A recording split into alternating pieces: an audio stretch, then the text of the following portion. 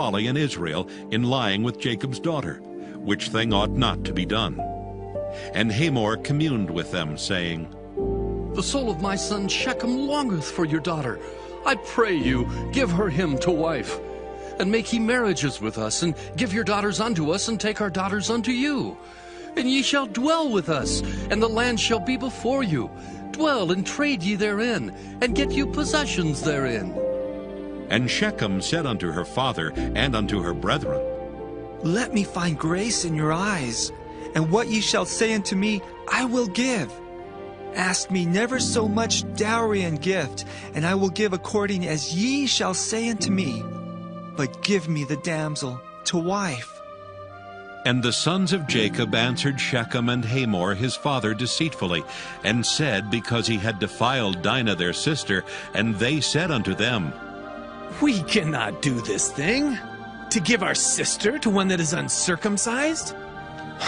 For that were a reproach unto us.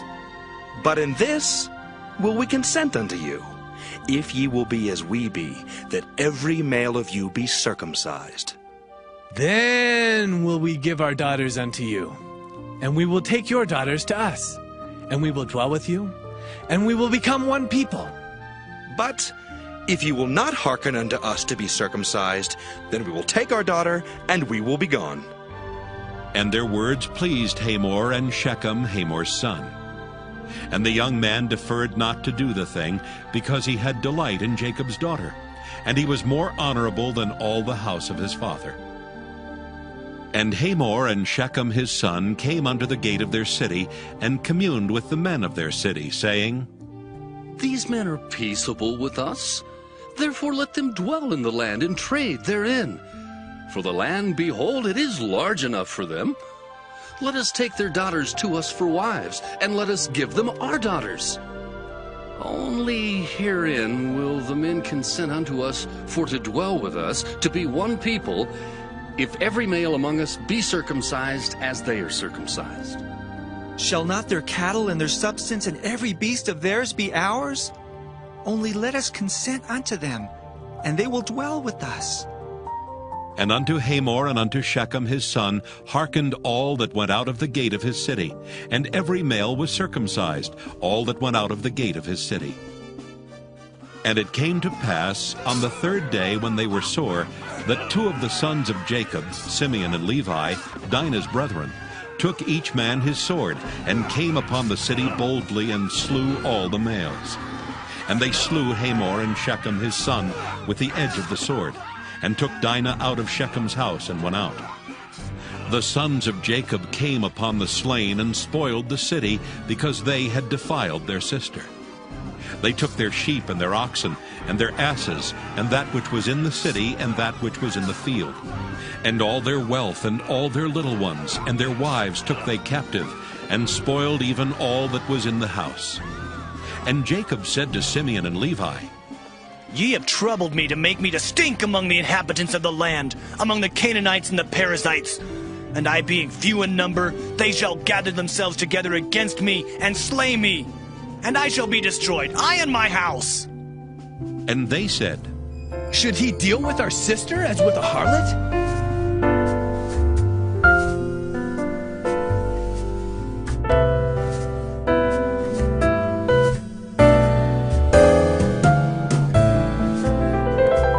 Genesis chapter 35.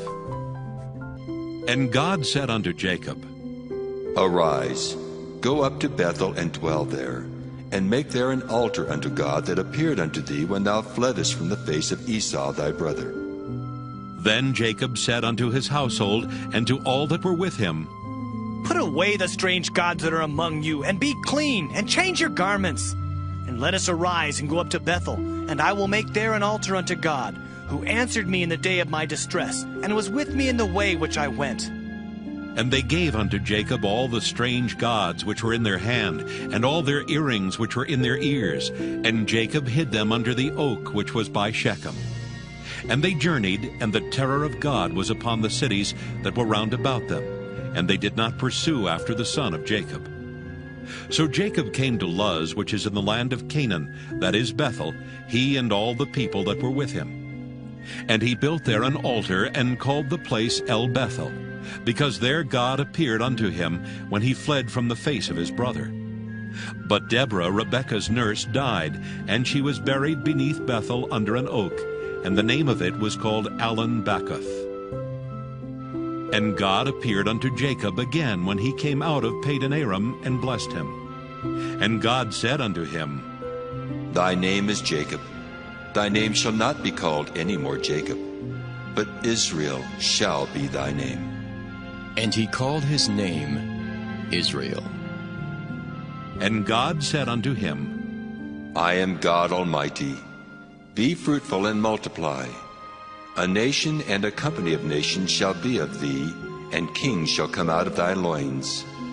And the land which I gave Abraham and Isaac, to thee I will give it, and to thy seed after thee will I give the land. And God went up from him in the place where he talked with him.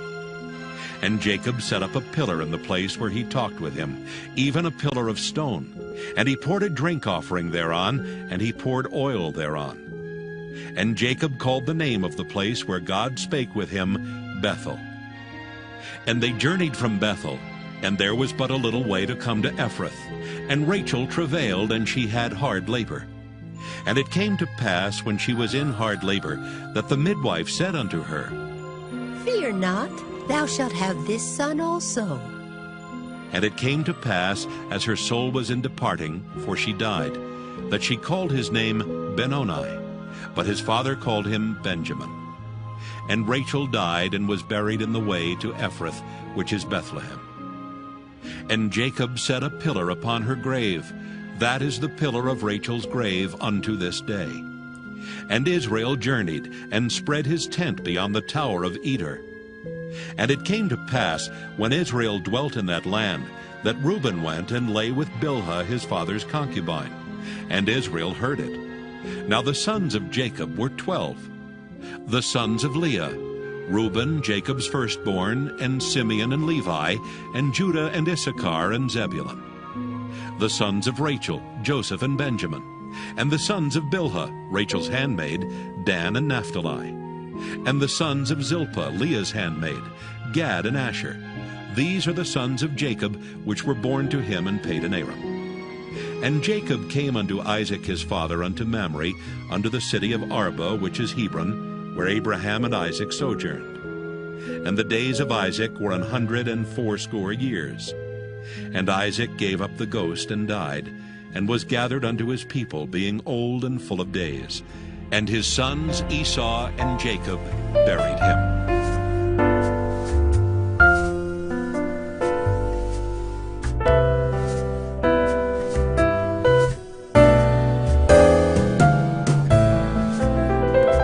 Genesis chapter 36.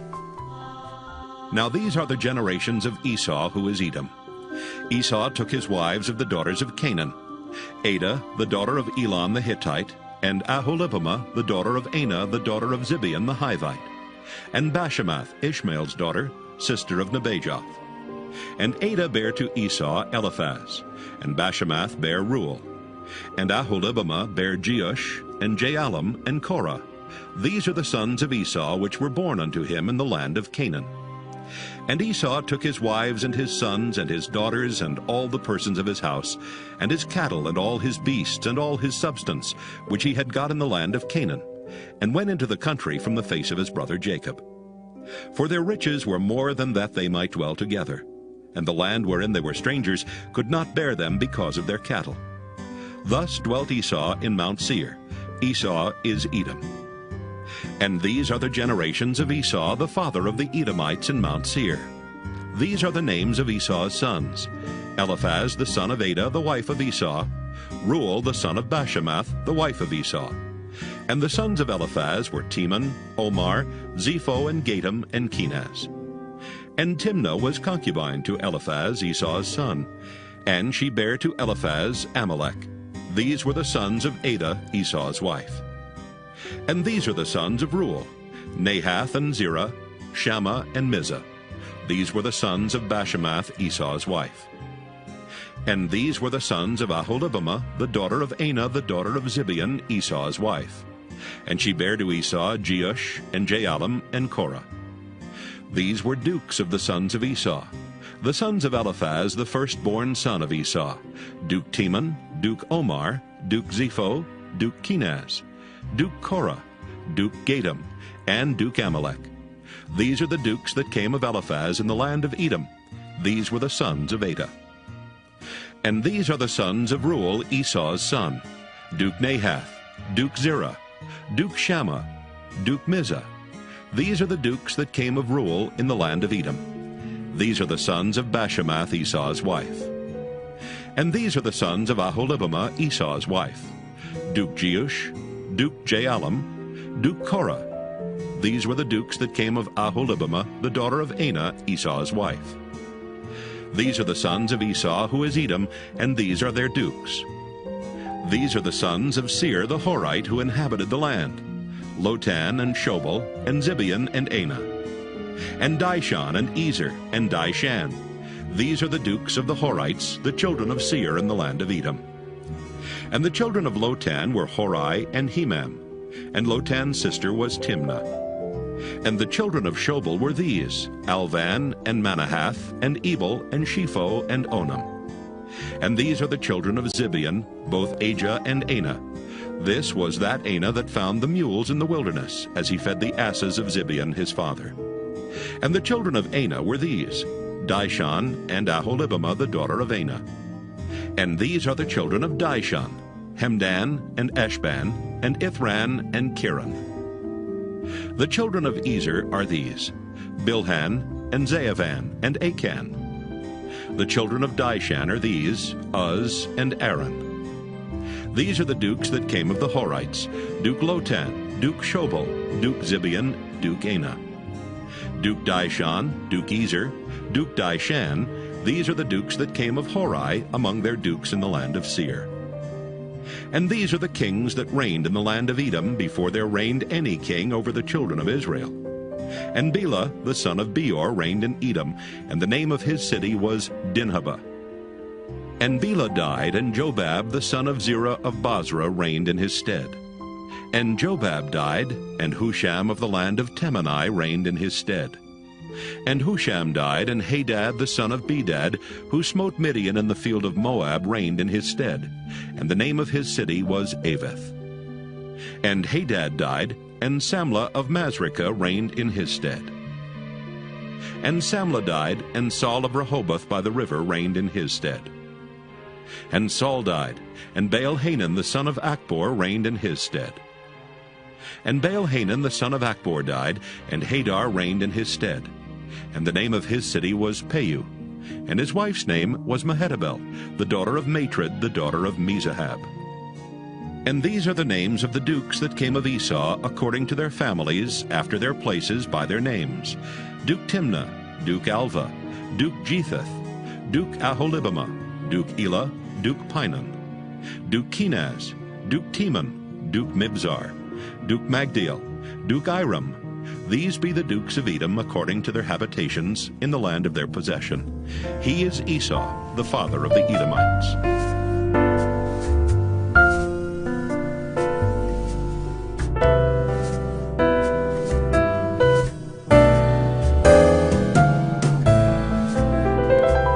Genesis chapter 37. And Jacob dwelt in the land wherein his father was a stranger, in the land of Canaan. These are the generations of Jacob. Joseph, being 17 years old, was feeding the flock with his brethren, and the lad was with the sons of Bilhah, and with the sons of Zilpah his father's wives. And Joseph brought unto his father their evil report. Now Israel loved Joseph more than all his children, because he was the son of his old age, and he made him a coat of many colors.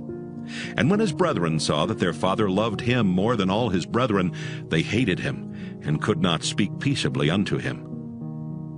And Joseph dreamed a dream, and he told it his brethren, and they hated him yet the more. And he said unto them, Hear, I pray you, this dream which I have dreamed. For behold, we were binding sheaves in the field, and lo, my sheaf arose and also stood upright. And behold, your sheaves stood round about and made obeisance to my sheaf.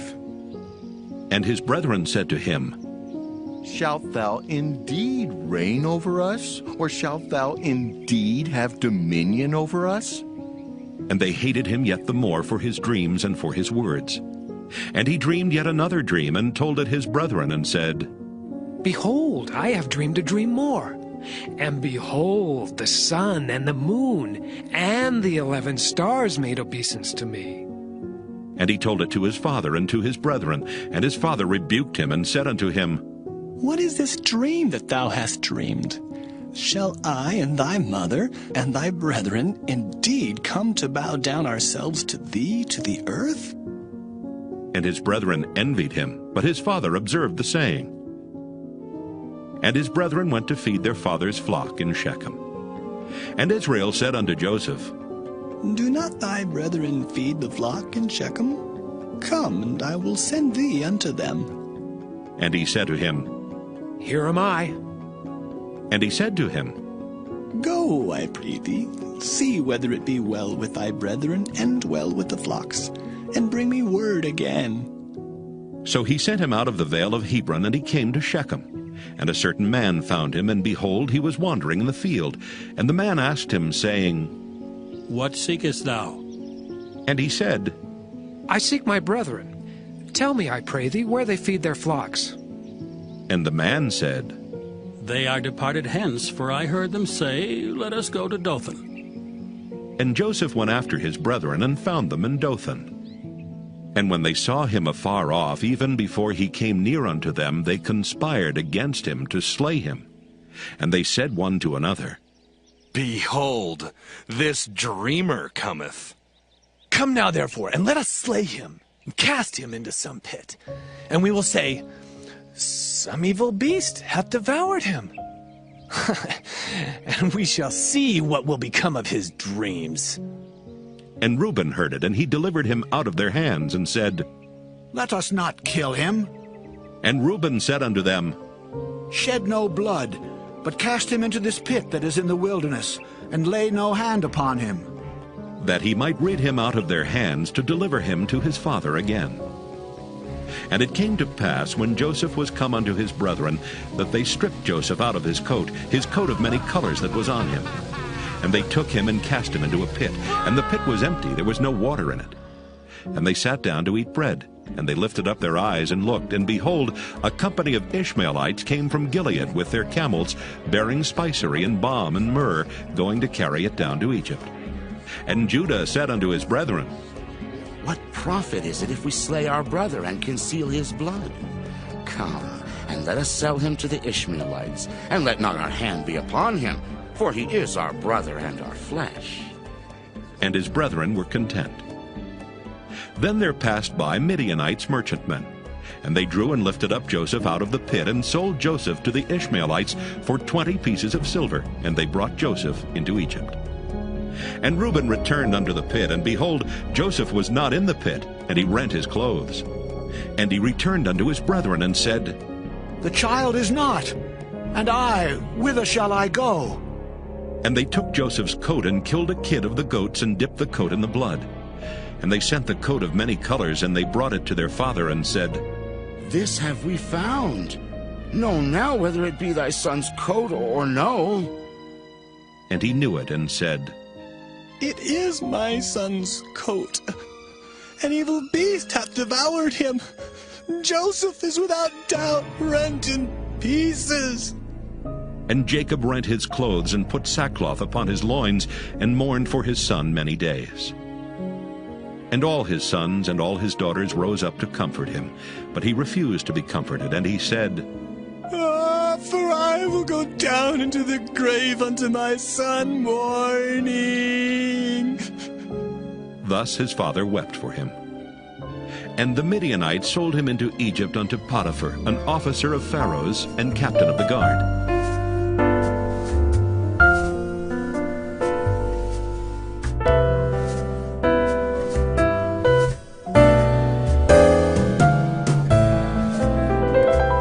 Genesis chapter 38. And it came to pass at that time that Judah went down from his brethren, and turned in to a certain Adullamite, whose name was Hira. And Judah saw there a daughter of a certain Canaanite, whose name was Shua. And he took her and went in unto her. And she conceived and bare a son, and he called his name And she conceived again and bare a son, and she called his name Onan. And she yet again conceived and bare a son, and called his name Shelah. And he was at Kezib when she bare him. And Judah took a wife for his firstborn, whose name was Tamar.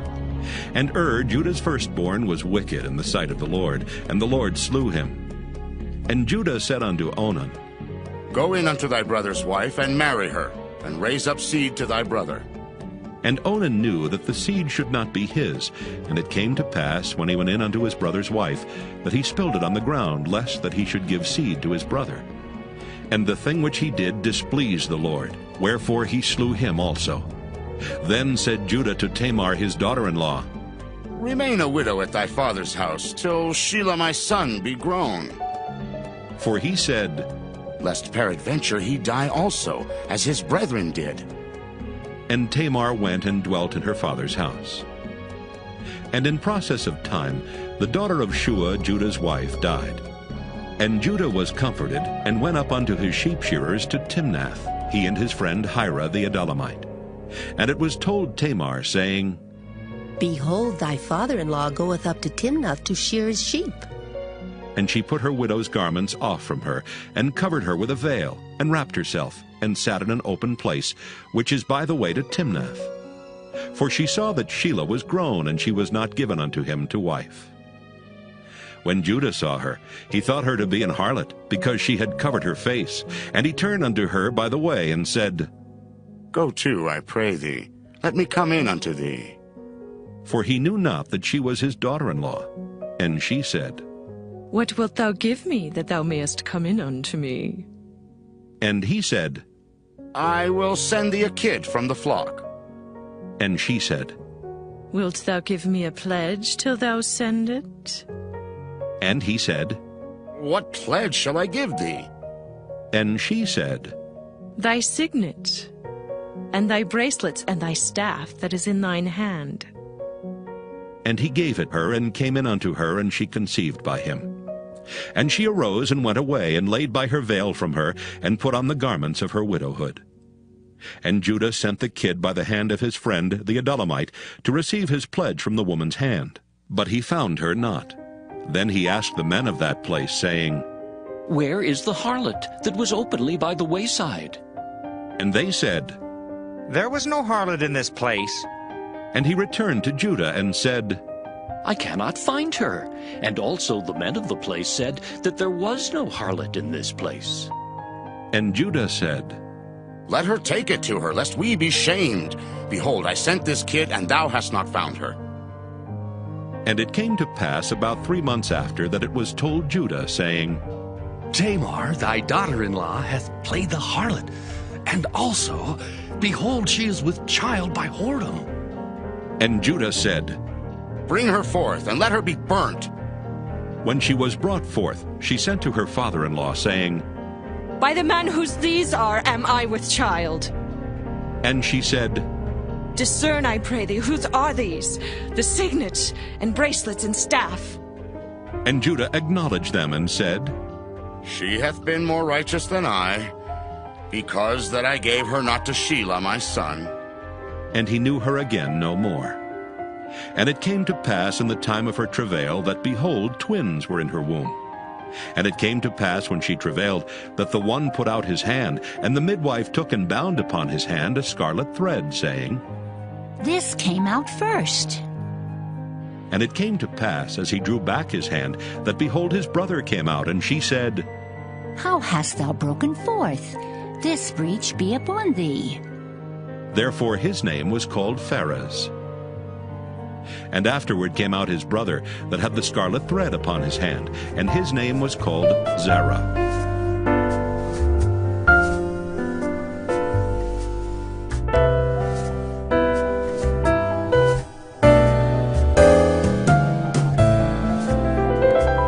Genesis chapter 39. And Joseph was brought down to Egypt. And Potiphar, an officer of Pharaoh, captain of the guard, an Egyptian, bought him of the hands of the Ishmaelites, which had brought him down thither. And the Lord was with Joseph, and he was a prosperous man, and he was in the house of his master the Egyptian. And his master saw that the Lord was with him, and that the Lord made all that he did to prosper in his hand. And Joseph found grace in his sight, and he served him.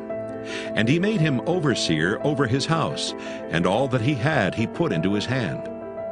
And it came to pass from the time that he had made him overseer in his house, and over all that he had, that the Lord blessed the Egyptian's house for Joseph's sake.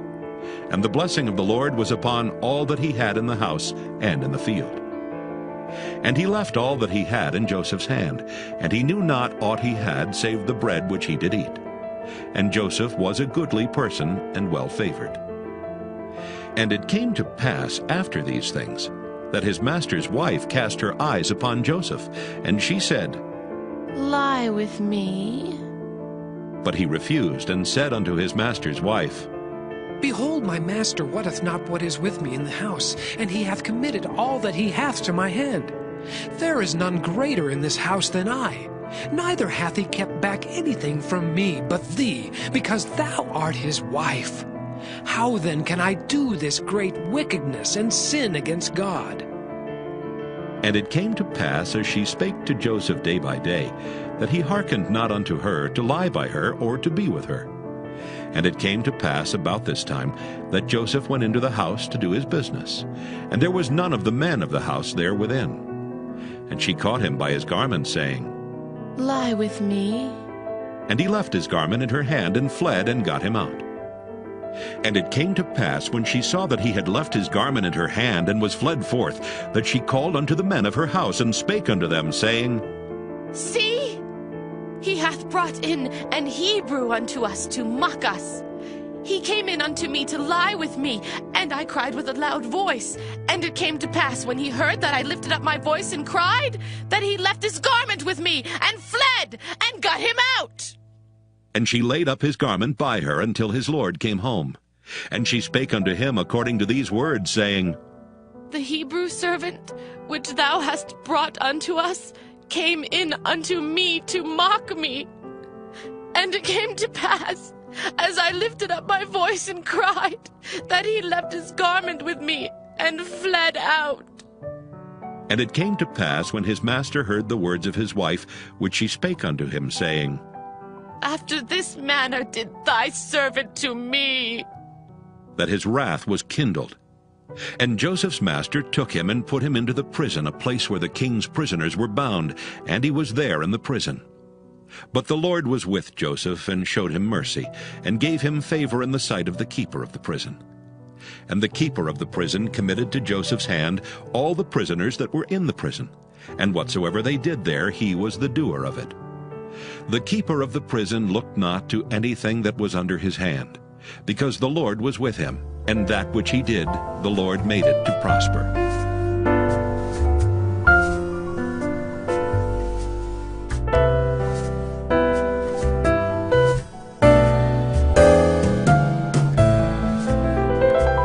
Genesis chapter 40.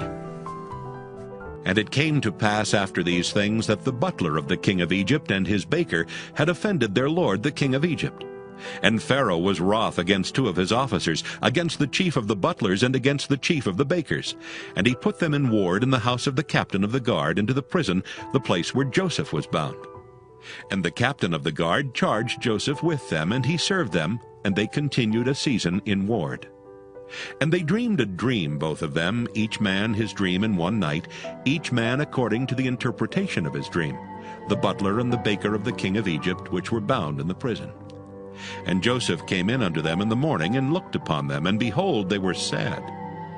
And he asked Pharaoh's officers that were with him in the ward of his lord's house, saying, Wherefore look ye so sadly today? And they said unto him, We have dreamed a dream, and there is no interpreter of it.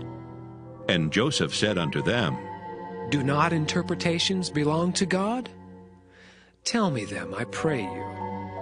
And the chief butler told his dream to Joseph, and said to him, In my dream, behold, a vine was before me, and in the vine were 3 branches, and it was as though it budded, and her blossoms shot forth. and the clusters thereof brought forth ripe grapes. And Pharaoh's cup was in my hand, and I took the grapes and pressed them into Pharaoh's cup, and I gave the cup into Pharaoh's hand. And Joseph said unto him, This is the interpretation of it. The 3 branches are 3 days. Yet within 3 days shall Pharaoh lift up thine head, and restore thee unto thy place. And thou shalt deliver Pharaoh's cup into his hand, after the former manner when thou wast his butler. But think on me when it shall be well with thee, and show kindness, I pray thee, unto me, and make mention of me unto Pharaoh, and bring me out of this house. For indeed I was stolen away out of the land of the Hebrews, and here also have I done nothing that they should put me into the dungeon. When the chief baker saw that the interpretation was good, he said unto Joseph, I also was in my dream, and behold, I had 3 white baskets on my head, and in the uppermost basket there was of all manner of baked meats for Pharaoh.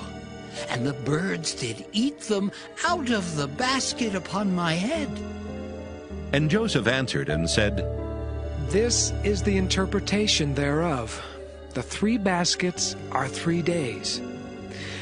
Yet within 3 days shall Pharaoh lift up thy head from off thee, and shall hang thee on a tree, and the birds shall eat thy flesh from off thee.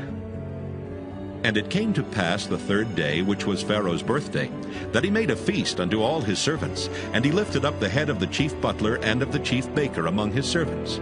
And he restored the chief butler unto his butlership again, and he gave the cup into Pharaoh's hand. But he hanged the chief baker, as Joseph had interpreted to them. Yet did not the chief butler remember Joseph, but forgat him.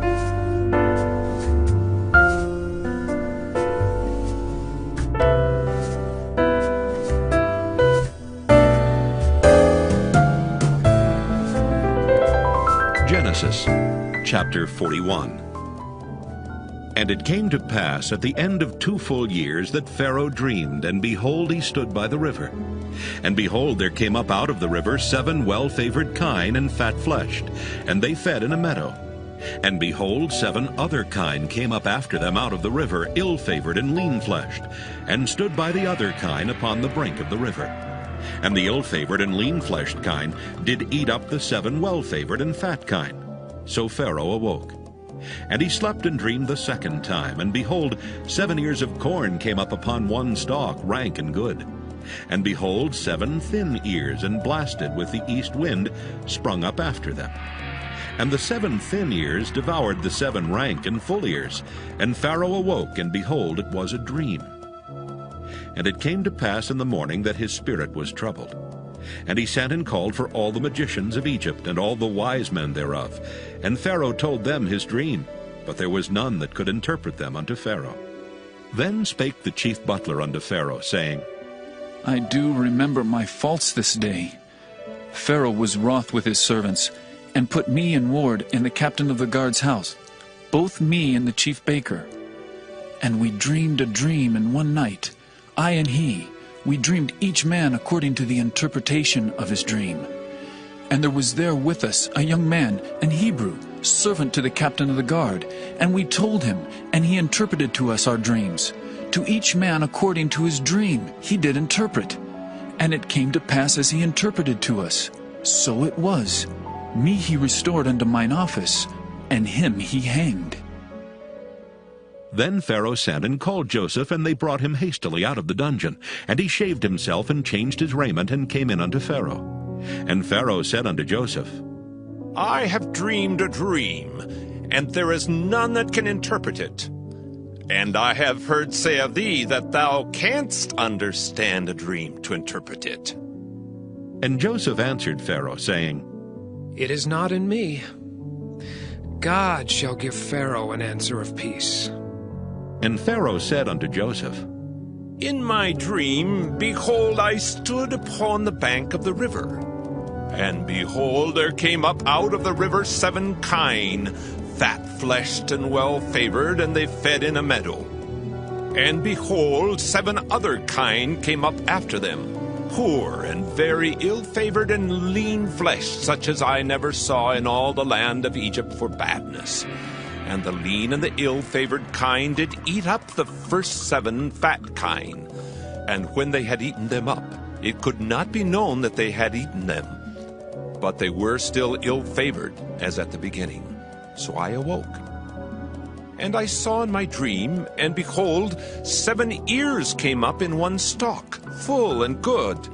And behold, 7 ears withered, thin, and blasted with the east wind sprung up after them. And the thin ears devoured the 7 good ears. And I told this unto the magicians, but there was none that could declare it to me. And Joseph said unto Pharaoh, The dream of Pharaoh is one. God hath showed Pharaoh what he is about to do. The 7 good kine are 7 years, and the 7 good ears are 7 years. The dream is one. And the 7 thin and ill-favored kine that came up after them are 7 years. And the 7 empty ears blasted with the east wind shall be 7 years of famine. This is the thing which I have spoken unto Pharaoh. What God is about to do he showeth unto Pharaoh. Behold, there come 7 years of great plenty throughout all the land of Egypt. And there shall arise after them 7 years of famine, and all the plenty shall be forgotten in the land of Egypt, and the famine shall consume the land. And the plenty shall not be known in the land by reason of that famine following, for it shall be very grievous. And for that the dream was doubled unto Pharaoh twice. It is because the thing is established by God, and God will shortly bring it to pass. Now therefore let Pharaoh look out a man discreet and wise, and set him over the land of Egypt.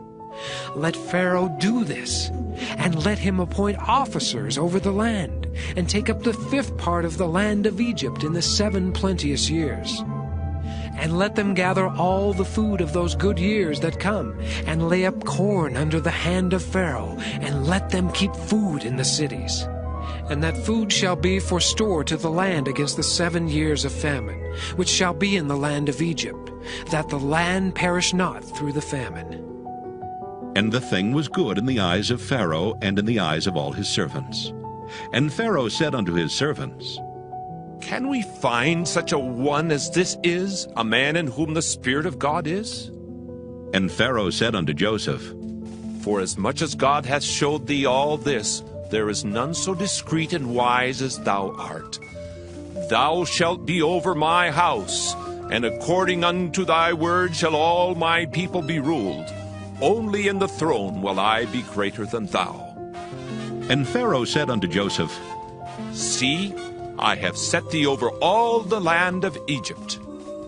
And Pharaoh took off his ring from his hand, and put it upon Joseph's hand, and arrayed him in vestures of fine linen, and put a gold chain about his neck. And he made him to ride in the 2nd chariot which he had, and they cried before him, Bow the knee! And he made him ruler over all the land of Egypt. And Pharaoh said unto Joseph, I am Pharaoh, and without thee shall no man lift up his hand or foot in all the land of Egypt. And Pharaoh called Joseph's name Zaphnath-Paaneah, and he gave him to wife Asenath, the daughter of Potipherah, priest of On. And Joseph went out over all the land of Egypt. And Joseph was 30 years old when he stood before Pharaoh, king of Egypt. And Joseph went out from the presence of Pharaoh, and went throughout all the land of Egypt. And in the 7 plenteous years the earth brought forth by handfuls. And he gathered up all the food of the 7 years which were in the land of Egypt, and laid up the food in the cities. The food of the field which was round about every city laid he up in the same. And Joseph gathered corn as the sand of the sea very much, until he left numbering, for it was without number. And unto Joseph were born 2 sons before the years of famine came, which Asenath, the daughter of Potipherah, priest of On, bare unto him. And Joseph called the name of the firstborn Manasseh. For God, said he, hath made me forget all my toil and all my father's house. And the name of the second called he Ephraim. For God hath caused me to be fruitful in the land of my affliction. And the 7 years of plenteousness that was in the land of Egypt were ended. And the 7 years of dearth began to come according as Joseph had said. And the dearth was in all lands, but in all the land of Egypt there was bread. And when all the land of Egypt was famished, the people cried to Pharaoh for bread. And Pharaoh said unto all the Egyptians, Go unto Joseph. What he saith to you, do. And the famine was over all the face of the earth. And Joseph opened all the storehouses, and sold unto the Egyptians. And the famine waxed sore in the land of Egypt. And all countries came into Egypt to Joseph for to buy corn, because that the famine was so sore in all lands.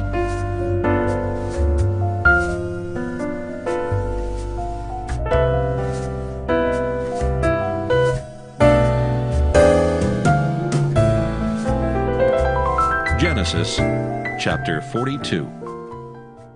Now when Jacob saw that there was corn in Egypt, Jacob said unto his sons, Why do ye look one upon another?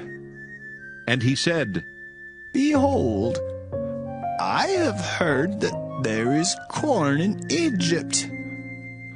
Get you down thither, and buy for us from thence, that we may live and not die.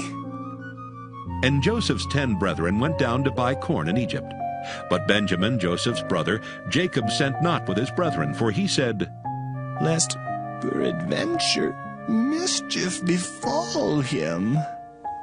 And the sons of Israel came to buy corn among those that came, for the famine was in the land of Canaan. And Joseph was the governor over the land, and he it was that sold to all the people of the land. And Joseph's brethren came and bowed down themselves before him with their faces to the earth. And Joseph saw his brethren, and he knew them, but made himself strange unto them, and spake roughly unto them. And he said unto them, Whence come ye? And they said, From the land of Canaan, to buy food. And Joseph knew his brethren, but they knew not him. And Joseph remembered the dreams which he dreamed of them, and said unto them, Ye are spies, to see the nakedness of the land ye are come. And they said unto him, Nay, my lord, but to buy food are thy servants come. We are all one man's sons. We are true men. Thy servants are no spies. And he said unto them, Nay, but to see the nakedness of the land ye are come. And they said, Thy servants are 12 brethren, the sons of one man in the land of Canaan. And behold, the youngest is this day with our father, and one is not. And Joseph said unto them, That is it that I spake unto you, saying, Ye are spies. Hereby ye shall be proved. By the life of Pharaoh ye shall not go forth hence, except your youngest brother come hither. Send one of you, and let him fetch your brother, and ye shall be kept in prison, that your words may be proved, whether there be any truth in you, or else by the life of Pharaoh, surely ye are spies. And he put them all together into ward 3 days.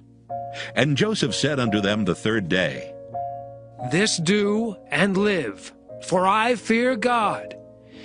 If ye be true men, let one of your brethren be bound in the house of your prison. Go ye, carry corn for the famine of your houses. But bring your youngest brother unto me, so shall your words be verified, and ye shall not die. And they did so. And they said to one another, We are verily guilty concerning our brother, in that we saw the anguish of his soul when he besought us, and we would not hear. Therefore is this distress come upon us. And Reuben answered them, saying, Spake I not unto you, saying, Do not sin against the child, and ye would not hear? Therefore, behold, also his blood is required. And they knew not that Joseph understood them, for he spake unto them by an interpreter. And he turned himself about from them, and wept, and returned to them again, and communed with them, and took from them Simeon, and bound him before their eyes. Then Joseph commanded to fill their sacks with corn, and to restore every man's money into his sack, and to give them provision for the way, and thus did he unto them. And they laded their asses with the corn, and departed thence.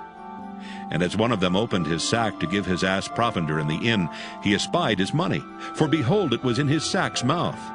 And he said unto his brethren, My money is restored, and lo, it is even in my sack. And their heart failed them, and they were afraid, saying to one another, What is this that God hath done unto us? And they came unto Jacob their father unto the land of Canaan, and told him all that befell unto them, saying, The man who is the Lord of the land spake roughly to us, and took us for spies of the country. And we said unto him, We are true men, we are no spies. We be 12 brethren, sons of our father. One is not, and the youngest is this day with our father in the land of Canaan. And the man, the Lord of the country, said unto us, Hereby shall I know that ye are true men. Leave one of your brethren here with me, and take food for the famine of your households, and be gone, and bring your youngest brother unto me. Then shall I know that ye are no spies, but that ye are true men. So will I deliver you your brother, and ye shall traffic in the land. And it came to pass, as they emptied their sacks, that, behold, every man's bundle of money was in his sack. And when both they and their father saw the bundles of money, they were afraid. And Jacob their father said unto them, Me have ye bereaved of my children. Joseph is not, Simeon is not, and ye will take Benjamin away? All these things are against me. And Reuben spake unto his father, saying, Slay my 2 sons, if I bring him not to thee. Deliver him into my hand, and I will bring him to thee again. And he said, My son shall not go down with you, for his brother is dead, and he is left alone. If mischief befall him by the way in the which ye go, then shall ye bring down my gray hairs with sorrow to the grave.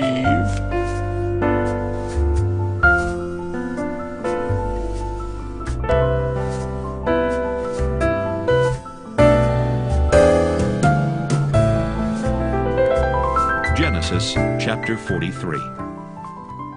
And the famine was sore in the land. And it came to pass, when they had eaten up the corn which they had brought out of Egypt, their father said unto them, Go again, buy us a little food. And Judah spake unto him, saying, The man did solemnly protest unto us, saying, Ye shall not see my face, except your brother be with you. If thou wilt send our brother with us, we will go down and buy thee food. But if thou wilt not send him, we will not go down. For the man said unto us, Ye shall not see my face, except your brother be with you. And Israel said, Wherefore dealt ye so ill with me, as to tell the man whether ye had yet a brother? And they said, The man asked us straitly of our state and of our kindred, saying, Is your father yet alive? Have ye another brother? And we told him according to the tenor of these words. Could we certainly know that he would say, Bring your brother down? And Judah said unto Israel his father, Send the lad with me, and we will arise and go, that we may live and not die, both we and thou, and also our little ones. I will be surety for him. Of my hand shalt thou require him. If I bring him not unto thee, and set him before thee, then let me bear the blame forever. For except we had lingered, surely now we had returned this second time. And their father Israel said unto them, If it must be so now, do this. Take of the best fruits in the land in your vessels, and carry down the man a present, a little balm and a little honey, spices and myrrh, nuts and almonds, and take double money in your hand, and the money that was brought again in the mouth of your sacks, carry it again in your hand. Peradventure it was an oversight. Take also your brother, and arise, go again unto the man. And God Almighty give you mercy before the man, that he may send away your other brother and Benjamin. If I be bereaved of my children, I am bereaved. And the men took that present, and they took double money in their hand, and Benjamin, and rose up and went down to Egypt and stood before Joseph. And when Joseph saw Benjamin with them, he said to the ruler of his house, Bring these men home and slay. Make ready, for these men shall dine with me at noon.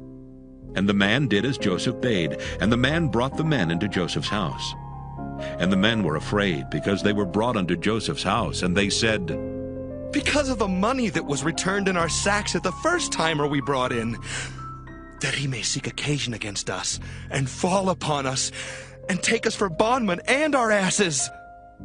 And they came near to the steward of Joseph's house, and they communed with him at the door of the house, and said, "O sir, we came indeed down at the first time to buy food. And it came to pass, when we came to the inn, that we opened our sacks, and behold, every man's money was in the mouth of his sack, our money in full weight, and we have brought it again in our hand. And other money have we brought down in our hands to buy food. We cannot tell who put our money in our sacks." And he said, "Peace be to you, fear not. Your God and the God of your father hath given you treasure in your sacks. I had your money." And he brought Simeon out unto them. And the man brought the men into Joseph's house, and gave them water, and they washed their feet, and he gave their asses provender. And they made ready the present against Joseph came at noon, for they heard that they should eat bread there. And when Joseph came home, they brought him the present which was in their hand into the house, and bowed themselves to him to the earth. And he asked them of their welfare, and said, Is your father well, the old man of whom ye spake? Is he yet alive? And they answered, Thy servant our father is in good health. He is yet alive.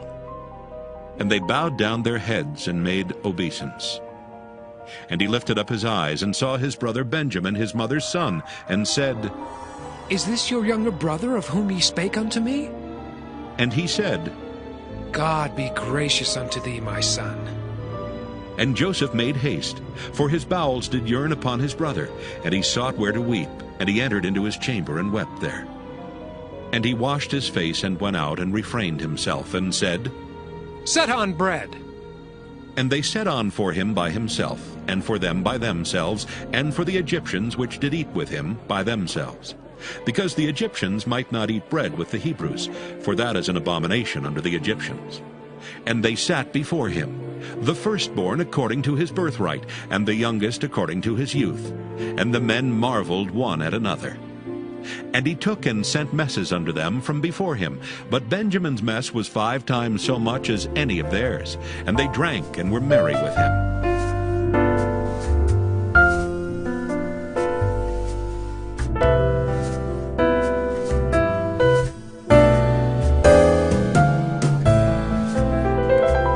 Genesis chapter 44. And he commanded the steward of his house, saying, Fill the men's sacks with food, as much as they can carry, and put every man's money in his sack's mouth. And put my cup, the silver cup, in the sack's mouth of the youngest, and his corn money. And he did according to the word that Joseph had spoken. As soon as the morning was light, the men were sent away, they and their asses. And when they were gone out of the city, and not yet far off, Joseph said unto his steward, Up, follow after the men. And when thou dost overtake them, say unto them, Wherefore have ye rewarded evil for good? Is not this it, in which my Lord drinketh, and whereby indeed he defineth? Ye have done evil in so doing. And he overtook them, and he spake unto them these same words. And they said unto him, Wherefore saith my Lord these words? God forbid that thy servant should do according to this thing. Behold, the money which we found in our sacks' mouths we brought again unto thee out of the land of Canaan.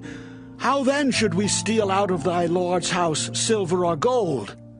With whomsoever of thy servants it be found, both let him die, and we also will be my Lord's bondmen.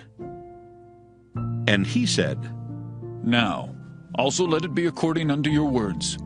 He with whom it is found shall be my servant, and ye shall be blameless. Then they speedily took down every man his sack to the ground, and opened every man his sack. And he searched, and began at the eldest, and left at the youngest. And the cup was found in Benjamin's sack. Then they rent their clothes and laded every man his ass and returned to the city. And Judah and his brethren came to Joseph's house, for he was yet there, and they fell before him on the ground. And Joseph said unto them, What deed is this that ye have done? Wot ye not that such a man as I can certainly divine? And Judah said, What shall we say unto my lord? What shall we speak, or how shall we clear ourselves? God hath found out the iniquity of thy servants. Behold, we are my lord's servants, both we and he also with whom the cup is found. And he said, God forbid that I should do so. But the man in whose hand the cup is found, he shall be my servant. And as for you, get you up in peace unto your father. Then Judah came near unto him and said, O my lord, let thy servant, I pray thee, speak a word in my lord's ears. And let not thine anger burn against thy servant, for thou art even as Pharaoh. My lord asked his servant, saying, Have ye a father or a brother? And we said unto my lord, We have a father, an old man, and a child of his old age, a little one. And his brother is dead, and he alone is left of his mother, and his father loveth him.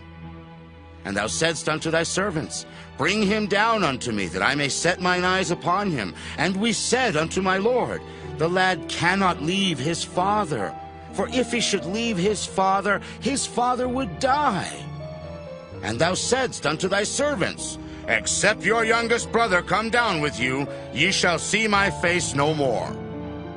And it came to pass, when we came up unto thy servant my father, we told him the words of my lord. And our father said, Go again and buy us a little food.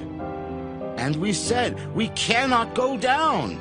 If our youngest brother be with us, then will we go down, for we may not see the man's face, except our youngest brother be with us. And thy servant, my father, said unto us, Ye know that my wife bare me 2 sons, and the one went out from me. And I said, Surely he is torn in pieces, and I saw him not since. And if ye take this also from me, and mischief befall him, ye shall bring down my gray hairs with sorrow to the grave. Now therefore, when I come to thy servant my father, and the lad be not with us, seeing that his life is bound up in the lad's life, it shall come to pass, when he seeth that the lad is not with us, that he will die. And thy servants shall bring down the gray hairs of thy servant our father with sorrow to the grave. For thy servant became surety for the lad unto my father, saying, If I bring him not unto thee, then I shall bear the blame to my father forever. Now therefore I pray thee, let thy servant abide instead of the lad, a bondman to my lord, and let the lad go up with his brethren. For how shall I go up to my father, and the lad be not with me? Lest peradventure I see the evil that shall come on my father.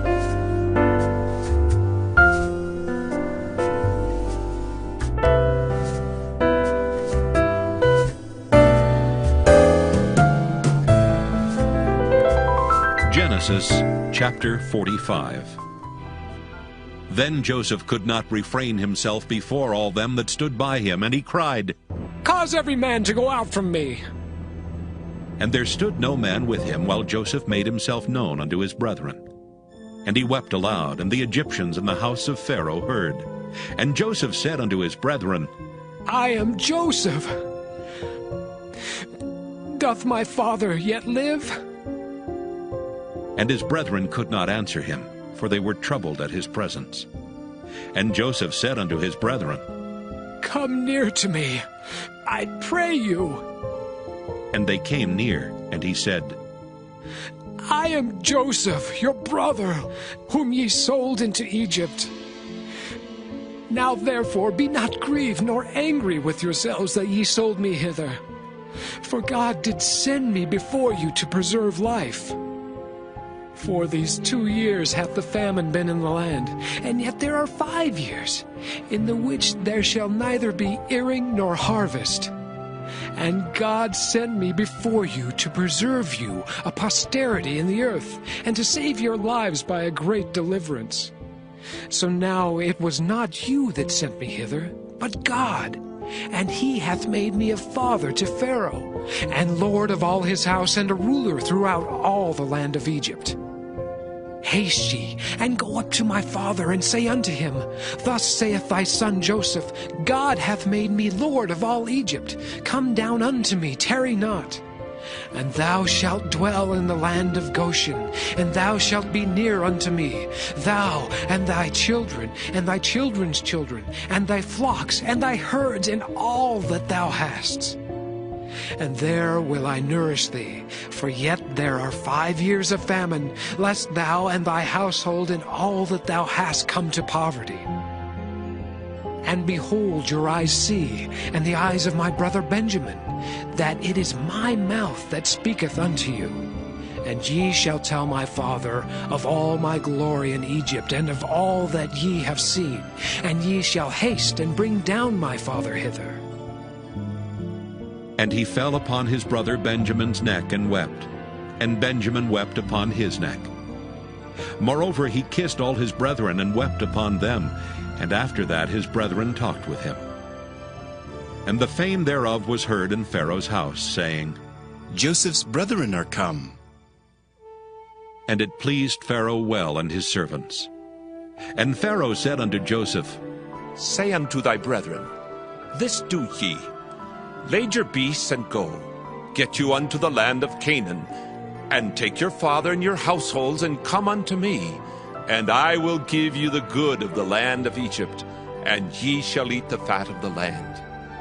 Now thou art commanded, this do ye. Take you wagons out of the land of Egypt for your little ones, and for your wives, and bring your father, and come. Also regard not your stuff, for the good of all the land of Egypt is yours. And the children of Israel did so. And Joseph gave them wagons according to the commandment of Pharaoh, and gave them provision for the way. To all of them he gave each man changes of raiment.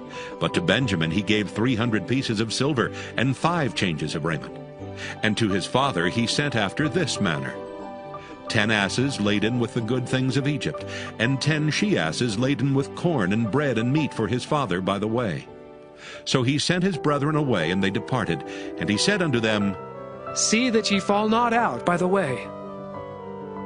And they went up out of Egypt, and came into the land of Canaan unto Jacob their father, and told him, saying, Joseph is yet alive, and he is governor over all the land of Egypt. And Jacob's heart fainted, for he believed them not. And they told him all the words of Joseph which he had said unto them. And when he saw the wagons which Joseph had sent to carry him, the spirit of Jacob their father revived. And Israel said, It is enough. Joseph my son is yet alive. I will go and see him before I die.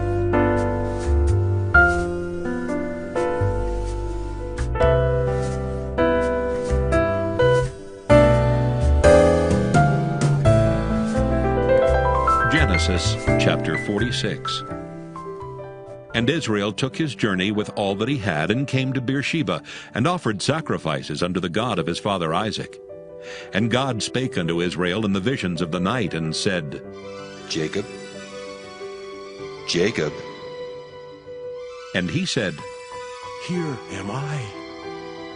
And he said, I am God, the God of thy father. Fear not to go down into Egypt, for I will there make of thee a great nation. I will go down with thee into Egypt, and I will also surely bring thee up again. And Joseph shall put his hand upon thine eyes. And Jacob rose up from Beersheba, and the sons of Israel carried Jacob their father, and their little ones and their wives, in the wagons which Pharaoh had sent to carry him. And they took their cattle and their goods which they had gotten in the land of Canaan, and came into Egypt, Jacob and all his seed with him. his sons and his son's son with him, his daughters and his sons' daughters, and all his seed brought he with him into Egypt. And these are the names of the children of Israel which came into Egypt: Jacob and his sons, Reuben, Jacob's firstborn, and the sons of Reuben, Hanok and Phallu, and Hezron and Carmi. And the sons of Simeon, Jemuel and Jamin, and Ohad and Jachin, and Zohar and Shael, the son of a Canaanitish woman. And the sons of Levi, Gershon, Kohath, and Merari. And the sons of Judah, and Onan, and Shelah, and Pharez, and Zerah. But and Onan died in the land of Canaan. And the sons of Pharez were Hezron and Hamel. And the sons of Issachar, Tola, and Phuvah, and Job, and Shimron. And the sons of Zebulun, Sirad, and Elon, and Jaleel. These be the sons of Leah, which she bare unto Jacob in Padan Aram, with his daughter Dinah. All the souls of his sons and his daughters were 33. And the sons of Gad, Ziphaon, and Haggai, Shunai, and Esbon, Eri, and Arodai, and Areli. And the sons of Asher, Jimnah, and Ishua, and Isui, and Beriah, and Sirah their sister, and the sons of Beriah, Heber, and Malchiel. These are the sons of Zilpah, whom Laban gave to Leah his daughter, and these she bare unto Jacob, even 16 souls. The sons of Rachel, Jacob's wife, Joseph and Benjamin. And unto Joseph in the land of Egypt were born Manasseh and Ephraim, which Asenath, the daughter of Potipherah, priest of On, bare unto him. And the sons of Benjamin were Bela and Becher, and Ashbel, Gera, and Naaman, Ehi and Rosh, Muppim and Huppim, and Ard. These are the sons of Rachel which were born to Jacob. All the souls were 14. And the sons of Dan, Hushim. And the sons of Naphtali, Jaziel, and Guni, and Jezer, and Shillem. These are the sons of Bilhah, which Laban gave unto Rachel his daughter, and she bare these unto Jacob. All the souls were 7. All the souls that came with Jacob into Egypt, which came out of his loins, besides Jacob's sons' wives, all the souls were 66. And the sons of Joseph, which were born him in Egypt, were 2 souls. All the souls of the house of Jacob, which came into Egypt, were 70. And he sent Judah before him unto Joseph, to direct his face unto Goshen, and they came into the land of Goshen. And Joseph made ready his chariot, and went up to meet Israel his father to Goshen, and presented himself unto him. And he fell on his neck, and wept on his neck a good while. And Israel said unto Joseph, Now let me die, since I have seen thy face, because thou art yet alive. And Joseph said unto his brethren and unto his father's house, I will go up and show Pharaoh, and say unto him, My brethren and my father's house, which were in the land of Canaan, are come unto me. And the men are shepherds, for their trade hath been to feed cattle, and they have brought their flocks and their herds and all that they have. And it shall come to pass, when Pharaoh shall call you, and shall say, What is your occupation? That ye shall say, Thy servant's trade hath been about cattle from our youth even until now, both we and also our fathers, that ye may dwell in the land of Goshen, for every shepherd is an abomination unto the Egyptians.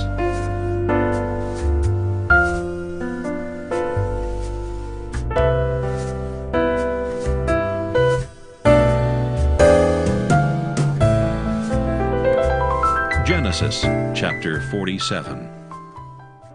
Then Joseph came and told Pharaoh, and said, My father and my brethren, and their flocks and their herds and all that they have are come out of the land of Canaan. And behold, they are in the land of Goshen. And he took some of his brethren, even 5 men, and presented them unto Pharaoh. And Pharaoh said unto his brethren, What is your occupation? And they said unto Pharaoh, Thy servants are shepherds, both we and also our fathers. They said moreover unto Pharaoh, For to sojourn in the land are we come, for thy servants have no pasture for their flocks, for the famine is sore in the land of Canaan. Now therefore, we pray thee, let thy servants dwell in the land of Goshen. And Pharaoh spake unto Joseph, saying, Thy father and thy brethren are come unto thee. The land of Egypt is before thee. In the best of the land make thy father and brethren to dwell. In the land of Goshen let them dwell. And if thou knowest any men of activity among them, then make them rulers over my cattle. And Joseph brought in Jacob his father, and set him before Pharaoh, and Jacob blessed Pharaoh.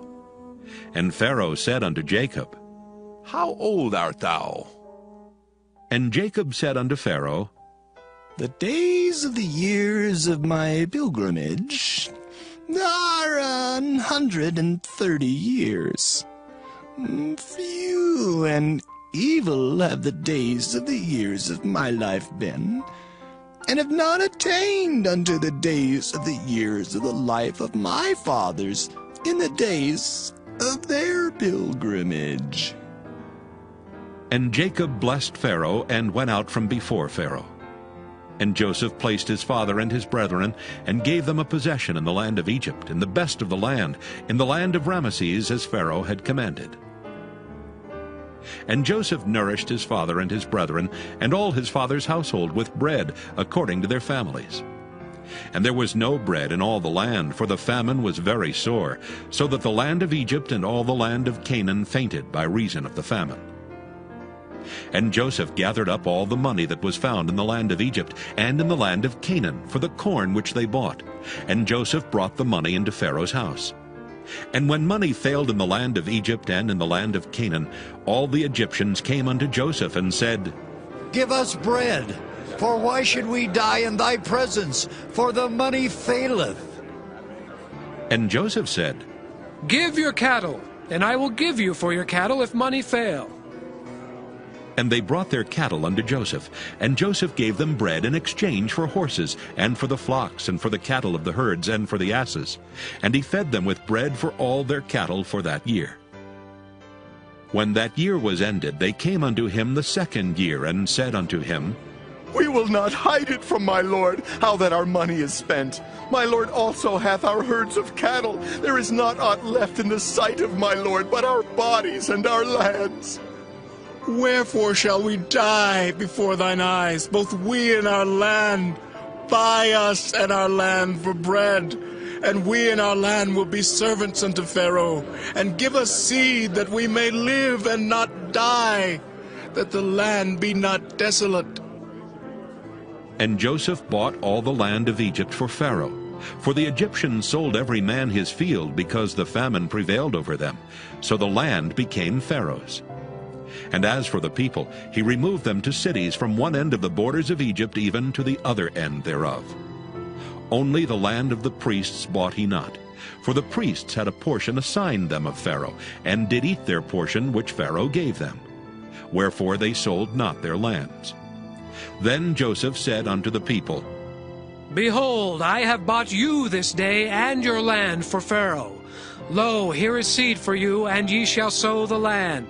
And it shall come to pass in the increase that ye shall give the 5th part unto Pharaoh, and 4 parts shall be your own, for seed of the field, and for your food, and for them of your households, and for food for your little ones. And they said, Thou hast saved our lives.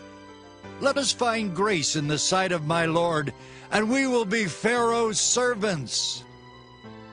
And Joseph made it a law over the land of Egypt unto this day, that Pharaoh should have the 5th part, except the land of the priests only, which became not Pharaoh's. And Israel dwelt in the land of Egypt, in the country of Goshen. And they had possessions therein, and grew and multiplied exceedingly. And Jacob lived in the land of Egypt 17 years. So the whole age of Jacob was 147 years. And the time drew nigh that Israel must die. And he called his son Joseph, and said unto him, If now I have found grace in thy sight, put, I pray thee, thy hand under my thigh, and deal kindly, truly with me. Bury me not, I pray thee, in Egypt, but I will lie with my fathers, and thou shalt carry me out of Egypt, and bury me in their burying place. And he said, I will do as thou hast said. And he said, Swear unto me. And he sware unto him. And Israel bowed himself upon the bed's head.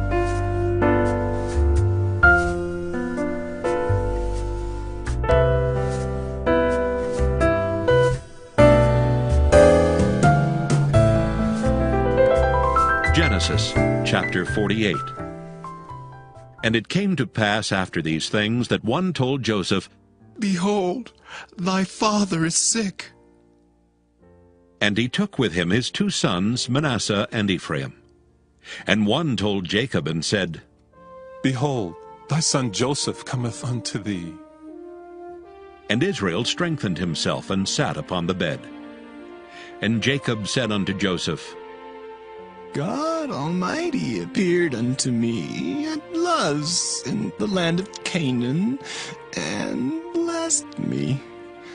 And he said unto me, Behold, I will make thee fruitful, and multiply thee, and I will make of thee a multitude of people, and will give this land to thy seed after thee, for an everlasting possession. And now thy 2 sons, Ephraim and Manasseh, which were born unto thee in the land of Egypt before I came unto thee into Egypt, are mine. As Reuben and Simeon, they shall be mine. And thy issue, which thou begettest after them, shall be thine, and shall be called after the name of their brethren in their inheritance. And as for me, when I came from Padan, Rachel died by me in the land of Canaan in the way, when yet there was but a little way to come into Ephrath. And I buried her there in the way of Ephrath, the same is Bethlehem. And Israel beheld Joseph's sons, and said, Who are these? And Joseph said unto his father, They are my sons whom God hath given me in this place. And he said, Bring them, I pray thee, unto me, and I will bless them. Now the eyes of Israel were dim for age, so that he could not see. And he brought them near unto him, and he kissed them, and embraced them. And Israel said unto Joseph, I had not thought to see thy face, and lo, God hath showed me also thy seed. And Joseph brought them out from between his knees, and he bowed himself with his face to the earth. And Joseph took them both, Ephraim in his right hand toward Israel's left hand, and Manasseh in his left hand toward Israel's right hand, and brought them near unto him. And Israel stretched out his right hand, and laid it upon Ephraim's head, who was the younger, and his left hand upon Manasseh's head, guiding his hands wittingly, for Manasseh was the firstborn. And he blessed Joseph, and said, God, before whom my fathers Abraham and Isaac did walk, the God which fed me all my life long unto this day, the angel which redeemed me from all evil, bless the lads, and let my name be named on them, and the name of my fathers, Abraham and Isaac, and let them grow into a multitude in the midst of the earth. And when Joseph saw that his father laid his right hand upon the head of Ephraim, it displeased him, and he held up his father's hand to remove it from Ephraim's head unto Manasseh's head. And Joseph said unto his father, Not so, my father, for this is the firstborn. Put thy right hand upon his head. And his father refused and said, I know it, my son, I know it. He also shall become a people, and he also shall be great. But truly, his younger brother shall be greater than he, and his seed shall become a multitude of nations. And he blessed them that day, saying, In thee shall Israel bless, saying, God make thee as Ephraim and as Manasseh. And he set Ephraim before Manasseh.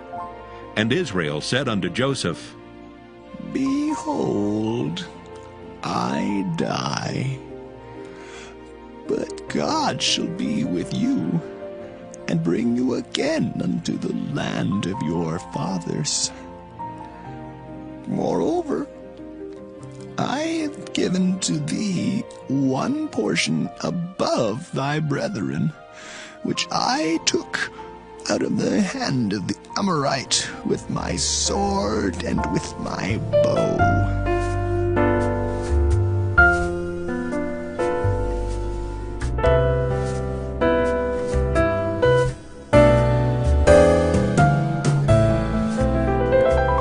Genesis chapter 49. And Jacob called unto his sons, and said, Gather yourselves together, that I may tell you that which shall befall you in the last days. Gather yourselves together, and hear, ye sons of Jacob, and hearken unto Israel your father. Reuben, thou art my firstborn, my might, and the beginning of my strength, the excellency of dignity and the excellency of power. Unstable as water, thou shalt not excel, because thou wentest up to thy father's bed, then defiledst thou it. He went up to my couch. Simeon and Levi are brethren. Instruments of cruelty are in their habitations. O my soul, come not thou into their secret, unto their assembly. Mine honor be not thou united. For in their anger they slew a man, and in their self-will they dig down a wall. Cursed be their anger, for it was fierce, and their wrath, for it was cruel. I will divide them in Jacob and scatter them in Israel. Judah, thou art he whom thy brethren shall praise. Thy hand shall be in the neck of thine enemies. Thy father's children shall bow down before thee. Judah is a lion's whelp. From the prey, my son, thou art gone up.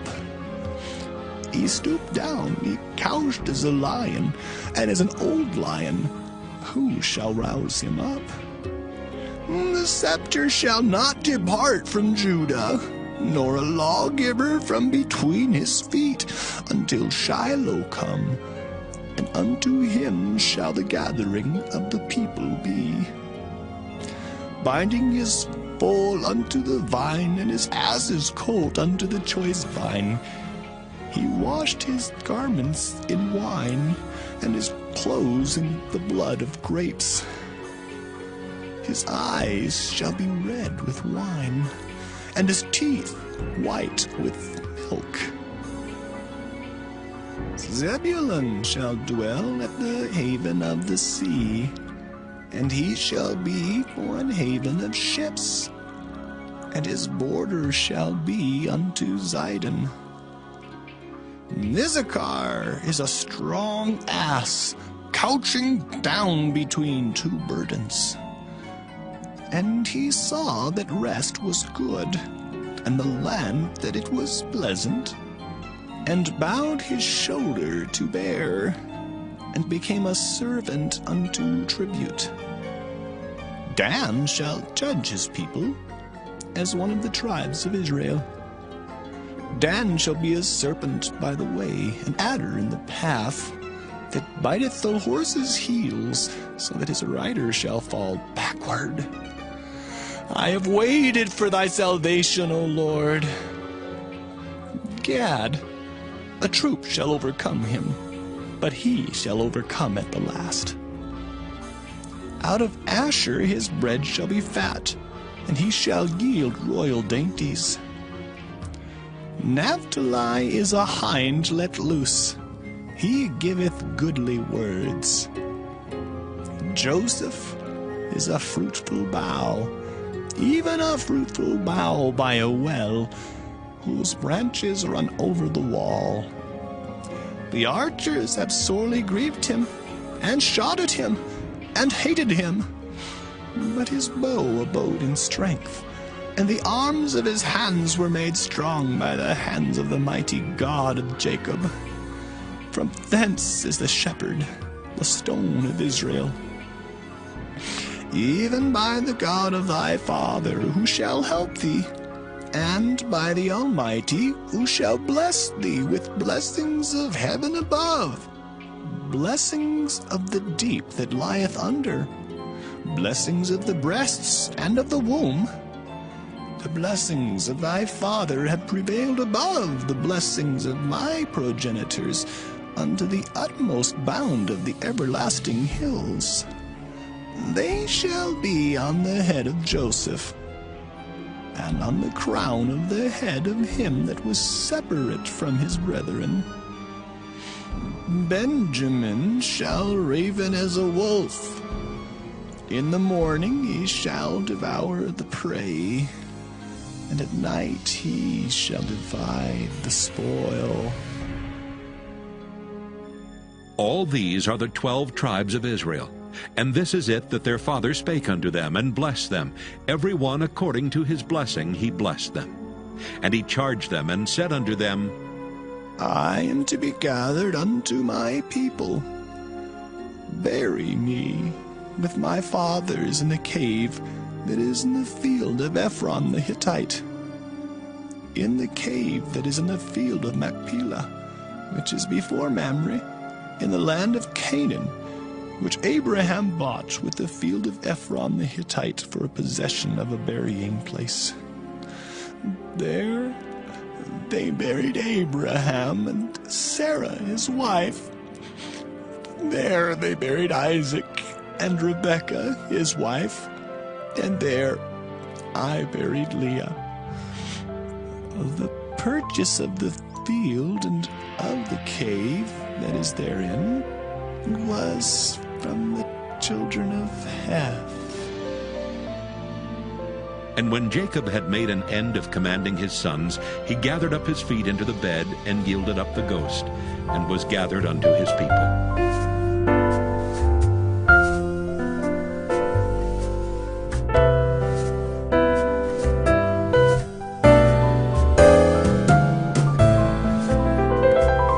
Genesis chapter 50. And Joseph fell upon his father's face, and wept upon him, and kissed him. And Joseph commanded his servants, the physicians, to embalm his father, and the physicians embalmed Israel. And 40 days were fulfilled for him, for so are fulfilled the days of those which are embalmed. And the Egyptians mourned for him 60 days. And when the days of his mourning were past, Joseph spake unto the house of Pharaoh, saying, If now I have found grace in your eyes, speak, I pray you, in the ears of Pharaoh, saying, My father made me swear, saying, Lo, I die. In my grave which I have digged for me in the land of Canaan, there shalt thou bury me. Now therefore let me go up, I pray thee, and bury my father, and I will come again. And Pharaoh said, Go up, and bury thy father, according as he made thee swear. And Joseph went up to bury his father, and with him went up all the servants of Pharaoh, the elders of his house, and all the elders of the land of Egypt, and all the house of Joseph, and his brethren, and his father's house. Only their little ones, and their flocks, and their herds, they left in the land of Goshen. And there went up with him both chariots and horsemen, and it was a very great company. And they came to the threshing floor of Atad, which is beyond Jordan, and there they mourned with a great and very sore lamentation. And he made a mourning for his father 7 days. And when the inhabitants of the land, the Canaanites, saw the mourning in the floor of Atad, they said, This is a grievous mourning to the Egyptians. Wherefore the name of it was called Abel Mizraim, which is beyond Jordan. And his sons did unto him according as he commanded them. For his sons carried him into the land of Canaan, and buried him in the cave of the field of Machpelah, which Abraham bought with the field for a possession of a burying place of Ephron the Hittite before Mamre. And Joseph returned into Egypt, he and his brethren, and all that went up with him to bury his father after he had buried his father. And when Joseph's brethren saw that their father was dead, they said, Joseph will peradventure hate us, and will certainly requite us all the evil which we did unto him. And they sent a messenger unto Joseph, saying, Thy father did command before he died, saying, So shall ye say unto Joseph, Forgive, I pray thee now, the trespass of thy brethren, and their sin, for they did unto thee evil. And now we pray thee, forgive the trespass of the servants of the God of thy father. And Joseph wept when they spake unto him. And his brethren also went and fell down before his face, and they said, Behold, we be thy servants. And Joseph said unto them, Fear not, for am I in the place of God? But as for you, ye thought evil against me. But God meant it unto good to bring to pass, as it is this day, to save much people alive. Now therefore fear ye not. I will nourish you and your little ones. And he comforted them, and spake kindly unto them. And Joseph dwelt in Egypt, he and his father's house. And Joseph lived 110 years.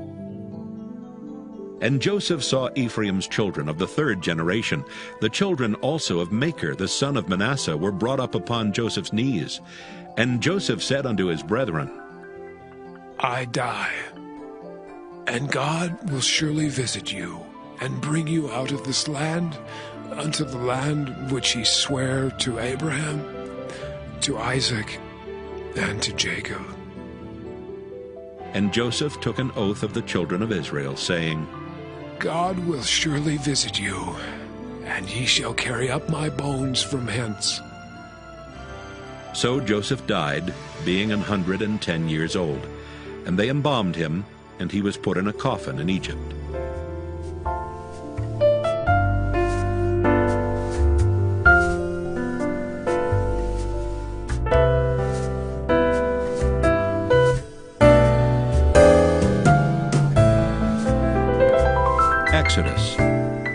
Exodus chapter 1. Now these are the names of the children of Israel which came into Egypt. Every man in his household came with Jacob: Reuben, Simeon, Levi, and Judah; Issachar, Zebulun, and Benjamin; Dan and Naphtali, Gad and Asher. And all the souls that came out of the loins of Jacob were 70 souls, for Joseph was in Egypt already. And Joseph died, and all his brethren, and all that generation. And the children of Israel were fruitful, and increased abundantly, and multiplied, and waxed exceedingly mighty, and the land was filled with them. Now there arose up a new king over Egypt, which knew not Joseph. And he said unto his people, Behold, the people of the children of Israel are more and mightier than we. Come on, let us deal wisely with them, lest they multiply, and it come to pass that when there falleth out any war, they join also unto our enemies, and fight against us, and so get them up out of the land. Therefore they did set over them taskmasters to afflict them with their burdens. And they built for Pharaoh treasure cities, Pithom and Raamses. But the more they afflicted them, the more they multiplied and grew, and they were grieved because of the children of Israel.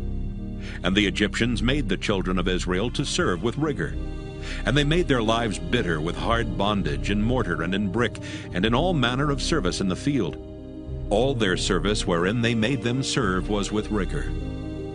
And the king of Egypt spake to the Hebrew midwives, of which the name of the one was Shiphrah, and the name of the other Puah. And he said, When ye do the office of a midwife to the Hebrew women, and see them upon the stools, if it be a son, then ye shall kill him. But if it be a daughter, then she shall live. But the midwives feared God, and did not as the king of Egypt commanded them, but saved the men children alive. And the king of Egypt called for the midwives, and said unto them, Why have ye done this thing, and have saved the men children alive?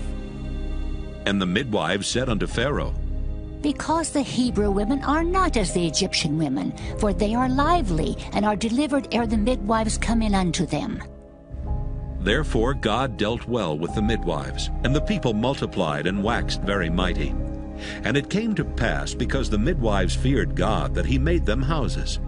And Pharaoh charged all his people, saying, Every son that is born ye shall cast into the river, and every daughter ye shall save alive.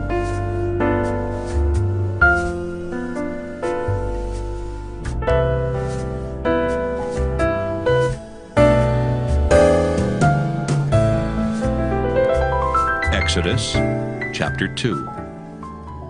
And there went a man of the house of Levi, and took to wife a daughter of Levi. And the woman conceived and bare a son, and when she saw him that he was a goodly child, she hid him 3 months. And when she could not longer hide him, she took for him an ark of bulrushes, and daubed it with slime and with pitch, and put the child therein. And she laid it in the flags by the river's brink. And his sister stood afar off to wit what would be done to him. And the daughter of Pharaoh came down to wash herself at the river, and her maidens walked along by the river's side. And when she saw the ark among the flags, she sent her maid to fetch it. And when she had opened it, she saw the child, and behold, the babe wept. And she had compassion on him, and said, This is one of the Hebrews' children. Then said his sister to Pharaoh's daughter, Shall I go and call to thee a nurse of the Hebrew woman, that she may nurse the child for thee? And Pharaoh's daughter said to her, Go. And the maid went and called the child's mother. And Pharaoh's daughter said unto her, Take this child away and nurse it for me, and I will give thee thy wages. And the woman took the child and nursed it. And the child grew, and she brought him unto Pharaoh's daughter, and he became her son. And she called his name Moses. And she said, Because I drew him out of the water. And it came to pass in those days when Moses was grown, that he went out unto his brethren, and looked on their burdens. And he spied an Egyptian smiting an Hebrew, one of his brethren. And he looked this way and that way, and when he saw that there was no man, he slew the Egyptian, and hid him in the sand. And when he went out the second day, behold, 2 men of the Hebrews strove together. And he said to him that did the wrong, Wherefore smitest thou thy fellow? And he said, Who made thee a prince and a judge over us? Intendest thou to kill me, as thou killedst the Egyptian? And Moses feared and said, Surely this thing is known. Now when Pharaoh heard this thing, he sought to slay Moses. But Moses fled from the face of Pharaoh, and dwelt in the land of Midian, and he sat down by a well. Now the priest of Midian had 7 daughters, and they came and drew water, and filled the troughs to water their father's flock. And the shepherds came and drove them away, but Moses stood up and helped them, and watered their flock. And when they came to Reuel their father, he said, How is it that ye are come so soon today? And they said, An Egyptian delivered us out of the hand of the shepherds, and also drew water enough for us, and watered the flock. And he said unto his daughters, And where is he? Why is it that ye have left the man? Call him, that he may eat bread. And Moses was content to dwell with the man. And he gave Moses Zipporah his daughter. And she bare him a son, and he called his name Gershom. For he said, I have been a stranger in a strange land. And it came to pass in process of time that the king of Egypt died. And the children of Israel sighed by reason of the bondage, and they cried, and their cry came up unto God by reason of the bondage. And God heard their groaning, and God remembered his covenant with Abraham, with Isaac, and with Jacob. And God looked upon the children of Israel, and God had respect unto them.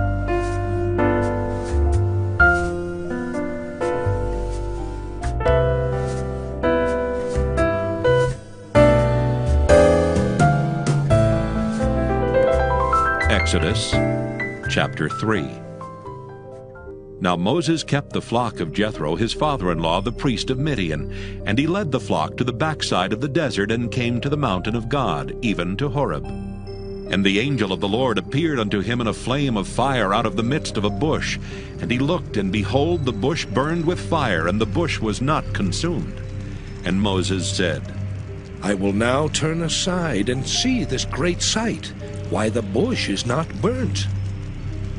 And when the Lord saw that he turned aside to see, God called unto him out of the midst of the bush, and said, Moses, Moses. And he said, Here am I. And he said, Draw not nigh hither. Put off thy shoes from off thy feet, for the place whereon thou standest is holy ground. Moreover he said, I am the God of thy father, the God of Abraham, the God of Isaac, and the God of Jacob. And Moses hid his face, for he was afraid to look upon God. And the Lord said, I have surely seen the affliction of my people which are in Egypt, and have heard their cry by reason of their taskmasters, for I know their sorrows. And I am come down to deliver them out of the hand of the Egyptians, and to bring them up out of that land unto a good land and a large, unto a land flowing with milk and honey, unto the place of the Canaanites, and the Hittites, and the Amorites, and the Perizzites, and the Hivites, and the Jebusites. Now therefore, behold, the cry of the children of Israel is come unto me, and I have also seen the oppression wherewith the Egyptians oppress them. Come now therefore, and I will send thee unto Pharaoh, that thou mayest bring forth my people, the children of Israel, out of Egypt. And Moses said unto God, Who am I, that I should go unto Pharaoh, and that I should bring forth the children of Israel out of Egypt? And he said, Certainly I will be with thee, and this shall be a token unto thee that I have sent thee. When thou hast brought forth the people out of Egypt, ye shall serve God upon this mountain. And Moses said unto God, Behold, when I come unto the children of Israel, and shall say unto them, The God of your fathers hath sent me unto you, and they shall say to me, What is his name? What shall I say unto them? And God said unto Moses, I am that I am. And he said, Thus shalt thou say unto the children of Israel, I am hath sent me unto you. And God said moreover unto Moses, Thus shalt thou say unto the children of Israel, The Lord God of your fathers, the God of Abraham, the God of Isaac, and the God of Jacob hath sent me unto you. This is my name forever, and this is my memorial unto all generations. Go and gather the elders of Israel together, and say unto them, The Lord God of your fathers, the God of Abraham, of Isaac, and of Jacob, appeared unto me, saying, I have surely visited you, and seen that which is done to you in Egypt. And I have said, I will bring you up out of the affliction of Egypt unto the land of the Canaanites, and the Hittites, and the Amorites, and the Perizzites, and the Hivites, and the Jebusites, unto a land flowing with milk and honey. And they shall hearken to thy voice, and thou shalt come, thou and the elders of Israel, unto the king of Egypt. And ye shall say unto him, The Lord God of the Hebrews hath met with us. And now let us go, we beseech thee, 3 days' journey into the wilderness, that we may sacrifice to the Lord our God. And I am sure that the king of Egypt will not let you go, no, not by a mighty hand. And I will stretch out my hand and smite Egypt with all my wonders, which I will do in the midst thereof, and after that he will let you go. And I will give this people favor in the sight of the Egyptians, and it shall come to pass that when ye go, ye shall not go empty. But every woman shall borrow of her neighbor, and of her that sojourneth in her house, jewels of silver, and jewels of gold, and raiment. And ye shall put them upon your sons and upon your daughters, and ye shall spoil the Egyptians.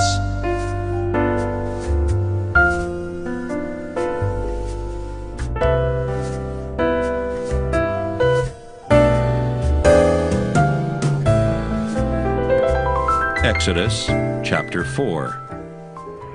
And Moses answered and said, But behold, they will not believe me, nor hearken unto my voice, for they will say, The Lord hath not appeared unto thee. And the Lord said unto him, What is that in thine hand? And he said, A rod. And he said, Cast it on the ground. And he cast it on the ground, and it became a serpent, and Moses fled from before it. And the Lord said unto Moses, Put forth thine hand, and take it by the tail. And he put forth his hand, and caught it, and it became a rod in his hand, that they may believe that the Lord God of their fathers, the God of Abraham, the God of Isaac, and the God of Jacob hath appeared unto thee. And the Lord said furthermore unto him, Put now thine hand into thy bosom. And he put his hand into his bosom, and when he took it out, behold, his hand was leprous as snow. And he said, Put thine hand into thy bosom again. And he put his hand into his bosom again, and plucked it out of his bosom, and behold, it was turned again as his other flesh. And it shall come to pass, if they will not believe thee, neither hearken to the voice of the first sign, that they will believe the voice of the latter sign.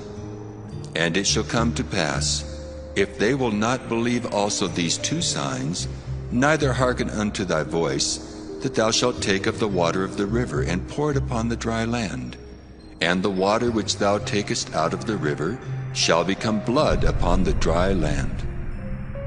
And Moses said unto the Lord, O my Lord, I am not eloquent, neither heretofore nor since thou hast spoken unto thy servant, but I am slow of speech, and of a slow tongue. And the Lord said unto him, Who hath made man's mouth? Or who maketh the dumb, or deaf, or the seeing, or the blind? Have not I the Lord? Now therefore go, and I will be with thy mouth, and teach thee what thou shalt say. And he said, O my Lord, send, I pray thee, by the hand of him whom thou wilt send. And the anger of the Lord was kindled against Moses, and he said, Is not Aaron the Levite thy brother? I know that he can speak well. And also, behold, he cometh forth to meet thee. And when he seeth thee, he will be glad in his heart. And thou shalt speak unto him, and put words in his mouth. And I will be with thy mouth, and with his mouth, and will teach you what ye shall do. And he shall be thy spokesman unto the people. And he shall be, even he shall be to thee instead of a mouth, and thou shalt be to him instead of God. And thou shalt take this rod in thine hand, wherewith thou shalt do signs. And Moses went and returned to Jethro his father-in-law, and said unto him, Let me go, I pray thee, and return unto my brethren which are in Egypt, and see whether they be yet alive. And Jethro said to Moses, Go in peace. And the Lord said unto Moses in Midian, Go, return into Egypt, for all the men are dead which sought thy life. And Moses took his wife and his sons, and set them upon an ass, and he returned to the land of Egypt. And Moses took the rod of God in his hand. And the Lord said unto Moses, When thou goest to return into Egypt, see that thou do all those wonders before Pharaoh which I put in thine hand. But I will harden his heart, that he shall not let the people go. And thou shalt say unto Pharaoh, Thus saith the Lord, Israel is my son, even my firstborn. And I say unto thee, Let my son go, that he may serve me. And if thou refuse to let him go, behold, I will slay thy son, even thy firstborn. And it came to pass by the way in the inn that the Lord met him, and sought to kill him. Then Zipporah took a sharp stone, and cut off the foreskin of her son, and cast it at his feet, and said, Surely a bloody husband art thou to me. So he let him go. Then she said, A bloody husband thou art, because of the circumcision. And the Lord said to Aaron, Go into the wilderness to meet Moses. And he went and met him in the mount of God, and kissed him. And Moses told Aaron all the words of the Lord who had sent him. and all the signs which he had commanded him. And Moses and Aaron went and gathered together all the elders of the children of Israel. And Aaron spake all the words which the Lord had spoken unto Moses, and did the signs in the sight of the people. And the people believed. And when they heard that the Lord had visited the children of Israel, and that he had looked upon their affliction, then they bowed their heads and worshipped.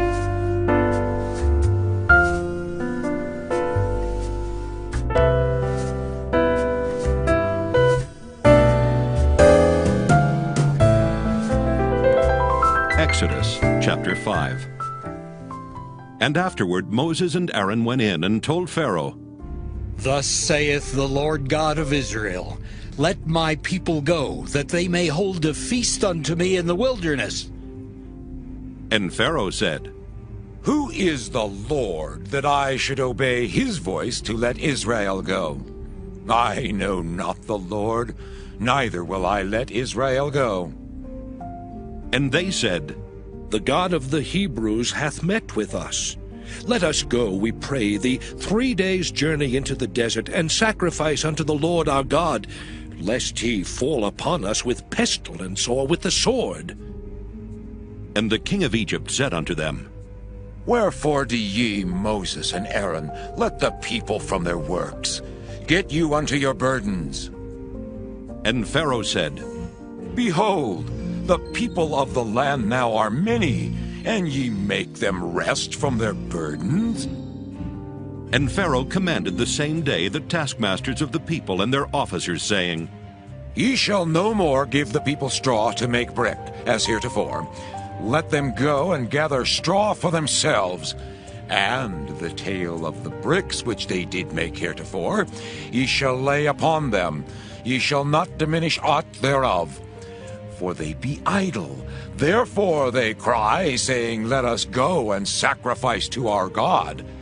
Let their more work be laid upon the men, that they may labor therein, and let them not regard vain words. And the taskmasters of the people went out, and their officers, and they spake to the people, saying, Thus saith Pharaoh, I will not give you straw. Go ye, get you straw where ye can find it, yet not aught of your work shall be diminished. So the people were scattered abroad throughout all the land of Egypt to gather stubble instead of straw. And the taskmasters hasted them, saying, Fulfill your works, your daily tasks, as when there was straw. And the officers of the children of Israel, which Pharaoh's taskmasters had set over them, were beaten and demanded, Wherefore have ye not fulfilled your task in making brick both yesterday and today as heretofore? Then the officers of the children of Israel came and cried unto Pharaoh, saying, Wherefore dealest thou thus with thy servants? There is no straw given unto thy servants, and they say to us, Make brick, and behold, thy servants are beaten. But the fault is in thine own people. But he said, Ye are idle, therefore ye say, Let us go and do sacrifice to the Lord. Go therefore now and work, for there shall no straw be given you, yet shall ye deliver the tale of bricks. And the officers of the children of Israel did see that they were in evil case, after it was said, Ye shall not minish aught from your bricks of your daily task. And they met Moses and Aaron, who stood in the way as they came forth from Pharaoh. And they said unto them, The Lord look upon you and judge, because ye have made our Savior to be abhorred in the eyes of Pharaoh, and in the eyes of his servants, to put a sword in their hand to slay us. And Moses returned unto the Lord, and said, Lord, wherefore hast thou so evil entreated this people? Why is it that thou hast sent me? For since I came to Pharaoh to speak in thy name, he hath done evil to this people. Neither hast thou delivered thy people at all.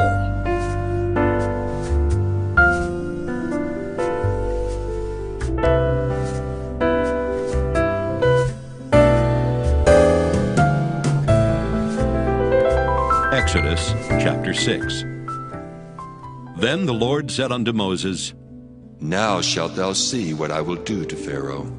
For with a strong hand shall he let them go, and with a strong hand shall he drive them out of his land. And God spake unto Moses, and said unto him, I am the Lord, and I appeared unto Abraham, unto Isaac, and unto Jacob by the name of God Almighty. But by my name Jehovah was I not known to them. And I have also established my covenant with them, to give them the land of Canaan, the land of their pilgrimage wherein they were strangers.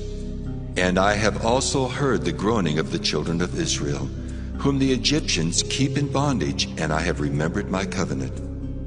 Wherefore say unto the children of Israel, I am the Lord, and I will bring you out from under the burdens of the Egyptians, and I will rid you out of their bondage, and I will redeem you with a stretched out arm and with great judgments.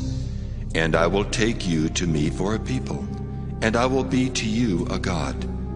And ye shall know that I am the Lord your God, which bringeth you out from under the burdens of the Egyptians. And I will bring you in unto the land, concerning the which I did swear to give it to Abraham, to Isaac, and to Jacob. And I will give it you for an heritage. I am the Lord. And Moses spake so unto the children of Israel. But they hearkened not unto Moses for anguish of spirit and for cruel bondage. And the Lord spake unto Moses, saying, Go in, speak unto Pharaoh king of Egypt, that he let the children of Israel go out of his land. And Moses spake before the Lord, saying, Behold, the children of Israel have not hearkened unto me. How then shall Pharaoh hear me, who am of uncircumcised lips? And the Lord spake unto Moses and unto Aaron, and gave them a charge unto the children of Israel, and unto Pharaoh king of Egypt, to bring the children of Israel out of the land of Egypt. These be the heads of their fathers' houses. The sons of Reuben, the firstborn of Israel, Hanok and Palu, Hezron and Carmi. These be the families of Reuben. And the sons of Simeon, Jemuel and Jamin, and Ohad and Jachin, and Zohar and Shaul, the son of a Canaanitish woman. These are the families of Simeon. And these are the names of the sons of Levi according to their generations, Gershon and Kohath and Merari. And the years of the life of Levi were 137 years. The sons of Gershon, Libni and Shimei according to their families. And the sons of Kohath, Amram and Izhar and Hebron and Uzziel. And the years of the life of Kohath were 133 years. And the sons of Merari, Mahali and Mushi. These are the families of Levi according to their generations. And Amram took him Jochebed, his father's sister, to wife, and she bare him Aaron and Moses. And the years of the life of Amram were 137 years. And the sons of Izhar, Korah and Nepheg and Zichri. And the sons of Uzziel, Mishael and Elzaphan and Zithri. And Aaron took him Elisheba, daughter of Aminadab, sister of Naashon, to wife, and she bare him Nadab and Abihu, Eleazar and Ithamar. And the sons of Korah, Asher and Elkanah, and Abisaph. These are the families of the Korhites. And Eleazar, Aaron's son, took him one of the daughters of Putiel to wife, and she bare him Phinehas. These are the heads of the fathers of the Levites according to their families. These are that Aaron and Moses, to whom the Lord said, Bring out the children of Israel from the land of Egypt, according to their armies. These are they which spake to Pharaoh king of Egypt, to bring out the children of Israel from Egypt. These are that Moses and Aaron. And it came to pass on the day when the Lord spake unto Moses in the land of Egypt, that the Lord spake unto Moses, saying, I am the Lord. Speak thou unto Pharaoh king of Egypt all that I say unto thee. And Moses said before the Lord, Lord, behold, I am of uncircumcised lips, and how shall Pharaoh hearken unto me?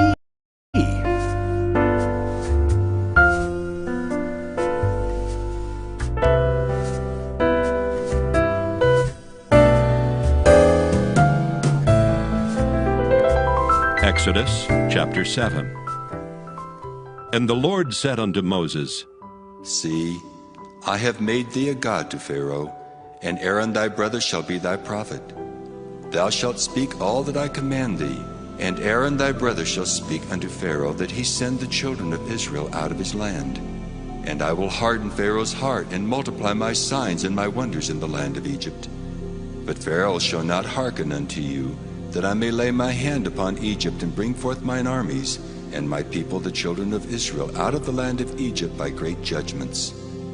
And the Egyptians shall know that I am the Lord, when I stretch forth mine hand upon Egypt, and bring out the children of Israel from among them. And Moses and Aaron did as the Lord commanded them, so did they. And Moses was 80 years old, and Aaron 83 years old, when they spake unto Pharaoh.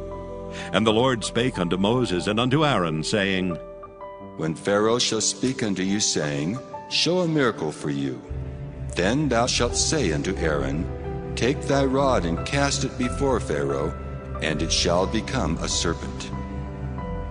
And Moses and Aaron went in unto Pharaoh, and they did so as the Lord had commanded. And Aaron cast down his rod before Pharaoh and before his servants, and it became a serpent. Then Pharaoh also called the wise men and the sorcerers. Now the magicians of Egypt, they also did in like manner with their enchantments. For they cast down every man his rod, and they became serpents. But Aaron's rod swallowed up their rods. And he hardened Pharaoh's heart, that he hearkened not unto them, as the Lord had said. And the Lord said unto Moses, Pharaoh's heart is hardened, he refuseth to let the people go. Get thee unto Pharaoh in the morning. Lo, he goeth out unto the water, and thou shalt stand by the river's brink against he come. And the rod which was turned to a serpent shalt thou take in thine hand, and thou shalt say unto him, The Lord God of the Hebrews hath sent me unto thee, saying, Let my people go, that they may serve me in the wilderness. And behold, hitherto thou wouldst not hear. Thus saith the Lord, In this thou shalt know that I am the Lord. Behold, I will smite with the rod that is in mine hand upon the waters which are in the river, and they shall be turned to blood. And the fish that is in the river shall die, and the river shall stink, and the Egyptians shall loathe to drink of the water of the river. And the Lord spake unto Moses, Say unto Aaron, Take thy rod and stretch out thine hand upon the waters of Egypt, upon their streams, upon their rivers, and upon their ponds, and upon all their pools of water, that they may become blood, and that there may be blood throughout all the land of Egypt, both in vessels of wood and in vessels of stone. And Moses and Aaron did so as the Lord commanded. And he lifted up the rod, and smote the waters that were in the river, in the sight of Pharaoh, and in the sight of his servants. And all the waters that were in the river were turned to blood. And the fish that was in the river died, and the river stank, and the Egyptians could not drink of the water of the river. And there was blood throughout all the land of Egypt. And the magicians of Egypt did so with their enchantments, and Pharaoh's heart was hardened, neither did he hearken unto them as the Lord had said. And Pharaoh turned and went into his house, neither did he set his heart to this also. And all the Egyptians digged round about the river for water to drink, for they could not drink of the water of the river. And 7 days were fulfilled after that the Lord had smitten the river.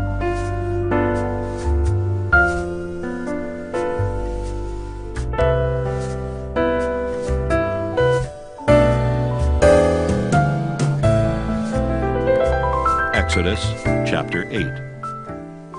And the Lord spake unto Moses, Go unto Pharaoh, and say unto him, Thus saith the Lord, Let my people go, that they may serve me. And if thou refuse to let them go, behold, I will smite all thy borders with frogs, and the river shall bring forth frogs abundantly, which shall go up and come into thine house, and into thy bedchamber, and upon thy bed, and into the house of thy servants, and upon thy people, and into thine ovens, and into thy kneading troughs. And the frogs shall come up both on thee, and upon thy people, and upon all thy servants. And the Lord spake unto Moses, Say unto Aaron, Stretch forth thine hand with thy rod over the streams, over the rivers, and over the ponds, and cause frogs to come up upon the land of Egypt. And Aaron stretched out his hand over the waters of Egypt, and the frogs came up and covered the land of Egypt. And the magicians did so with their enchantments, and brought up frogs upon the land of Egypt. Then Pharaoh called for Moses and Aaron and said, Entreat the Lord that he may take away the frogs from me and from my people, and I will let the people go, that they may do sacrifice unto the Lord. And Moses said unto Pharaoh, Glory over me. When shall I entreat for thee, and for thy servants, and for thy people, to destroy the frogs from thee and thy houses, that they may remain in the river only? And he said, Tomorrow. And he said, Be it according to thy word, that thou mayest know that there is none like unto the Lord our God. And the frogs shall depart from thee, and from thy houses, and from thy servants, and from thy people. They shall remain in the river only. And Moses and Aaron went out from Pharaoh. And Moses cried unto the Lord because of the frogs which he had brought against Pharaoh. And the Lord did according to the word of Moses, and the frogs died out of the houses, out of the villages, and out of the fields. And they gathered them together upon heaps, and the land stank. But when Pharaoh saw that there was respite, he hardened his heart, and hearkened not unto them, as the Lord had said. And the Lord said unto Moses, Say unto Aaron, Stretch out thy rod, and smite the dust of the land, that it may become lice throughout all the land of Egypt. And they did so. For Aaron stretched out his hand with his rod, and smote the dust of the earth, and it became lice in man and in beast. All the dust of the land became lice throughout all the land of Egypt. And the magicians did so with their enchantments to bring forth lice, but they could not. So there were lice upon man and upon beast.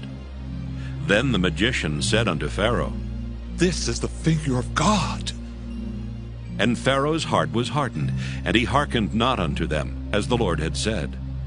And the Lord said unto Moses, Rise up early in the morning, and stand before Pharaoh. Lo, he cometh forth to the water, and say unto him, Thus saith the Lord, Let my people go, that they may serve me. Else, if thou wilt not let my people go, behold, I will send swarms of flies upon thee, and upon thy servants, and upon thy people, and into thy houses. And the houses of the Egyptians shall be full of swarms of flies, and also the ground whereon they are. And I will sever in that day the land of Goshen, in which my people dwell, that no swarms of flies shall be there. To the end thou mayest know that I am the Lord in the midst of the earth, and I will put a division between my people and thy people. Tomorrow shall this sign be. And the Lord did so. And there came a grievous swarm of flies into the house of Pharaoh, and into his servants' houses, and into all the land of Egypt. The land was corrupted by reason of the swarm of flies.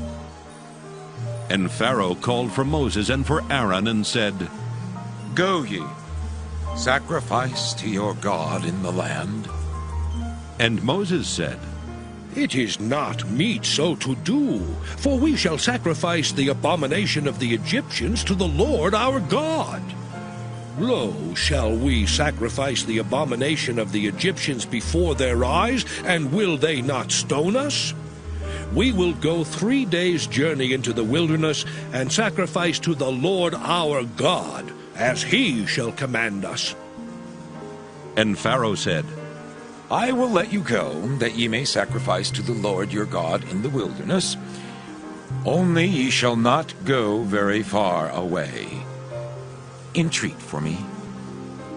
And Moses said, Behold, I go out from thee, and I will entreat the Lord that the swarms of flies may depart from Pharaoh, from his servants, and from his people tomorrow. But let not Pharaoh deal deceitfully any more in not letting the people go to sacrifice to the Lord. And Moses went out from Pharaoh and entreated the Lord. And the Lord did according to the word of Moses, and he removed the swarms of flies from Pharaoh, from his servants, and from his people. There remained not one. And Pharaoh hardened his heart at this time also, neither would he let the people go.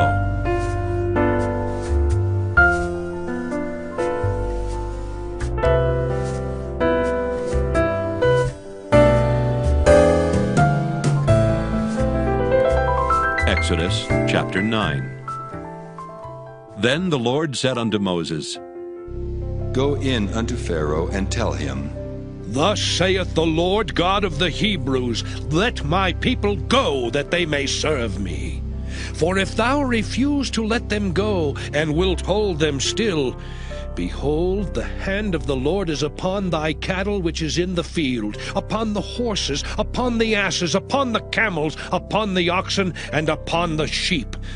There shall be a very grievous murrain.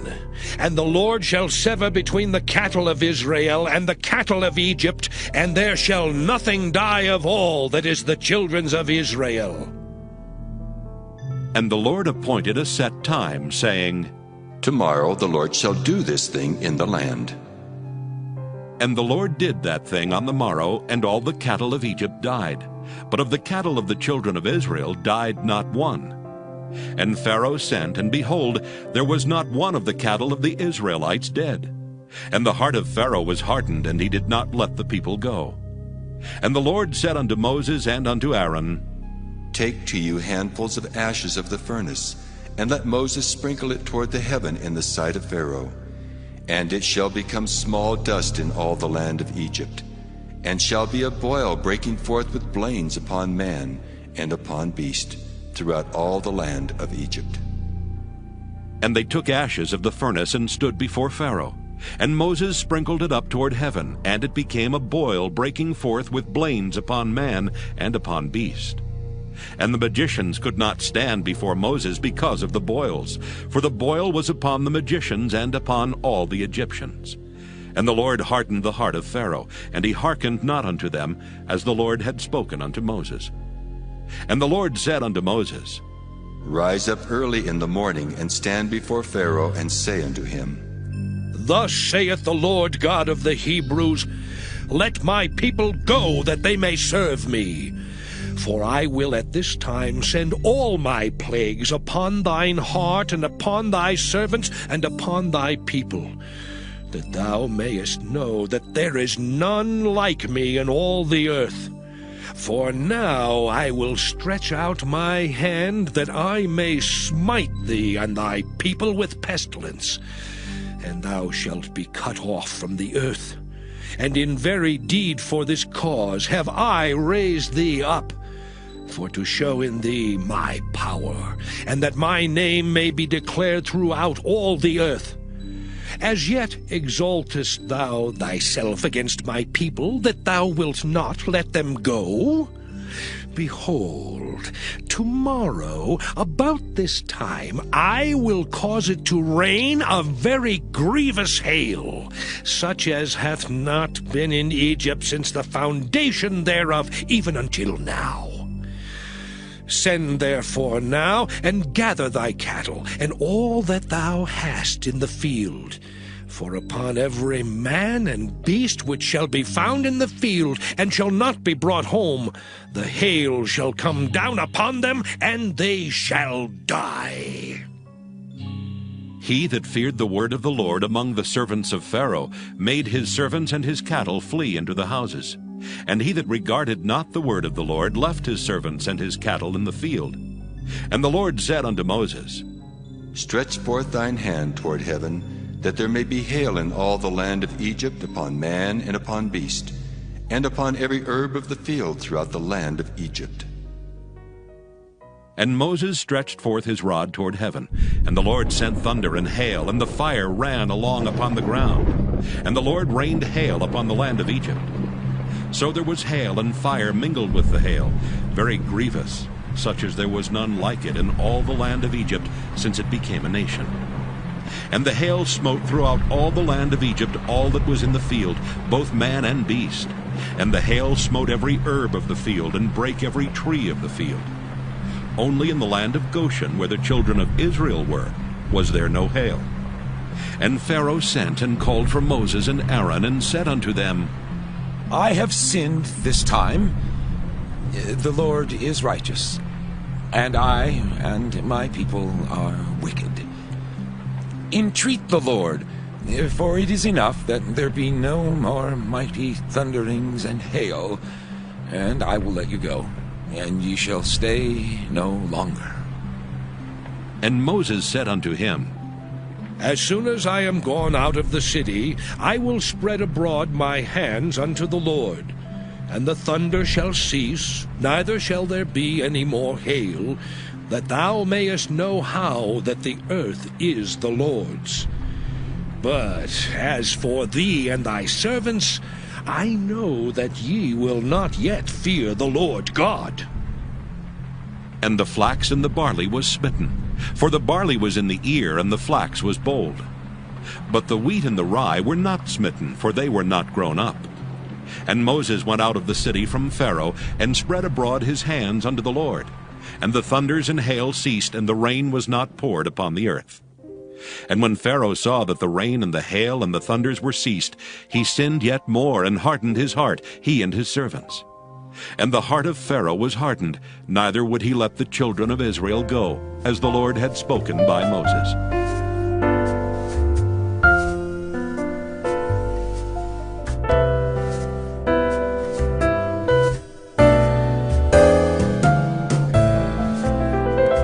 Exodus chapter 10. And the Lord said unto Moses, Go in unto Pharaoh, for I have hardened his heart and the heart of his servants, that I might show these my signs before him, and that thou mayest tell in the ears of thy son, and of thy son's son, what things I have wrought in Egypt, and my signs which I have done among them, that ye may know how that I am the Lord.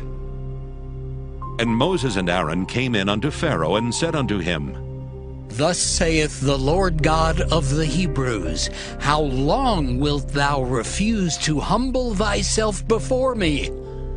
Let my people go, that they may serve me.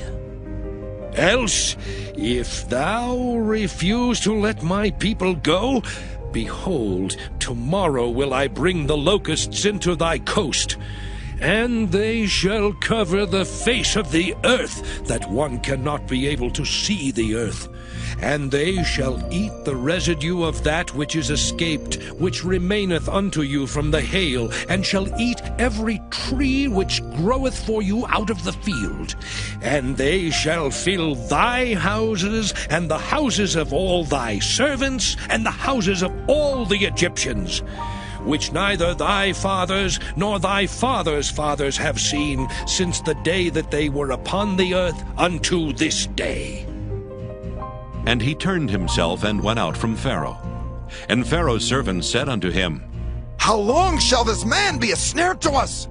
Let the men go, that they may serve the Lord their God. Knowest thou not yet that Egypt is destroyed? And Moses and Aaron were brought again unto Pharaoh, and he said unto them, Go, serve the Lord your God. But who are they that shall go?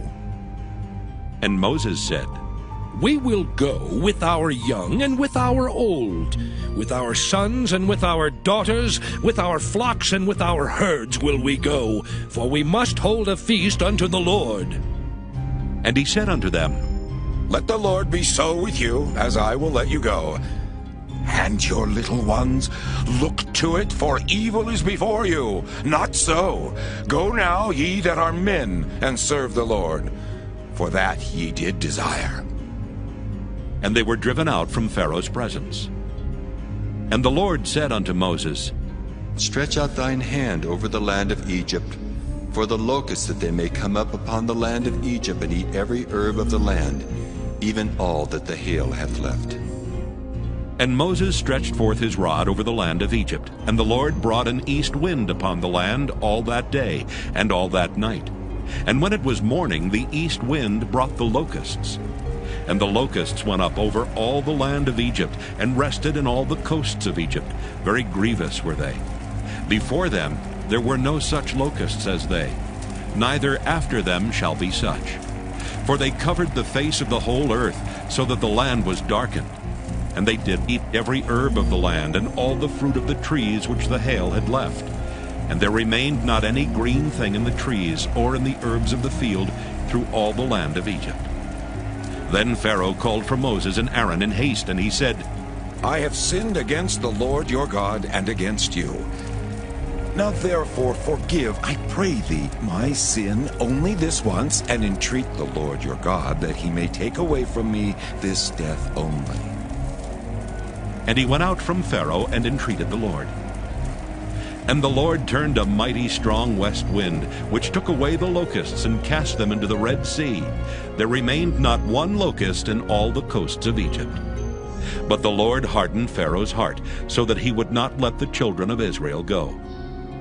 And the Lord said unto Moses, Stretch out thine hand toward heaven, that there may be darkness over the land of Egypt, even darkness which may be felt.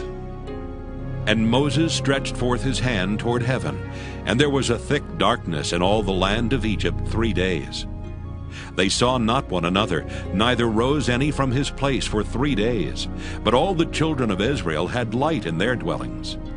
And Pharaoh called unto Moses and said, Go ye, serve the Lord, only let your flocks and your herds be stayed.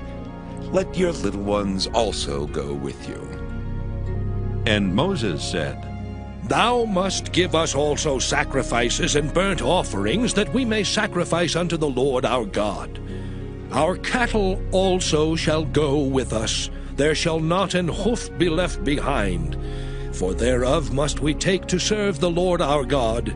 And we know not with what we must serve the Lord until we come thither. But the Lord hardened Pharaoh's heart, and he would not let them go. And Pharaoh said unto him, Get thee from me!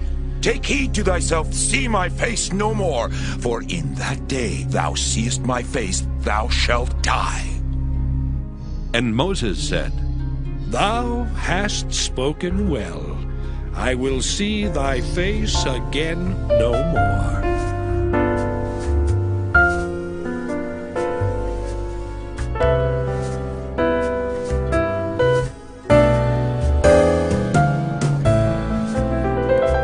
Exodus chapter 11.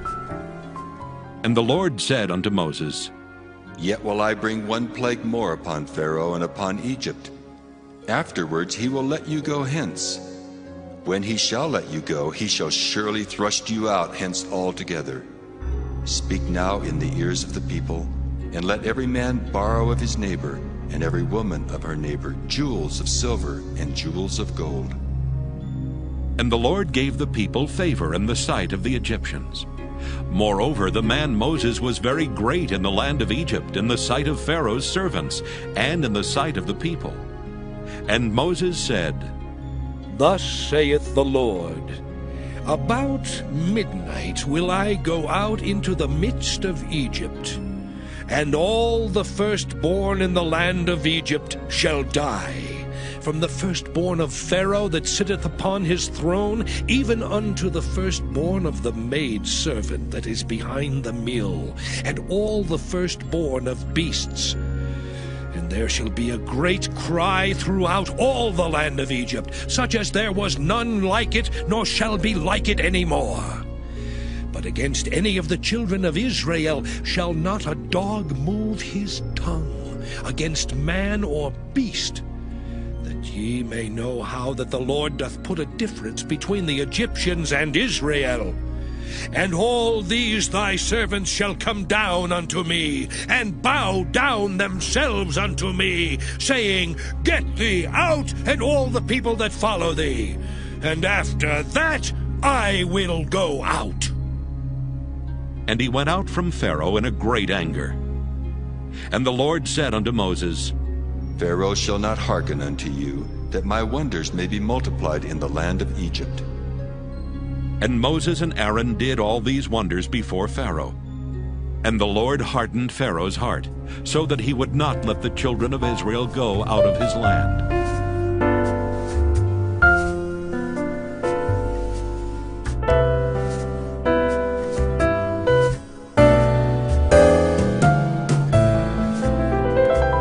Exodus chapter 12. And the Lord spake unto Moses and Aaron in the land of Egypt, saying, This month shall be unto you the beginning of months. It shall be the first month of the year to you. Speak ye unto all the congregation of Israel, saying, In the 10th day of this month they shall take to them every man a lamb, according to the house of their fathers, a lamb for an house. And if the household be too little for the lamb, let him and his neighbor next unto his house take it according to the number of the souls. Every man according to his eating shall make your count for the lamb. Your lamb shall be without blemish, a male of the first year. Ye shall take it out from the sheep or from the goats, and ye shall keep it up until the 14th day of the same month. And the whole assembly of the congregation of Israel shall kill it in the evening. And they shall take of the blood, and strike it on the 2 side posts, and on the upper doorpost of the houses, wherein they shall eat it. And they shall eat the flesh in that night, roast with fire, and unleavened bread, and with bitter herbs they shall eat it. Eat not of it raw, nor sodden at all with water, but roast with fire, his head with his legs, and with the purtenance thereof. And ye shall let nothing of it remain until the morning, and that which remaineth of it until the morning ye shall burn with fire. And thus shall ye eat it, with your loins girded, your shoes on your feet, and your staff in your hand. And ye shall eat it in haste. It is the Lord's Passover. For I will pass through the land of Egypt this night, and will smite all the firstborn in the land of Egypt, both man and beast. And against all the gods of Egypt I will execute judgment. I am the Lord. And the blood shall be to you for a token upon the houses where ye are. And when I see the blood, I will pass over you, and the plague shall not be upon you to destroy you when I smite the land of Egypt. And this day shall be unto you for a memorial, and ye shall keep it a feast to the Lord throughout your generations. Ye shall keep it a feast by an ordinance forever. 7 days shall ye eat unleavened bread. Even the first day ye shall put away leaven out of your houses. For whosoever eateth leavened bread from the first day until the 7th day, that soul shall be cut off from Israel. And in the first day there shall be an holy convocation, and in the 7th day there shall be an holy convocation to you. No manner of work shall be done in them, save that which every man must eat, that only may be done of you. And ye shall observe the feast of unleavened bread. For in this selfsame day have I brought your armies out of the land of Egypt. Therefore shall ye observe this day in your generations by an ordinance forever. In the 1st month, on the 14th day of the month at even, ye shall eat unleavened bread, until the 21st day of the month at even. 7 days shall there be no leaven found in your houses.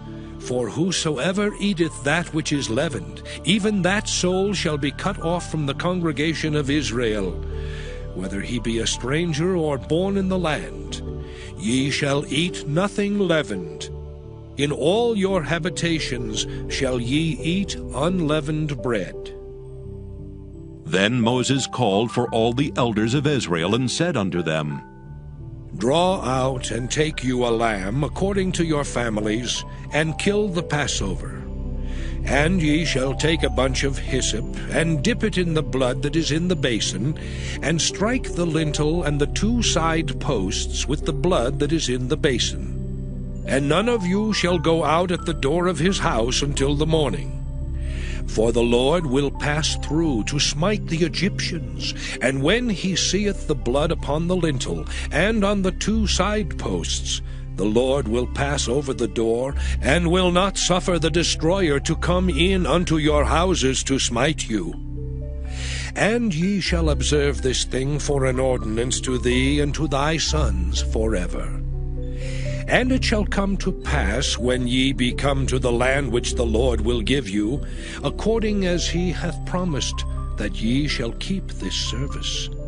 And it shall come to pass, when your children shall say unto you, What mean ye by this service? That ye shall say, It is the sacrifice of the Lord's Passover, who passed over the houses of the children of Israel in Egypt, when he smote the Egyptians and delivered our houses. And the people bowed the head and worshipped. And the children of Israel went away and did as the Lord had commanded Moses and Aaron, so did they. And it came to pass that at midnight the Lord smote all the firstborn in the land of Egypt, from the firstborn of Pharaoh that sat on his throne unto the firstborn of the captive that was in the dungeon, and all the firstborn of cattle. And Pharaoh rose up in the night, he and all his servants and all the Egyptians. And there was a great cry in Egypt, for there was not a house where there was not one dead. And he called for Moses and Aaron by night and said, Rise up, and get you forth from among my people, both ye and the children of Israel, and go, serve the Lord as ye have said. Also take your flocks and your herds as ye have said, and be gone. And bless me also. And the Egyptians were urgent upon the people, that they might send them out of the land in haste. For they said, We be all dead men. And the people took their dough before it was leavened, their kneading troughs being bound up in their clothes upon their shoulders. And the children of Israel did according to the word of Moses. And they borrowed of the Egyptians jewels of silver and jewels of gold and raiment. And the Lord gave the people favor in the sight of the Egyptians, so that they lent unto them such things as they required, and they spoiled the Egyptians.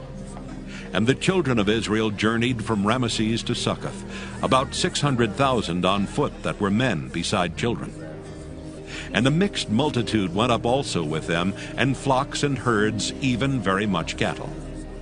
And they baked unleavened cakes of the dough which they brought forth out of Egypt, for it was not leavened, because they were thrust out of Egypt and could not tarry, neither had they prepared for themselves any victual. Now the sojourning of the children of Israel who dwelt in Egypt was 430 years. And it came to pass at the end of the 430 years, even the selfsame day it came to pass, that all the hosts of the Lord went out from the land of Egypt. It is a night to be much observed unto the Lord for bringing them out from the land of Egypt.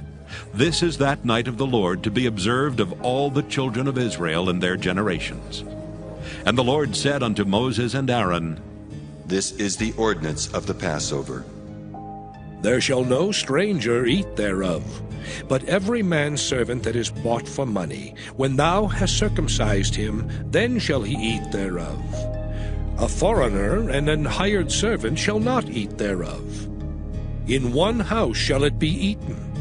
Thou shalt not carry forth aught of the flesh abroad out of the house, neither shall ye break a bone thereof. All the congregation of Israel shall keep it.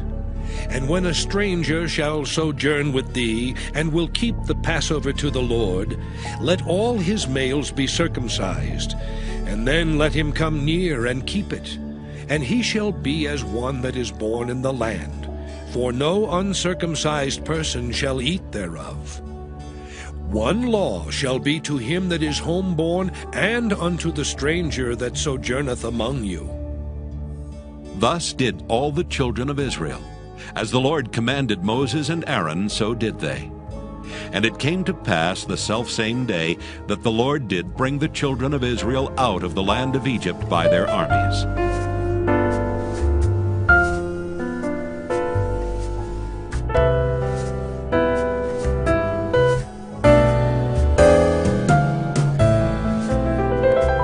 Exodus chapter 13. And the Lord spake unto Moses, saying, Sanctify unto me all the firstborn, whatsoever openeth the womb among the children of Israel, both of man and of beast, it is mine. And Moses said unto the people, Remember this day in which ye came out from Egypt, out of the house of bondage. For by strength of hand the Lord brought you out from this place. There shall no leavened bread be eaten. This day came ye out in the month Abib. And it shall be, when the Lord shall bring thee into the land of the Canaanites, and the Hittites, and the Amorites, and the Hivites, and the Jebusites, which he sware unto thy fathers to give thee, a land flowing with milk and honey, that thou shalt keep this service in this month. 7 days thou shalt eat unleavened bread, and in the 7th day shall be a feast to the Lord. Unleavened bread shall be eaten 7 days, and there shall no leavened bread be seen with thee, neither shall there be leaven seen with thee in all thy quarters. And thou shalt show thy son in that day, saying, This is done because of that which the Lord did unto me when I came forth out of Egypt. And it shall be for a sign unto thee upon thine hand, and for a memorial between thine eyes, that the Lord's law may be in thy mouth. For with a strong hand hath the Lord brought thee out of Egypt. Thou shalt therefore keep this ordinance in his season from year to year. And it shall be, when the Lord shall bring thee into the land of the Canaanites, as he sware unto thee and to thy fathers, and shall give it thee, that thou shalt set apart unto the Lord all that openeth the matrix, and every firstling that cometh of a beast which thou hast, the males shall be the Lord's. And every firstling of an ass thou shalt redeem with a lamb. And if thou wilt not redeem it, then thou shalt break his neck. And all the firstborn of man among thy children shalt thou redeem. And it shall be, when thy son asketh thee in time to come, saying, What is this? That thou shalt say unto him, By strength of hand the Lord brought us out from Egypt, from the house of bondage.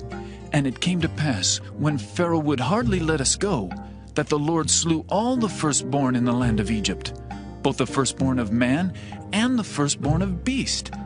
Therefore I sacrifice to the Lord all that open the matrix, being males. But all the firstborn of my children I redeem. And it shall be for a token upon thine hand, and for frontlets between thine eyes. For by strength of hand the Lord brought us forth out of Egypt. And it came to pass, when Pharaoh had let the people go, that God led them not through the way of the land of the Philistines, although that was near. For God said, Lest peradventure the people repent when they see war, and they return to Egypt. But God led the people about through the way of the wilderness of the Red Sea, and the children of Israel went up harnessed out of the land of Egypt. And Moses took the bones of Joseph with him, for he had straitly sworn the children of Israel, saying, God will surely visit you, and ye shall carry up my bones away hence with you. And they took their journey from Succoth, and encamped in Etham in the edge of the wilderness. And the Lord went before them by day in a pillar of a cloud, to lead them the way, and by night in a pillar of fire, to give them light, to go by day and night. He took not away the pillar of the cloud by day, nor the pillar of fire by night from before the people.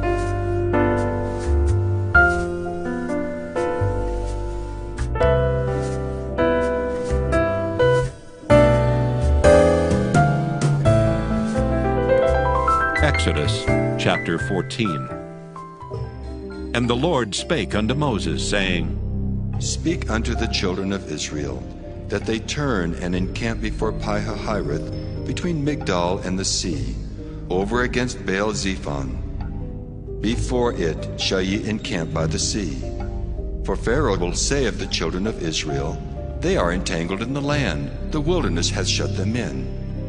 And I will harden Pharaoh's heart, that he shall follow after them. And I will be honored upon Pharaoh, and upon all his host, that the Egyptians may know that I am the Lord. And they did so. And it was told the king of Egypt that the people fled. And the heart of Pharaoh and of his servants was turned against the people, and they said, Why have we done this, that we have let Israel go from serving us? And he made ready his chariot, and took his people with him. And he took 600 chosen chariots, and all the chariots of Egypt, and captains over every one of them. And the Lord hardened the heart of Pharaoh king of Egypt, and he pursued after the children of Israel. And the children of Israel went out with an high hand. But the Egyptians pursued after them, all the horses and chariots of Pharaoh and his horsemen and his army, and overtook them encamping by the sea, beside Pi-hahiroth, before Baal-zephon. And when Pharaoh drew nigh, the children of Israel lifted up their eyes, and behold, the Egyptians marched after them. And they were sore afraid. And the children of Israel cried out unto the Lord. And they said unto Moses, Because there were no graves in Egypt, hast thou taken us away to die in the wilderness? Wherefore hast thou dealt thus with us, to carry us forth out of Egypt? Is not this the word that we did tell thee in Egypt, saying, Let us alone, that we may serve the Egyptians? For it had been better for us to serve the Egyptians, than that we should die in the wilderness. And Moses said unto the people, Fear ye not. Stand still and see the salvation of the Lord, which he will show to you today. For the Egyptians whom ye have seen today, ye shall see them again no more forever. The Lord shall fight for you, and ye shall hold your peace. And the Lord said unto Moses, Wherefore criest thou unto me? Speak unto the children of Israel that they go forward. But lift thou up thy rod, and stretch out thine hand over the sea, and divide it. And the children of Israel shall go on dry ground through the midst of the sea. And I, behold, I will harden the hearts of the Egyptians, and they shall follow them. And I will get me honor upon Pharaoh, and upon all his host, upon his chariots, and upon his horsemen. And the Egyptians shall know that I am the Lord, when I have gotten me honor upon Pharaoh, upon his chariots, and upon his horsemen. And the angel of God, which went before the camp of Israel, removed and went behind them. And the pillar of the cloud went from before their face, and stood behind them. And it came between the camp of the Egyptians and the camp of Israel, and it was a cloud and darkness to them, but it gave light by night to these, so that the one came not near the other all the night. And Moses stretched out his hand over the sea, and the Lord caused the sea to go back by a strong east wind all that night, and made the sea dry land, and the waters were divided. And the children of Israel went into the midst of the sea upon the dry ground, and the waters were a wall unto them on their right hand and on their left. And the Egyptians pursued, and went in after them to the midst of the sea, even all Pharaoh's horses, his chariots, and his horsemen.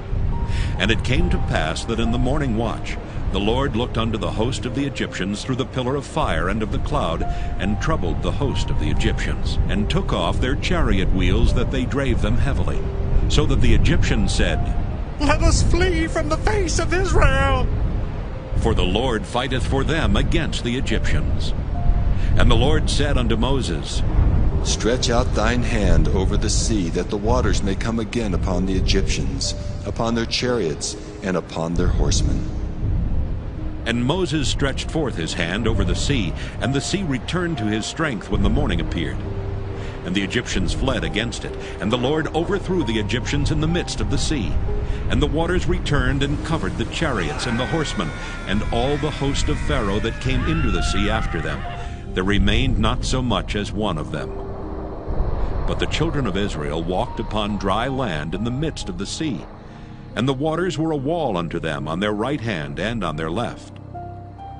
Thus the Lord saved Israel that day out of the hand of the Egyptians.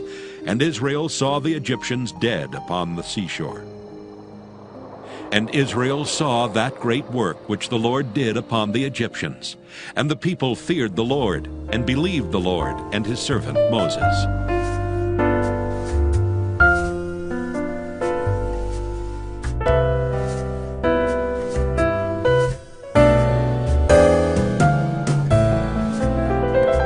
Exodus chapter 15. Then sang Moses and the children of Israel this song unto the Lord, and spake, saying, I will sing unto the Lord, for he hath triumphed gloriously. The horse and his rider hath he thrown into the sea. The Lord is my strength and song, and he is become my salvation. He is my God, and I will prepare him an habitation. My father's God, and I will exalt him. The Lord is a man of war. The Lord is his name. Pharaoh's chariots and his host hath he cast into the sea. His chosen captains also are drowned in the Red Sea. The depths have covered them, they sank into the bottom as a stone. Thy right hand, O Lord, is become glorious in power.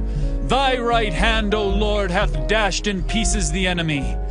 And in the greatness of thine excellency, thou hast overthrown them that rose up against thee. Thou sentest forth thy wrath, which consumed them as stubble. And with a blast of thy nostrils the waters were gathered together. The flood stood upright as an heap, and the depths were congealed in the heart of the sea. The enemy said, I will pursue, I will overtake, I will divide the spoil. My lust shall be satisfied upon them. I will draw my sword, my hand shall destroy them. Thou didst blow with thy wind, the sea covered them, they sank as lead in the mighty waters. Who is like unto thee, O Lord, among the gods? Who is like thee, glorious in holiness, fearful in praises, doing wonders? Thou stretchest out thy right hand, the earth swallowed them. Thou in thy mercy hast led forth the people which thou hast redeemed. Thou hast guided them in thy strength unto thy holy habitation. The people shall hear and be afraid.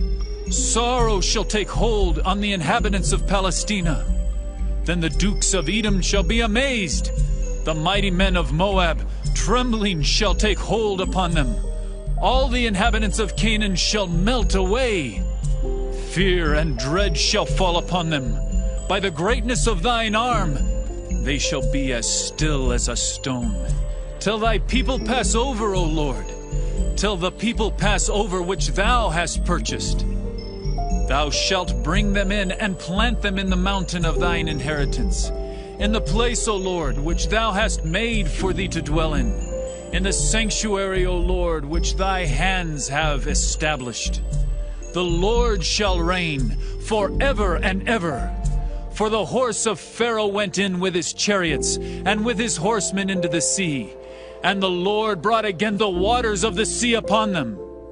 But the children of Israel went on dry land in the midst of the sea. And Miriam the prophetess, the sister of Aaron, took a timbrel in her hand, and all the women went out after her with timbrels and with dances. And Miriam answered them, Sing ye to the Lord, for he hath triumphed gloriously.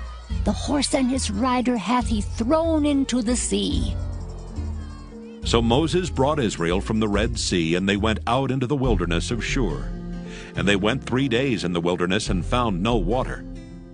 And when they came to Marah, they could not drink of the waters of Marah, for they were bitter. Therefore the name of it was called Marah. And the people murmured against Moses, saying, What shall we drink? And he cried unto the Lord. And the Lord showed him a tree, which when he had cast into the waters were made sweet. There he made for them a statute and an ordinance, and there he proved them, and said, If thou wilt diligently hearken to the voice of the Lord thy God, and wilt do that which is right in his sight, and wilt give ear to his commandments, and keep all his statutes, I will put none of these diseases upon thee, which I have brought upon the Egyptians. For I am the Lord that healeth thee. And they came to Elim, where were 12 wells of water, and 70 palm trees, and they encamped there by the waters.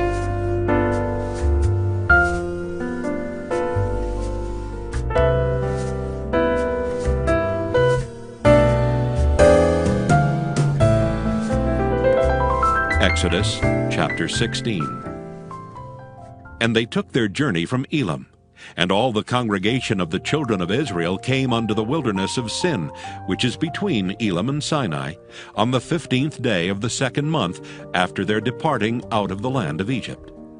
And the whole congregation of the children of Israel murmured against Moses and Aaron in the wilderness. And the children of Israel said unto them, Would to God we had died by the hand of the Lord in the land of Egypt, when we sat by the flesh pots, and when we did eat bread to the full. For ye have brought us forth into this wilderness to kill this whole assembly with hunger. Then said the Lord unto Moses, Behold, I will rain bread from heaven for you, and the people shall go out and gather a certain rate every day, that I may prove them, whether they will walk in my law or no. And it shall come to pass that on the 6th day they shall prepare that which they bring in, and it shall be twice as much as they gather daily. And Moses and Aaron said unto all the children of Israel, At even then ye shall know that the Lord hath brought you out from the land of Egypt. And in the morning then ye shall see the glory of the Lord, for that he heareth your murmurings against the Lord. And what are we that ye murmur against us? And Moses said, This shall be when the Lord shall give you in the evening flesh to eat, and in the morning bread to the full. For that the Lord heareth your murmurings which ye murmur against him. And what are we? Your murmurings are not against us, but against the Lord. And Moses spake unto Aaron, Say unto all the congregation of the children of Israel, Come near before the Lord, for he hath heard your murmurings. And it came to pass, as Aaron spake unto the whole congregation of the children of Israel, that they looked toward the wilderness, and behold, the glory of the Lord appeared in the cloud. And the Lord spake unto Moses, saying, I have heard the murmurings of the children of Israel. Speak unto them, saying, At even ye shall eat flesh, and in the morning ye shall be filled with bread, and ye shall know that I am the Lord your God. And it came to pass that at even the quails came up and covered the camp, and in the morning the dew lay round about the host. And when the dew that lay was gone up, behold, upon the face of the wilderness there lay a small round thing, as small as the hoarfrost on the ground. And when the children of Israel saw it, they said one to another, It is manna.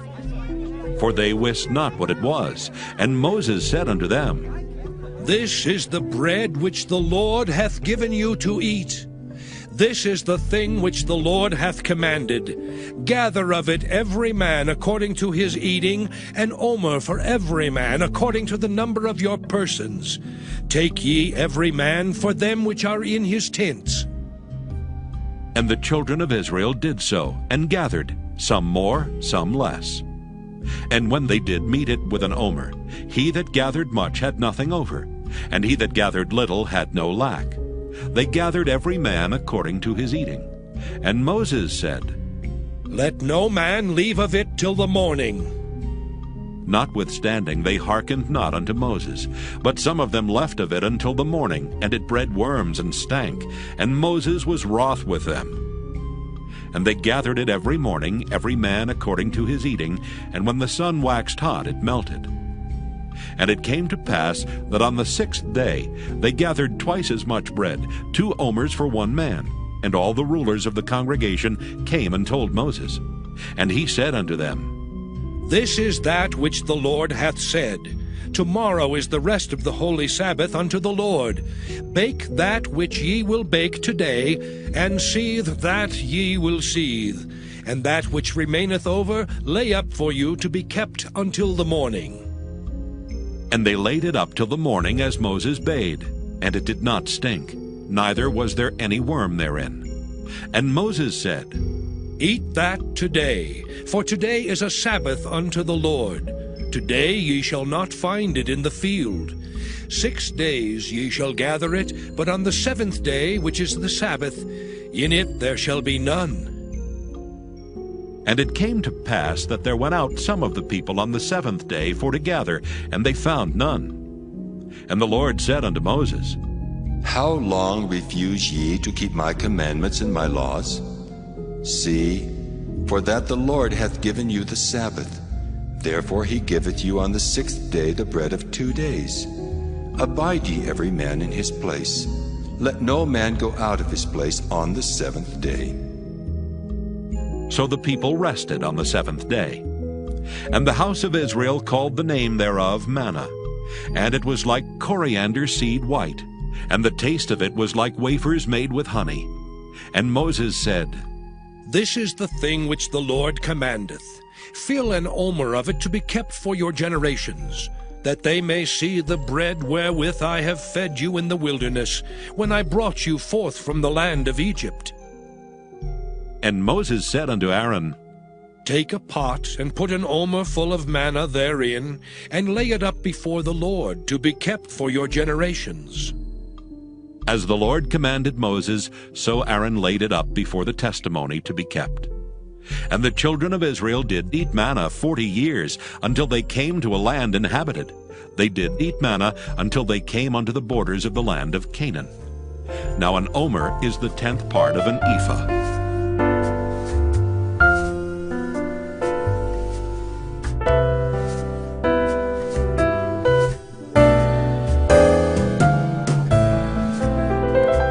Exodus chapter 17. And all the congregation of the children of Israel journeyed from the wilderness of Sin after their journeys according to the commandment of the Lord, and pitched in Rephidim, and there was no water for the people to drink. Wherefore the people did chide with Moses, and said, Give us water that we may drink. And Moses said unto them, Why chide ye with me? Wherefore do ye tempt the Lord? And the people thirsted there for water, and the people murmured against Moses, and said, Wherefore is this that thou hast brought us up out of Egypt, to kill us and our children and our cattle with thirst? And Moses cried unto the Lord, saying, What shall I do unto this people? They be almost ready to stone me.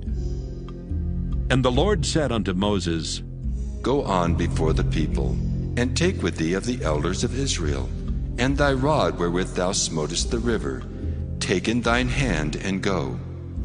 Behold, I will stand before thee there upon the rock in Horeb, and thou shalt smite the rock, and there shall come water out of it, that the people may drink. And Moses did so in the sight of the elders of Israel. And he called the name of the place Massah and Meribah, because of the chiding of the children of Israel, and because they tempted the Lord, saying, Is the Lord among us or not? Then came Amalek and fought with Israel in Rephidim. And Moses said unto Joshua, Choose us out men, and go out, fight with Amalek. Tomorrow I will stand on the top of the hill with the rod of God in mine hand. So Joshua did as Moses had said to him, and fought with Amalek. And Moses, Aaron, and Hur went up to the top of the hill. And it came to pass, when Moses held up his hand, that Israel prevailed, and when he let down his hand, Amalek prevailed. But Moses' hands were heavy, and they took a stone and put it under him, and he sat thereon. And Aaron and Hur stayed up his hands, the one on the one side and the other on the other side, and his hands were steady until the going down of the sun. And Joshua discomfited Amalek and his people with the edge of the sword. And the Lord said unto Moses, Write this for a memorial in a book, and rehearse it in the ears of Joshua. For I will utterly put out the remembrance of Amalek from under heaven. And Moses built an altar, and called the name of it Jehovah Nissi. For he said, Because the Lord hath sworn that the Lord will have war with Amalek from generation to generation.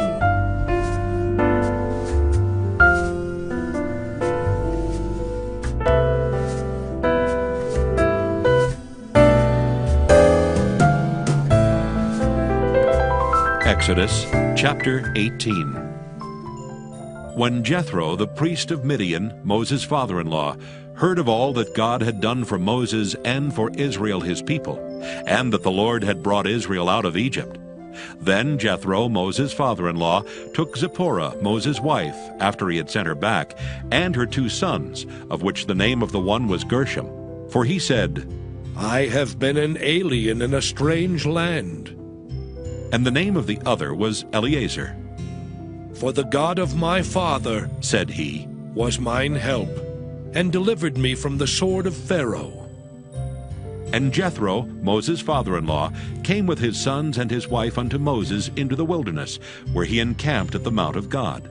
And he said unto Moses, I, thy father-in-law Jethro, am come unto thee, and thy wife and her 2 sons with her. And Moses went out to meet his father-in-law, and did obeisance, and kissed him. And they asked each other of their welfare, and they came into the tent. And Moses told his father-in-law all that the Lord had done unto Pharaoh, and to the Egyptians for Israel's sake, and all the travail that had come upon them by the way, and how the Lord delivered them. And Jethro rejoiced for all the goodness which the Lord had done to Israel, whom he had delivered out of the hand of the Egyptians. And Jethro said, Blessed be the Lord, who hath delivered you out of the hand of the Egyptians, and out of the hand of Pharaoh, who hath delivered the people from under the hand of the Egyptians.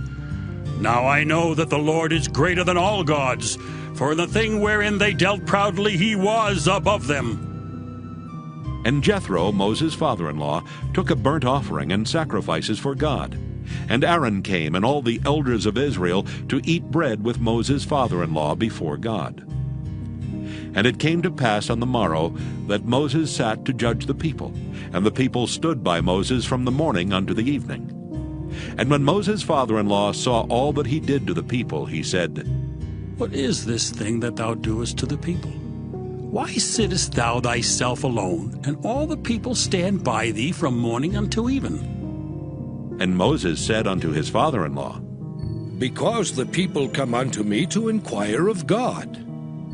When they have a matter, they come unto me, and I judge between one and another, and I do make them know the statutes of God and his laws. And Moses' father-in-law said unto him, The thing that thou doest is not good. Thou wilt surely wear away both thou and this people that is with thee. For this thing is too heavy for thee. Thou art not able to perform it thyself alone. Hearken now unto my voice. I will give thee counsel, and God shall be with thee. Be thou for the people to Godward, that thou mayest bring the causes unto God. And thou shalt teach them ordinances and laws, and shalt show them the way wherein they must walk, and the work that they must do. Moreover, thou shalt provide out of all the people able men such as fear God, men of truth, hating covetousness, and place such over them to be rulers of thousands, and rulers of hundreds, rulers of 50s, and rulers of 10s. And let them judge the people at all seasons. And it shall be that every great matter they shall bring unto thee, but every small matter they shall judge. So shall it be easier for thyself, and they shall bear the burden with thee. If thou shalt do this thing, and God command thee so, then thou shalt be able to endure, and all this people shall also go to their place in peace. So Moses hearkened to the voice of his father-in-law, and did all that he had said. And Moses chose able men out of all Israel, and made them heads over the people, rulers of thousands, rulers of hundreds, rulers of 50s, and rulers of 10s.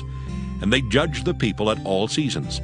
The hard causes they brought unto Moses, but every small matter they judged themselves. And Moses let his father-in-law depart, and he went his way into his own land.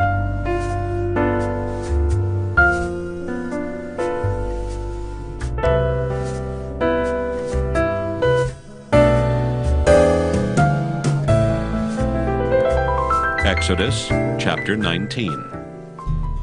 In the 3rd month, when the children of Israel were gone forth out of the land of Egypt, the same day came they into the wilderness of Sinai. For they were departed from Rephidim, and were come to the desert of Sinai, and had pitched in the wilderness. And there Israel camped before the mount. And Moses went up unto God, and the Lord called unto him out of the mountain, saying, Thus shalt thou say to the house of Jacob, and tell the children of Israel, Ye have seen what I did unto the Egyptians, and how I bare you on eagle's wings, and brought you unto myself. Now therefore, if ye will obey my voice indeed, and keep my covenant, then ye shall be a peculiar treasure unto me above all people, for all the earth is mine. And ye shall be unto me a kingdom of priests, and an holy nation. These are the words which thou shalt speak unto the children of Israel. And Moses came and called for the elders of the people, and laid before their faces all these words which the Lord commanded him. And all the people answered together and said, All that the Lord hath spoken, we will do. And Moses returned the words of the people unto the Lord. And the Lord said unto Moses, Lo, I come unto thee in a thick cloud, that the people may hear when I speak with thee, and believe thee forever. And Moses told the words of the people unto the Lord. And the Lord said unto Moses, Go unto the people, and sanctify them today and tomorrow, and let them wash their clothes, and be ready against the third day. For the third day the Lord will come down in the sight of all the people upon Mount Sinai. And thou shalt set bounds unto the people round about, saying, Take heed to yourselves that ye go not up into the mount, or touch the border of it. Whosoever toucheth the mount shall be surely put to death. There shall not an hand touch it, but he shall surely be stoned or shot through. Whether it be beast or man, it shall not live. When the trumpet soundeth long, they shall come up to the mount. And Moses went down from the mount unto the people, and sanctified the people, and they washed their clothes. And he said unto the people, Be ready against the third day, come not at your wives. And it came to pass on the third day in the morning, that there were thunders and lightnings, and a thick cloud upon the mount, and the voice of the trumpet exceeding loud, so that all the people that was in the camp trembled. And Moses brought forth the people out of the camp to meet with God, and they stood at the nether part of the mount. And Mount Sinai was altogether on a smoke, because the Lord descended upon it in fire. And the smoke thereof ascended as the smoke of a furnace, and the whole mount quaked greatly. And when the voice of the trumpet sounded long, and waxed louder and louder, Moses spake, and God answered him by a voice. And the Lord came down upon Mount Sinai on the top of the mount. And the Lord called Moses up to the top of the mount, and Moses went up. And the Lord said unto Moses, Go down, charge the people, lest they break through unto the Lord to gaze, and many of them perish. And let the priests also, which come near to the Lord, sanctify themselves, lest the Lord break forth upon them. And Moses said unto the Lord, The people cannot come up to Mount Sinai, for thou chargest us, saying, Set bounds about the mount, and sanctify it. And the Lord said unto him, Away, get thee down, and thou shalt come up, thou and Aaron with thee. But let not the priests and the people break through to come up unto the Lord, lest he break forth upon them. So Moses went down unto the people, and spake unto them.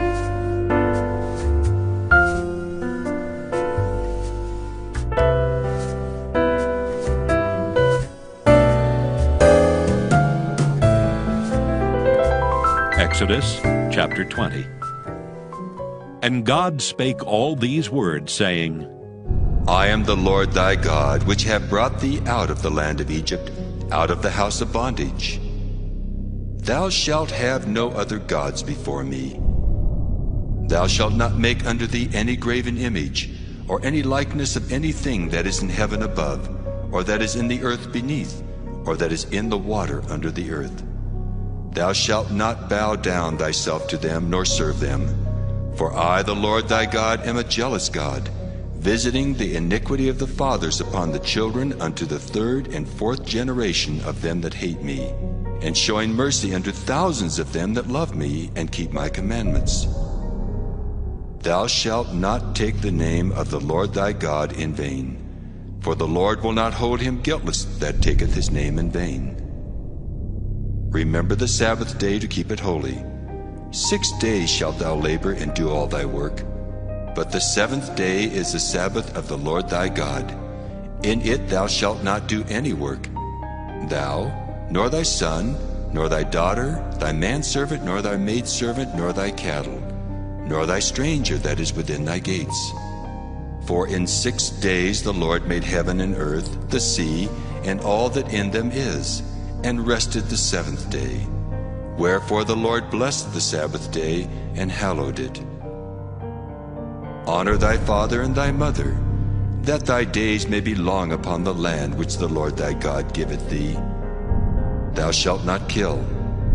Thou shalt not commit adultery. Thou shalt not steal. Thou shalt not bear false witness against thy neighbor. Thou shalt not covet thy neighbor's house. Thou shalt not covet thy neighbor's wife, nor his manservant, nor his maidservant, nor his ox, nor his ass, nor anything that is thy neighbor's. And all the people saw the thunderings and the lightnings and the noise of the trumpet and the mountain smoking. And when the people saw it, they removed and stood afar off. And they said unto Moses, Speak thou with us, and we will hear, but let not God speak with us, lest we die. And Moses said unto the people, Fear not, for God is come to prove you, and that his fear may be before your faces, that ye sin not. And the people stood afar off, and Moses drew near unto the thick darkness where God was. And the Lord said unto Moses, Thus thou shalt say unto the children of Israel, Ye have seen that I have talked with you from heaven. Ye shall not make with me gods of silver, neither shall ye make unto you gods of gold. An altar of earth thou shalt make unto me, and shalt sacrifice thereon thy burnt offerings, and thy peace offerings, thy sheep and thine oxen. In all places where I record my name, I will come unto thee, and I will bless thee. And if thou wilt make me an altar of stone, thou shalt not build it of hewn stone. For if thou lift up thy tool upon it, thou hast polluted it. Neither shalt thou go up by steps unto mine altar, that thy nakedness be not discovered thereon.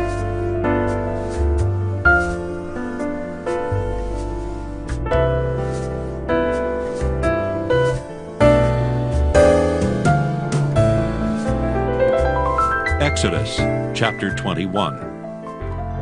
Now these are the judgments which thou shalt set before them. If thou buy an Hebrew servant, 6 years he shall serve, and in the 7th he shall go out free for nothing. If he came in by himself, he shall go out by himself. If he were married, then his wife shall go out with him.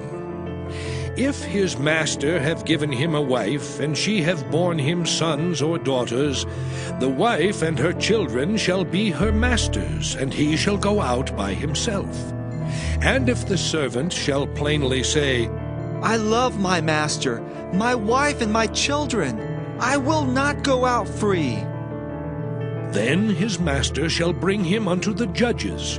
He shall also bring him to the door, or unto the door post. And his master shall bore his ear through with an awl, and he shall serve him forever.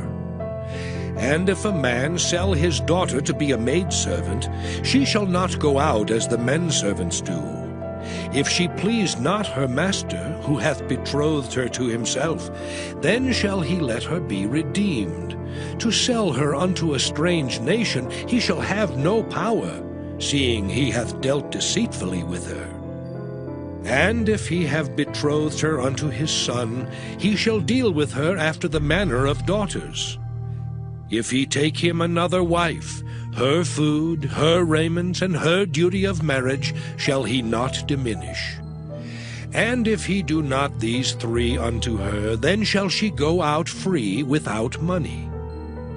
He that smiteth a man so that he die shall be surely put to death. And if a man lie not in wait, but God deliver him into his hand, then I will appoint thee a place whither he shall flee. But if a man come presumptuously upon his neighbor, to slay him with guile, thou shalt take him from mine altar, that he may die. And he that smiteth his father or his mother shall be surely put to death. And he that stealeth a man and selleth him, or if he be found in his hand, he shall surely be put to death. And he that curseth his father or his mother shall surely be put to death. And if men strive together, and one smite another with a stone, or with his fist, and he die not, but keepeth his bed, if he rise again, and walk abroad upon his staff, then shall he that smote him be quit. only he shall pay for the loss of his time, and shall cause him to be thoroughly healed. And if a man smite his servant or his maid with a rod, and he die under his hand, he shall be surely punished. Notwithstanding, if he continue a day or two, he shall not be punished, for he is his money. If men strive and hurt a woman with child, so that her fruit depart from her, and yet no mischief follow, he shall be surely punished according as the woman's husband will lay upon him, and he shall pay as the judges determine. And if any mischief follow, then thou shalt give life for life, eye for eye, tooth for tooth, hand for hand, foot for foot, burning for burning, wound for wound, stripe for stripe. And if a man smite the eye of his servant, or the eye of his maid, that it perish, he shall let him go free for his eye's sake. And if he smite out his manservant's tooth, or his maidservant's tooth, he shall let him go free for his tooth's sake. If an ox gore a man or a woman, that they die, then the ox shall be surely stoned, and his flesh shall not be eaten, but the owner of the ox shall be quit. But if the ox were wont to push with his horn in time past, and it hath been testified to his owner, and he hath not kept him in, but that he hath killed a man or a woman, the ox shall be stoned, and his owner also shall be put to death. If there be laid on him a sum of money, then he shall give for the ransom of his life whatsoever is laid upon him. Whether he have gored a son, or have gored a daughter, according to this judgment shall it be done unto him. If the ox shall push a manservant or a maidservant, he shall give unto their master 30 shekels of silver, and the ox shall be stoned. And if a man shall open a pit, or if a man shall dig a pit and not cover it, and an ox or an ass fall therein, the owner of the pit shall make it good, and give money unto the owner of them, and the dead beast shall be his. And if one man's ox hurt another's, that he die, then they shall sell the live ox, and divide the money of it, and the dead ox also they shall divide. Or if it be known that the ox hath used to push in time past, and his owner hath not kept him in, he shall surely pay ox for ox, and the dead shall be his own.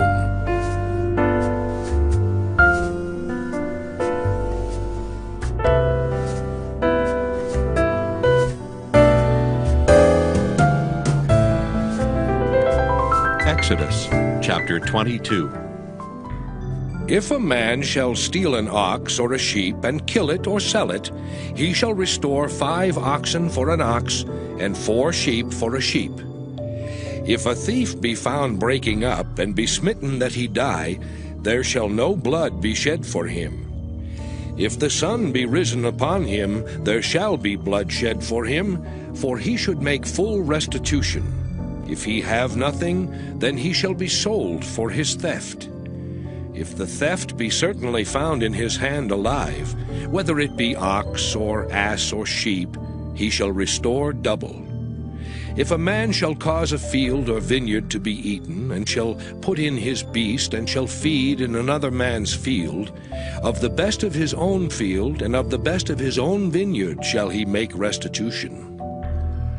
If fire break out and catch in thorns, so that the stacks of corn or the standing corn or the field be consumed therewith, he that kindled the fire shall surely make restitution. If a man shall deliver unto his neighbor money or stuff to keep, and it be stolen out of the man's house, if the thief be found, let him pay double. If the thief be not found, then the master of the house shall be brought unto the judges, to see whether he have put his hand unto his neighbor's goods. For all manner of trespass, whether it be for ox, for ass, for sheep, for raiment, or for any manner of lost thing which another challengeth to be his, the cause of both parties shall come before the judges. And whom the judges shall condemn, he shall pay double unto his neighbor. If a man deliver unto his neighbor an ass or an ox or a sheep or any beast to keep, and it die or be hurt or driven away, no man seeing it, then shall an oath of the Lord be between them both, that he hath not put his hand unto his neighbor's goods, and the owner of it shall accept thereof, and he shall not make it good. And if it be stolen from him, he shall make restitution unto the owner thereof. If it be torn in pieces, then let him bring it for witness, and he shall not make good that which was torn. And if a man borrow aught of his neighbor, and it be hurt or die, the owner thereof being not with it, he shall surely make it good. But if the owner thereof be with it, he shall not make it good. If it be an hired thing, it came for his hire. And if a man entice a maid that is not betrothed, and lie with her, he shall surely endow her to be his wife. If her father utterly refuse to give her unto him, he shall pay money according to the dowry of virgins. Thou shalt not suffer a witch to live. Whosoever lieth with a beast shall surely be put to death. He that sacrificeth unto any god save unto the Lord only, he shall be utterly destroyed.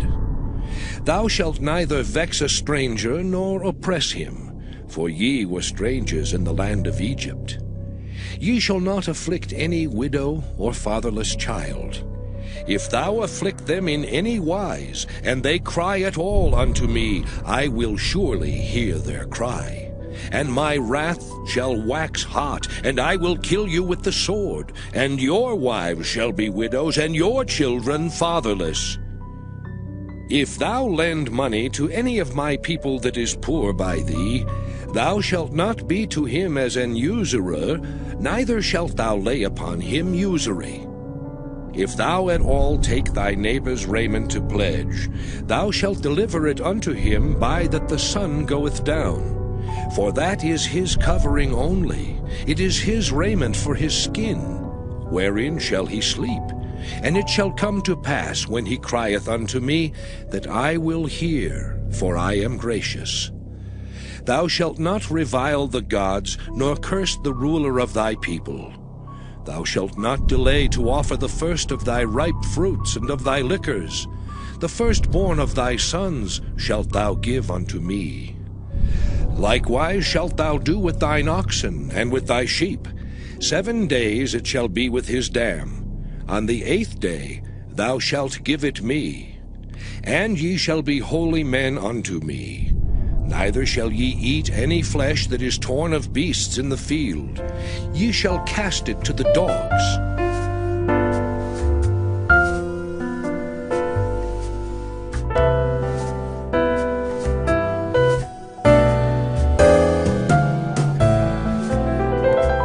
Exodus chapter 23.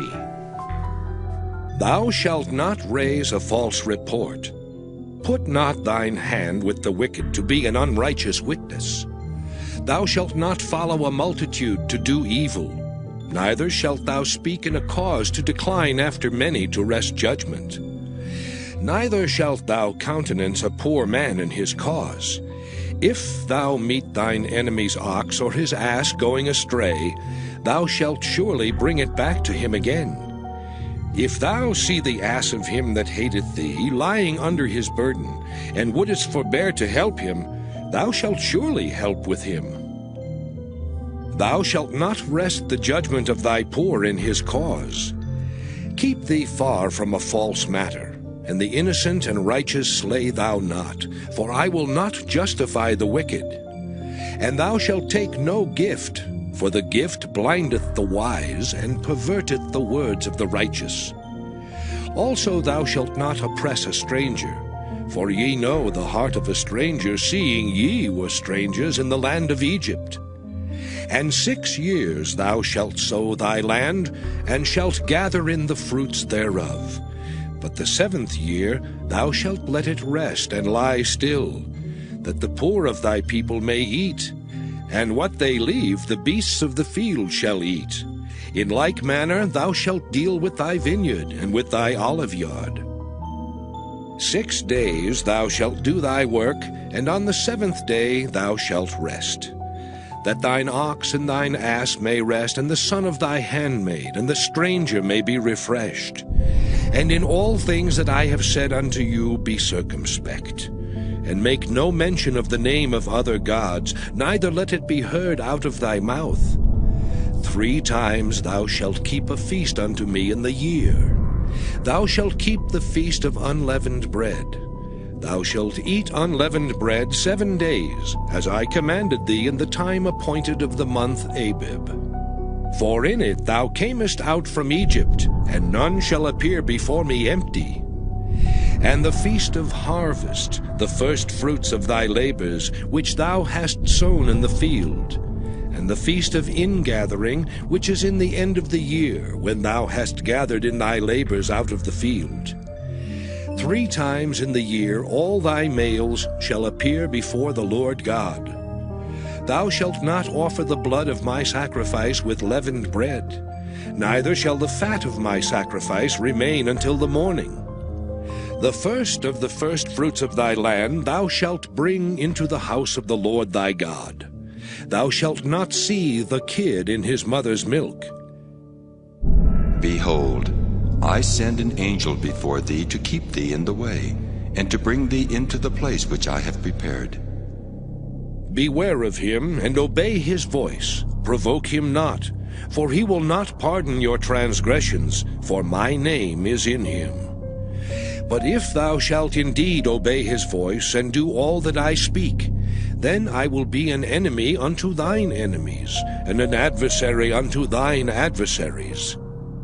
For mine angel shall go before thee, and bring thee in unto the Amorites, and the Hittites, and the Perizzites, and the Canaanites, and Hivites, and the Jebusites, and I will cut them off. Thou shalt not bow down to their gods, nor serve them, nor do after their works, but thou shalt utterly overthrow them, and quite break down their images. And ye shall serve the Lord your God, and he shall bless thy bread and thy water, and I will take sickness away from the midst of thee. There shall nothing cast their young, nor be barren in thy land. The number of thy days I will fulfill. I will send my fear before thee, and will destroy all the people to whom thou shalt come, and I will make all thine enemies turn their backs unto thee. And I will send hornets before thee, which shall drive out the Hivite, the Canaanite, and the Hittite from before thee. I will not drive them out from before thee in 1 year, lest the land become desolate, and the beast of the field multiply against thee. By little and little I will drive them out from before thee, until thou be increased and inherit the land.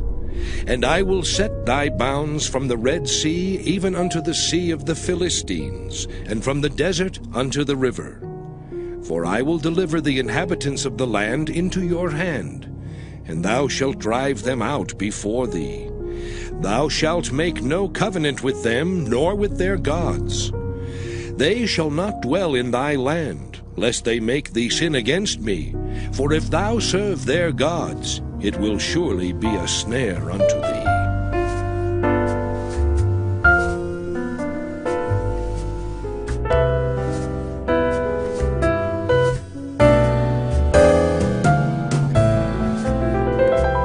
Exodus chapter 24. And he said unto Moses, Come up unto the Lord, thou and Aaron, Nadab and Abihu, and 70 of the elders of Israel, and worship ye afar off. And Moses alone shall come near the Lord. But they shall not come nigh, neither shall the people go up with him. And Moses came and told the people all the words of the Lord, and all the judgments. And all the people answered with one voice, and said, All the words which the Lord hath said will we do. And Moses wrote all the words of the Lord, and rose up early in the morning, and builded an altar under the hill, and 12 pillars, according to the 12 tribes of Israel. And he sent young men of the children of Israel, which offered burnt offerings, and sacrificed peace offerings of oxen unto the Lord. And Moses took half of the blood and put it in basins, and half of the blood he sprinkled on the altar. And he took the book of the covenant and read in the audience of the people, and they said, All that the Lord hath said will we do, and be obedient. And Moses took the blood and sprinkled it on the people, and said, Behold the blood of the covenant, which the Lord hath made with you concerning all these words. Then went up Moses and Aaron, Nadab and Abihu, and 70 of the elders of Israel. And they saw the God of Israel. And there was under his feet, as it were, a paved work of a sapphire stone, and as it were the body of heaven in his clearness. And upon the nobles of the children of Israel he laid not his hand. Also they saw God, and did eat and drink. And the Lord said unto Moses, Come up to me into the mount, and be there, and I will give thee tables of stone, and a law and commandments which I have written, that thou mayest teach them. And Moses rose up, and his minister Joshua. And Moses went up into the mount of God. And he said unto the elders, Tarry ye here for us, until we come again unto you. And behold, Aaron and Hur are with you. If any man have any matters to do, let him come unto them. And Moses went up into the mount, and a cloud covered the mount. And the glory of the Lord abode upon Mount Sinai, and the cloud covered it 6 days. And the 7th day he called unto Moses out of the midst of the cloud. And the sight of the glory of the Lord was like devouring fire on the top of the mount in the eyes of the children of Israel. And Moses went into the midst of the cloud, and gat him up into the mount. And Moses was in the mount 40 days and 40 nights.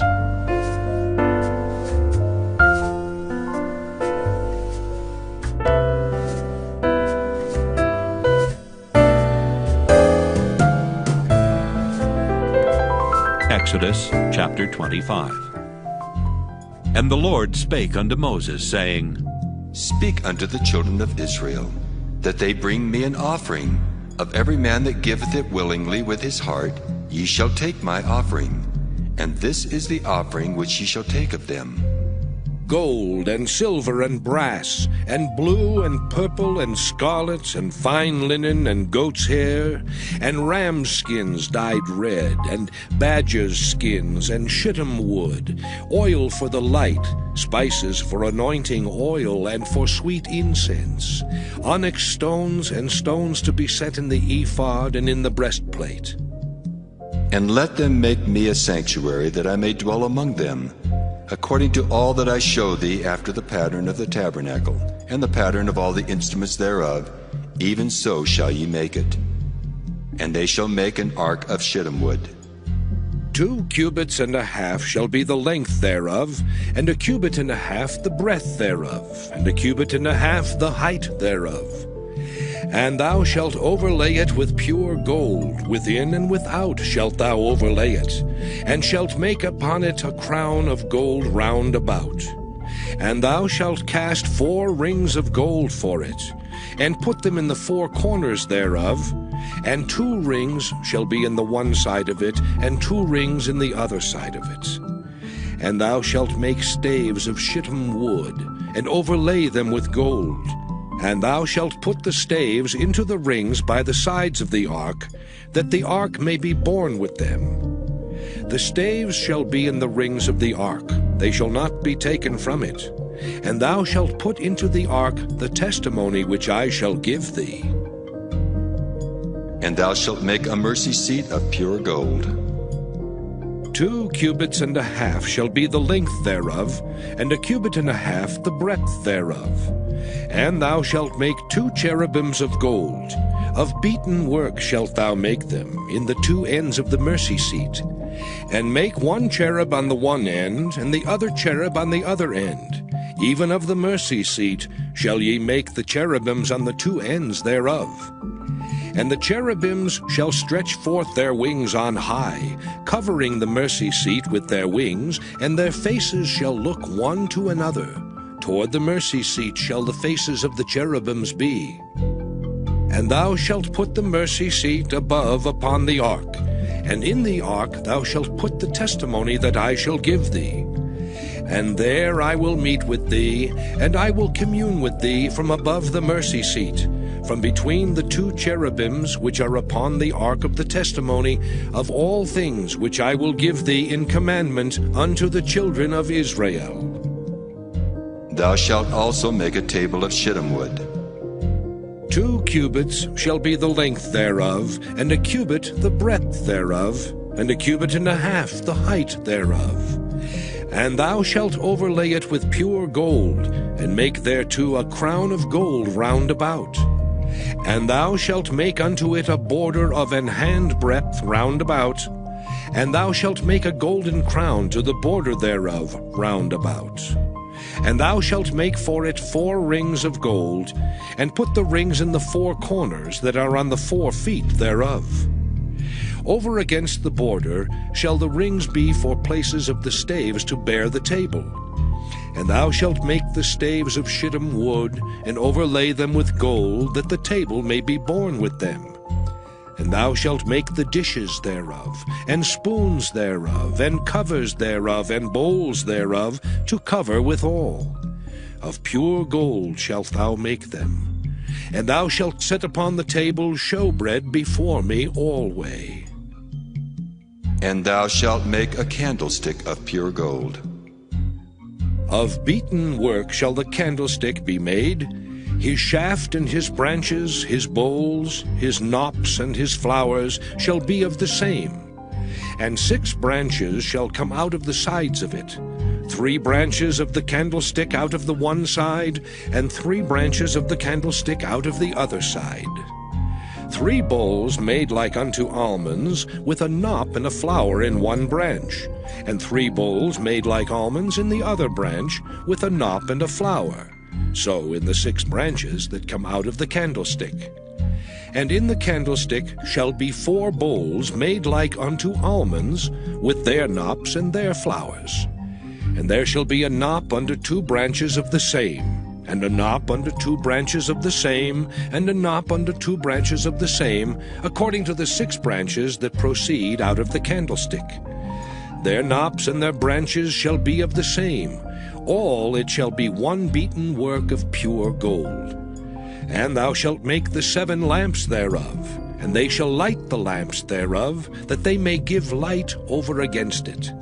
And the tongs thereof, and the snuff dishes thereof, shall be of pure gold.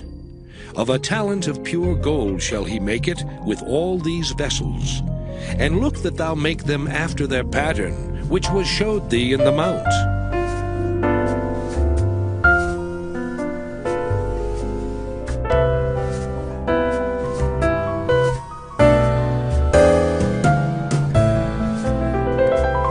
Exodus chapter 26. Moreover, thou shalt make the tabernacle, with 10 curtains of fine twined linen, and blue, and purple, and scarlet. With cherubims of cunning work shalt thou make them. The length of one curtain shall be 28 cubits, and the breadth of one curtain 4 cubits, and every one of the curtains shall have one measure. The 5 curtains shall be coupled together one to another, and other 5 curtains shall be coupled one to another. And thou shalt make loops of blue upon the edge of the one curtain from the selvage in the coupling, and likewise shalt thou make in the uttermost edge of another curtain in the coupling of the second. 50 loops shalt thou make in the one curtain, and 50 loops shalt thou make in the edge of the curtain that is in the coupling of the second, that the loops may take hold one of another.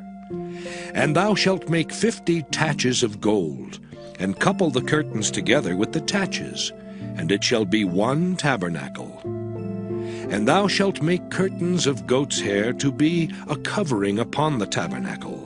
11 curtains shalt thou make. The length of one curtain shall be 30 cubits, and the breadth of one curtain 4 cubits, and the 11 curtains shall be all of one measure. And thou shalt couple 5 curtains by themselves, and 6 curtains by themselves, and shalt double the 6th curtain in the forefront of the tabernacle. And thou shalt make 50 loops on the edge of the one curtain that is outmost in the coupling, and 50 loops in the edge of the curtain, which coupleth the second. And thou shalt make 50 taches of brass, and put the taches into the loops, and couple the tent together, that it may be one. And the remnant that remaineth of the curtains of the tent, the half curtain that remaineth, shall hang over the backside of the tabernacle. And a cubit on the one side, and a cubit on the other side of that which remaineth in the length of the curtains of the tent, it shall hang over the sides of the tabernacle on this side and on that side, to cover it. And thou shalt make a covering for the tent of rams' skins dyed red, and a covering above of badgers' skins. And thou shalt make boards for the tabernacle of shittim wood standing up. 10 cubits shall be the length of a board, and a cubit and a half shall be the breadth of one board. 2 tenons shall there be in one board, set in order one against another. Thus shalt thou make for all the boards of the tabernacle. And thou shalt make the boards for the tabernacle, 20 boards on the south side southward. And thou shalt make 40 sockets of silver under the 20 boards, 2 sockets under one board for his 2 tenons, and 2 sockets under another board for his 2 tenons. And for the second side of the tabernacle, on the north side, there shall be 20 boards, and there 40 sockets of silver, 2 sockets under one board, and 2 sockets under another board. And for the sides of the tabernacle westward thou shalt make 6 boards, and 2 boards shalt thou make for the corners of the tabernacle in the 2 sides. And they shall be coupled together beneath, and they shall be coupled together above the head of it unto one ring. Thus shall it be for them both. They shall be for the 2 corners. And they shall be 8 boards, and their sockets of silver 16 sockets, 2 sockets under one board, and 2 sockets under another board. And thou shalt make bars of shittim wood, 5 for the boards of the one side of the tabernacle, and 5 bars for the boards of the other side of the tabernacle, and 5 bars for the boards of the side of the tabernacle for the 2 sides westward. And the middle bar in the midst of the boards shall reach from end to end. And thou shalt overlay the boards with gold, and make their rings of gold for places for the bars. And thou shalt overlay the bars with gold. And thou shalt rear up the tabernacle according to the fashion thereof which was showed thee in the mount. And thou shalt make a veil of blue and purple and scarlet, and fine twined linen of cunning work. With cherubims shall it be made. And thou shalt hang it upon 4 pillars of shittim wood overlaid with gold. Their hooks shall be of gold upon the 4 sockets of silver. And thou shalt hang up the veil under the taches, that thou mayest bring in thither within the veil the ark of the testimony. And the veil shall divide unto you between the holy place and the most holy. And thou shalt put the mercy seat upon the ark of the testimony in the most holy place. And thou shalt set the table without the veil, and the candlestick over against the table on the side of the tabernacle toward the south. And thou shalt put the table on the north side. And thou shalt make an hanging for the door of the tent of blue and purple and scarlet and fine twined linen, wrought with needlework. And thou shalt make for the hanging 5 pillars of shittim wood, and overlay them with gold, and their hooks shall be of gold. And thou shalt cast 5 sockets of brass for them.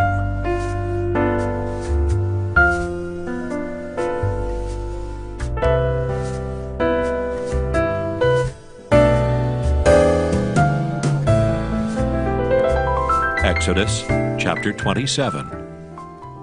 And thou shalt make an altar of shittim wood, 5 cubits long and 5 cubits broad. The altar shall be 4 square, and the height thereof shall be 3 cubits.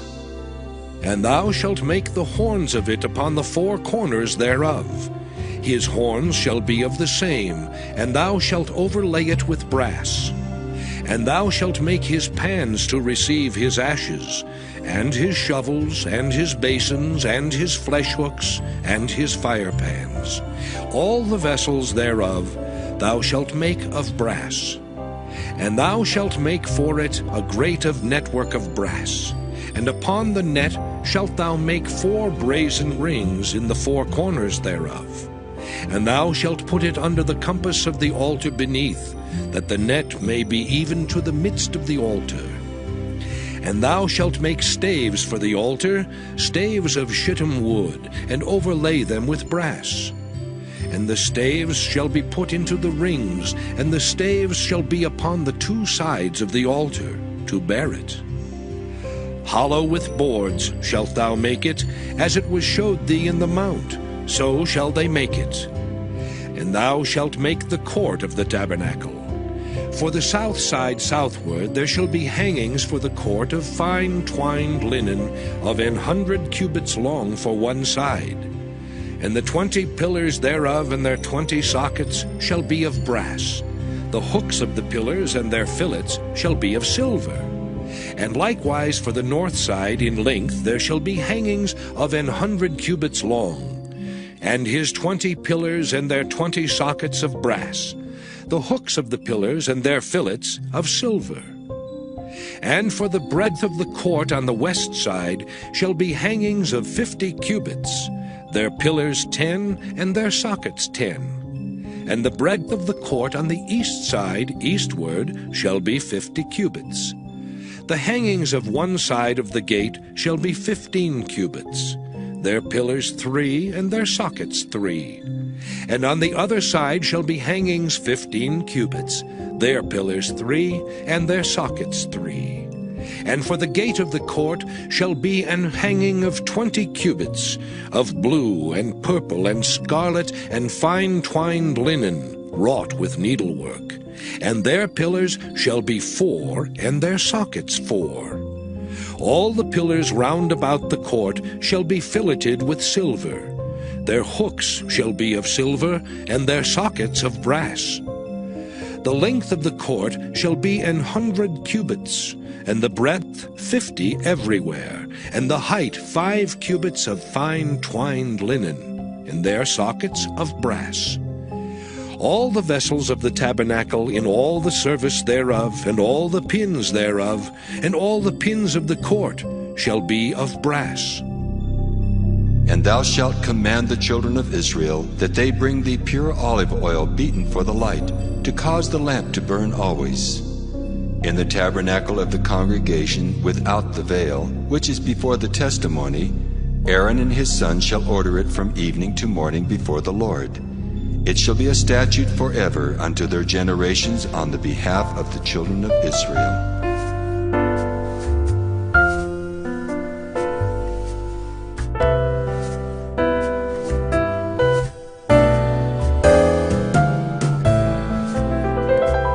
Exodus chapter 28.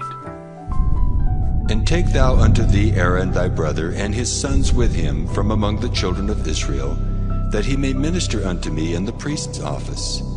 Even Aaron, Nadab and Abihu, Eleazar and Ithamar, Aaron's sons.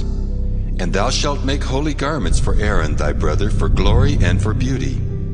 And thou shalt speak unto all that are wise-hearted, whom I have filled with the spirit of wisdom, that they may make Aaron's garments to consecrate him, that he may minister unto me in the priest's office. And these are the garments which they shall make: a breastplate, and an ephod and a robe, and a broidered coat, a mitre, and a girdle. And they shall make holy garments for Aaron thy brother and his sons, that he may minister unto me in the priest's office. And they shall take gold, and blue, and purple, and scarlet, and fine linen. And they shall make the ephod of gold, of blue, and of purple, of scarlet and fine twined linen, with cunning work. It shall have the 2 shoulder pieces thereof joined at the 2 edges thereof, and so it shall be joined together. And the curious girdle of the ephod, which is upon it, shall be of the same, according to the work thereof, even of gold, of blue, and purple, and scarlet, and fine twined linen. And thou shalt take 2 onyx stones, and grave on them the names of the children of Israel, 6 of their names on one stone, and the other 6 names of the rest on the other stone, according to their birth. With the work of an engraver in stone, like the engravings of a signet, shalt thou engrave the 2 stones with the names of the children of Israel. Thou shalt make them to be set in ouches of gold. And thou shalt put the 2 stones upon the shoulders of the ephod for stones of memorial unto the children of Israel.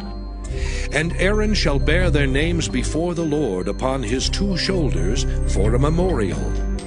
And thou shalt make ouches of gold, and 2 chains of pure gold at the ends. Of wreathen work shalt thou make them, and fasten the wreathen chains to the ouches. And thou shalt make the breastplate of judgment with cunning work. After the work of the ephod thou shalt make it. Of gold, of blue, and of purple, and of scarlet, and of fine twined linen shalt thou make it. 4 it shall be, being doubled. A span shall be the length thereof, and a span shall be the breadth thereof. And thou shalt set it in settings of stones, even 4 rows of stones. The first row shall be a sardius, a topaz, and a carbuncle. This shall be the first row. And the second row shall be an emerald, a sapphire, and a diamond. And the third row a ligure, an agate, and an amethyst. And the 4th row a beryl, and an onyx, and a jasper. They shall be set in gold in their enclosings. And the stones shall be with the names of the children of Israel, 12, according to their names, like the engravings of a signet. Every one with his name shall they be according to the 12 tribes. And thou shalt make upon the breastplate chains at the ends of wreathen work of pure gold. And thou shalt make upon the breastplate 2 rings of gold, and shalt put the 2 rings on the 2 ends of the breastplate. And thou shalt put the 2 wreathen chains of gold in the 2 rings which are on the ends of the breastplate. And the other 2 ends of the 2 wreathen chains thou shalt fasten in the 2 ouches, and put them on the shoulder pieces of the ephod before it. And thou shalt make 2 rings of gold, and thou shalt put them upon the 2 ends of the breastplate in the border thereof, which is in the side of the ephod inward. And 2 other rings of gold thou shalt make, and shalt put them on the 2 sides of the ephod underneath, toward the forepart thereof, over against the other coupling thereof, above the curious girdle of the ephod. And they shall bind the breastplate by the rings thereof unto the rings of the ephod with a lace of blue, that it may be above the curious girdle of the ephod, and that the breastplate be not loosed from the ephod. And Aaron shall bear the names of the children of Israel in the breastplate of judgment upon his heart, when he goeth in unto the holy place for a memorial before the Lord continually. And thou shalt put in the breastplate of judgment the Urim and the Thummim, and they shall be upon Aaron's heart when he goeth in before the Lord. And Aaron shall bear the judgment of the children of Israel upon his heart before the Lord continually.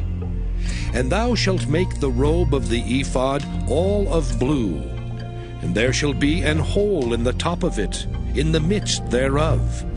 It shall have a binding of woven work round about the whole of it, as it were the whole of an habergeon, that it be not rent.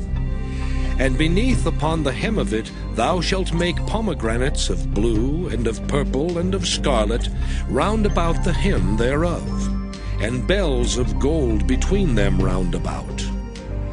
A golden bell and a pomegranate, a golden bell and a pomegranate, upon the hem of the robe round about. And it shall be upon Aaron to minister, and his sound shall be heard when he goeth in unto the holy place before the Lord, and when he cometh out, that he die not.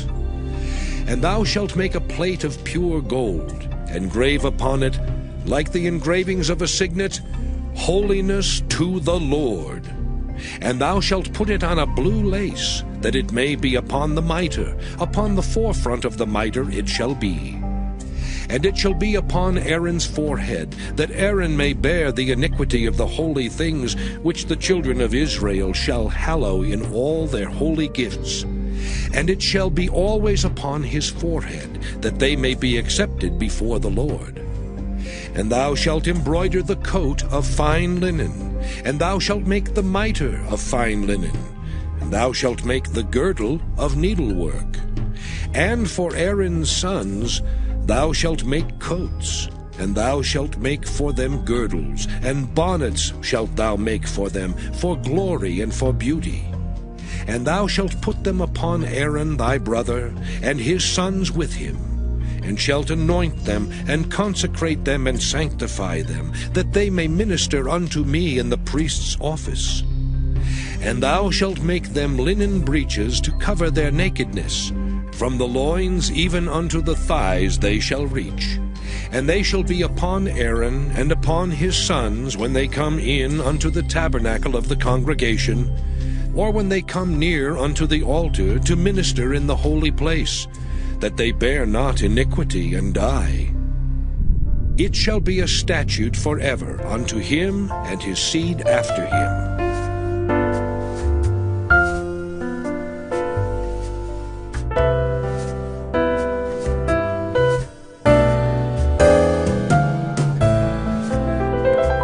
Exodus chapter 29. And this is the thing that thou shalt do unto them to hallow them, to minister unto me in the priest's office. Take 1 young bullock and 2 rams without blemish, and unleavened bread and cakes unleavened, tempered with oil, and wafers unleavened, anointed with oil. Of wheaten flour shalt thou make them. And thou shalt put them into 1 basket, and bring them in the basket with the bullock and the 2 rams. And Aaron and his sons thou shalt bring unto the door of the tabernacle of the congregation, and shalt wash them with water. And thou shalt take the garments, and put upon Aaron the coat, and the robe of the ephod, and the breastplate, and gird him with the curious girdle of the ephod. And thou shalt put the mitre upon his head, and put the holy crown upon the mitre. Then shalt thou take the anointing oil, and pour it upon his head, and anoint him. And thou shalt bring his sons, and put coats upon them. And thou shalt gird them with girdles, Aaron and his sons, and put the bonnets on them. And the priest's office shall be theirs for a perpetual statute. And thou shalt consecrate Aaron and his sons. And thou shalt cause a bullock to be brought before the tabernacle of the congregation. And Aaron and his sons shall put their hands upon the head of the bullock. And thou shalt kill the bullock before the Lord, by the door of the tabernacle of the congregation. And thou shalt take of the blood of the bullock, and put it upon the horns of the altar with thy finger, and pour all the blood beside the bottom of the altar. And thou shalt take all the fat that covereth the inwards, and the caul that is above the liver, and the 2 kidneys, and the fat that is upon them, and burn them upon the altar. But the flesh of the bullock, and his skin, and his dung, shalt thou burn with fire without the camp. It is a sin offering. Thou shalt also take 1 ram, and Aaron and his sons shall put their hands upon the head of the ram. And thou shalt slay the ram, and thou shalt take his blood, and sprinkle it round about upon the altar. And thou shalt cut the ram in pieces, and wash the inwards of him, and his legs, and put them unto his pieces, and unto his head. And thou shalt burn the whole ram upon the altar. It is a burnt offering unto the Lord. It is a sweet savour, an offering made by fire unto the Lord. And thou shalt take the other ram, and Aaron and his sons shall put their hands upon the head of the ram. Then shalt thou kill the ram, and take of his blood, and put it upon the tip of the right ear of Aaron. and upon the tip of the right ear of his sons, and upon the thumb of their right hand, and upon the great toe of their right foot, and sprinkle the blood upon the altar round about. And thou shalt take of the blood that is upon the altar, and of the anointing oil, and sprinkle it upon Aaron, and upon his garments, and upon his sons, and upon the garments of his sons with him. And he shall be hallowed, and his garments, and his sons' garments with him. Also thou shalt take of the ram the fat and the rump, and the fat that covereth the inwards, and the caul above the liver, and the 2 kidneys, and the fat that is upon them, and the right shoulder, for it is a ram of consecration. And 1 loaf of bread, and 1 cake of oiled bread, and 1 wafer out of the basket of the unleavened bread that is before the Lord. And thou shalt put all in the hands of Aaron, and in the hands of his sons, and shalt wave them for a wave offering before the Lord. And thou shalt receive them of their hands, and burn them upon the altar for a burnt offering, for a sweet savour before the Lord. It is an offering made by fire unto the Lord. And thou shalt take the breast of the ram of Aaron's consecration, and wave it for a wave offering before the Lord, and it shall be thy part. And thou shalt sanctify the breast of the wave offering, and the shoulder of the heave offering, which is waved and which is heaved up, of the ram of the consecration, even of that which is for Aaron, and of that which is for his sons. And it shall be Aaron's and his sons by a statute forever from the children of Israel. For it is an heave offering, and it shall be an heave offering from the children of Israel of the sacrifice of their peace offerings, even their heave offering unto the Lord. And the holy garments of Aaron shall be his sons after him, to be anointed therein and to be consecrated in them. And that son that is priest in his stead shall put them on 7 days, when he cometh into the tabernacle of the congregation to minister in the holy place. And thou shalt take the ram of the consecration, and seethe his flesh in the holy place. And Aaron and his sons shall eat the flesh of the ram, and the bread that is in the basket by the door of the tabernacle of the congregation. And they shall eat those things wherewith the atonement was made, to consecrate and to sanctify them. But a stranger shall not eat thereof, because they are holy. And if aught of the flesh of the consecrations, or of the bread, remain unto the morning, then thou shalt burn the remainder with fire. It shall not be eaten, because it is holy. And thus shalt thou do unto Aaron and to his sons according to all things which I have commanded thee. 7 days shalt thou consecrate them. And thou shalt offer every day a bullock for a sin offering for atonement. And thou shalt cleanse the altar, when thou hast made an atonement for it, and thou shalt anoint it, to sanctify it. 7 days thou shalt make an atonement for the altar, and sanctify it. And it shall be an altar most holy. Whatsoever toucheth the altar shall be holy. Now this is that which thou shalt offer upon the altar, 2 lambs of the first year, day by day, continually. The 1 lamb thou shalt offer in the morning, and the other lamb thou shalt offer at even. And with the 1 lamb 1/10 deal of flour mingled with the 4th part of an hin of beaten oil, and the 4th part of an hin of wine for a drink offering. And the other lamb thou shalt offer at even, and shalt do thereto according to the meat offering of the morning, and according to the drink offering thereof, for a sweet savour, an offering made by fire unto the Lord. This shall be a continual burnt offering throughout your generations, at the door of the tabernacle of the congregation before the Lord, where I will meet you to speak there unto thee. And there I will meet with the children of Israel, and the tabernacle shall be sanctified by my glory. And I will sanctify the tabernacle of the congregation and the altar. I will sanctify also both Aaron and his sons to minister to me in the priest's office. And I will dwell among the children of Israel, and will be their God. And they shall know that I am the Lord their God, that brought them forth out of the land of Egypt, that I may dwell among them. I am the Lord their God.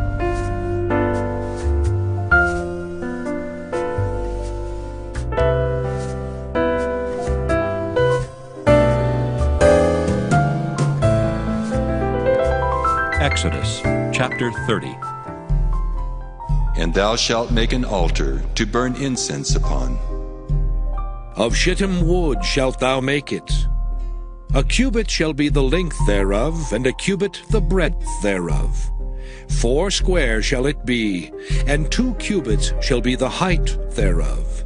The horns thereof shall be of the same, and thou shalt overlay it with pure gold, the top thereof, and the sides thereof round about, and the horns thereof, and thou shalt make unto it a crown of gold round about. And 2 golden rings shalt thou make to it under the crown of it, by the 2 corners thereof, upon the 2 sides of it shalt thou make it, and they shall be for places for the staves to bear it withal. And thou shalt make the staves of shittim wood, and overlay them with gold. And thou shalt put it before the veil that is by the ark of the testimony, before the mercy seat that is over the testimony, where I will meet with thee. And Aaron shall burn thereon sweet incense every morning. When he dresseth the lamps, he shall burn incense upon it. And when Aaron lighteth the lamps at even, he shall burn incense upon it, a perpetual incense before the Lord throughout your generations. Ye shall offer no strange incense thereon, nor burnt sacrifice, nor meat offering. Neither shall ye pour drink offering thereon. And Aaron shall make an atonement upon the horns of it once in a year with the blood of the sin offering of atonements. Once in the year shall he make atonement upon it throughout your generations. It is most holy unto the Lord. And the Lord spake unto Moses, saying, When thou takest the sum of the children of Israel after their number, then shall they give every man a ransom for his soul unto the Lord, when thou numberest them. That there be no plague among them when thou numberest them. This they shall give every one that passeth among them that are numbered, 1/2 shekel after the shekel of the sanctuary. A shekel is 20 gerahs, and 1/2 shekel shall be the offering of the Lord. Every one that passeth among them that are numbered, from 20 years old and above, shall give an offering unto the Lord. The rich shall not give more, and the poor shall not give less than 1/2 shekel when they give an offering unto the Lord, to make an atonement for your souls. And thou shalt take the atonement money of the children of Israel, and shalt appoint it for the service of the tabernacle of the congregation, that it may be a memorial unto the children of Israel before the Lord, to make an atonement for your souls. And the Lord spake unto Moses, saying, Thou shalt also make a laver of brass, and his foot also of brass to wash withal. And thou shalt put it between the tabernacle of the congregation and the altar, and thou shalt put water therein. For Aaron and his sons shall wash their hands and their feet thereat. When they go into the tabernacle of the congregation, they shall wash with water, that they die not. Or when they come near to the altar to minister, to burn offering made by fire unto the Lord. So they shall wash their hands and their feet, that they die not. And it shall be a statute forever to them, even to him and to his seed throughout their generations. Moreover the Lord spake unto Moses, saying, Take thou also unto thee principal spices. Of pure myrrh 500 shekels, and of sweet cinnamon 1/2 so much, even 250 shekels. And of sweet calamus 250 shekels. And of cassia 500 shekels, after the shekel of the sanctuary, and of oil, olive, and hin. And thou shalt make it an oil of holy ointment, an ointment compound after the art of the apothecary. It shall be an holy anointing oil. And thou shalt anoint the tabernacle of the congregation therewith, and the ark of the testimony, and the table and all his vessels, and the candlestick and his vessels, and the altar of incense, and the altar of burnt offering with all his vessels, and the laver and his foot. And thou shalt sanctify them, that they may be most holy. Whatsoever toucheth them shall be holy. And thou shalt anoint Aaron and his sons, and consecrate them, that they may minister unto me in the priest's office. And thou shalt speak unto the children of Israel, saying, This shall be an holy anointing oil unto me throughout your generations. Upon man's flesh shall it not be poured, neither shall ye make any other like it, after the composition of it. It is holy, and it shall be holy unto you. Whosoever compoundeth any like it, or whosoever putteth any of it upon a stranger, shall even be cut off from his people. And the Lord said unto Moses, Take unto thee sweet spices, stadge, and onycha, and galbanum. These sweet spices with pure frankincense, of each shall there be a like weight.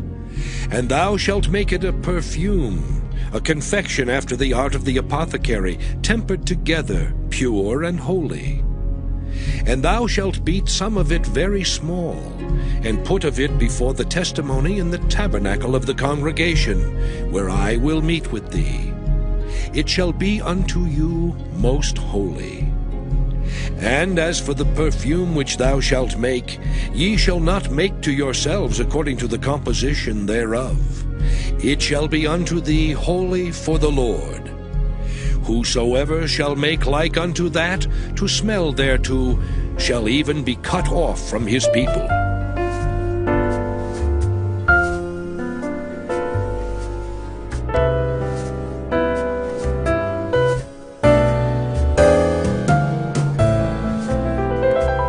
Exodus chapter 31.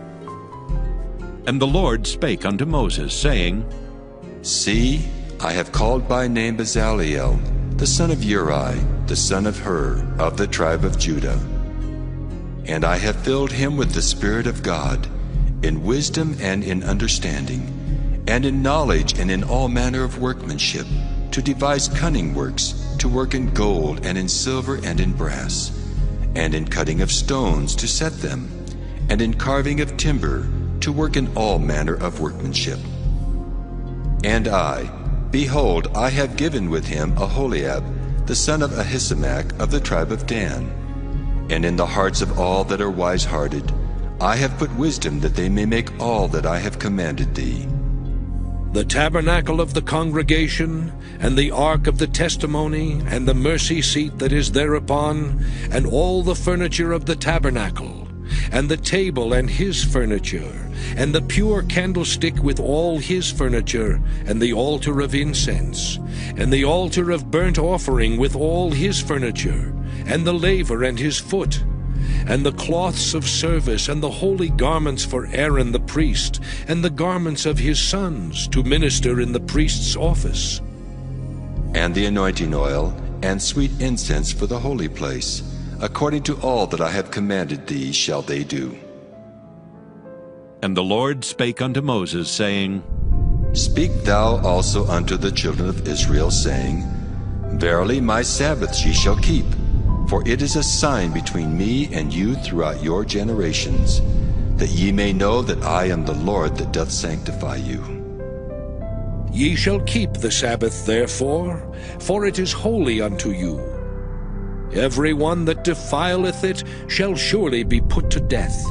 For whosoever doeth any work therein, that soul shall be cut off from among his people.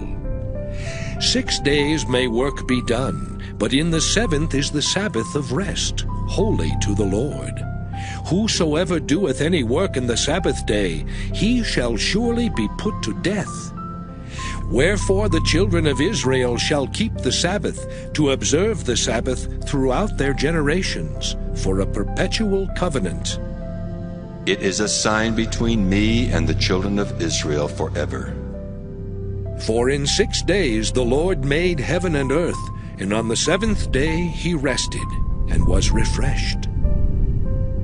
And he gave unto Moses, when he had made an end of communing with him upon Mount Sinai, 2 tables of testimony, tables of stone, written with the finger of God.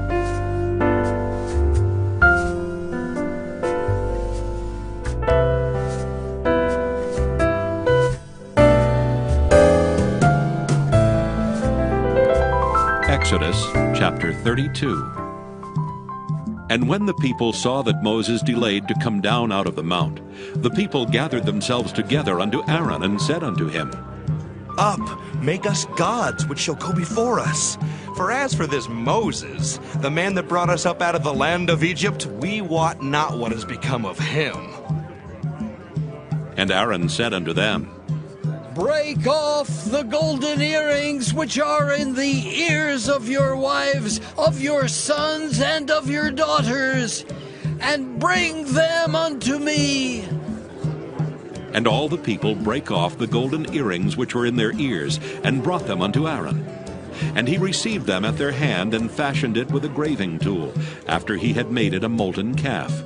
And they said, These be thy gods, O Israel, which brought thee up out of the land of Egypt.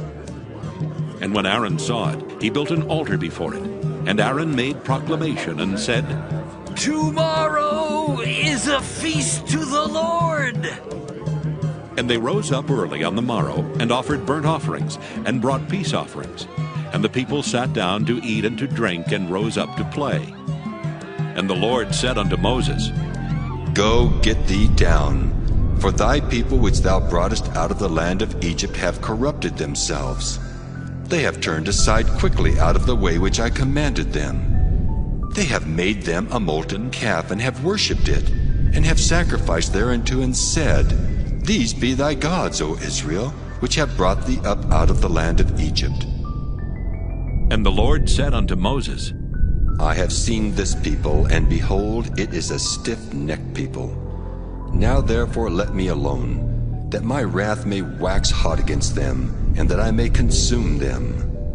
And I will make of thee a great nation.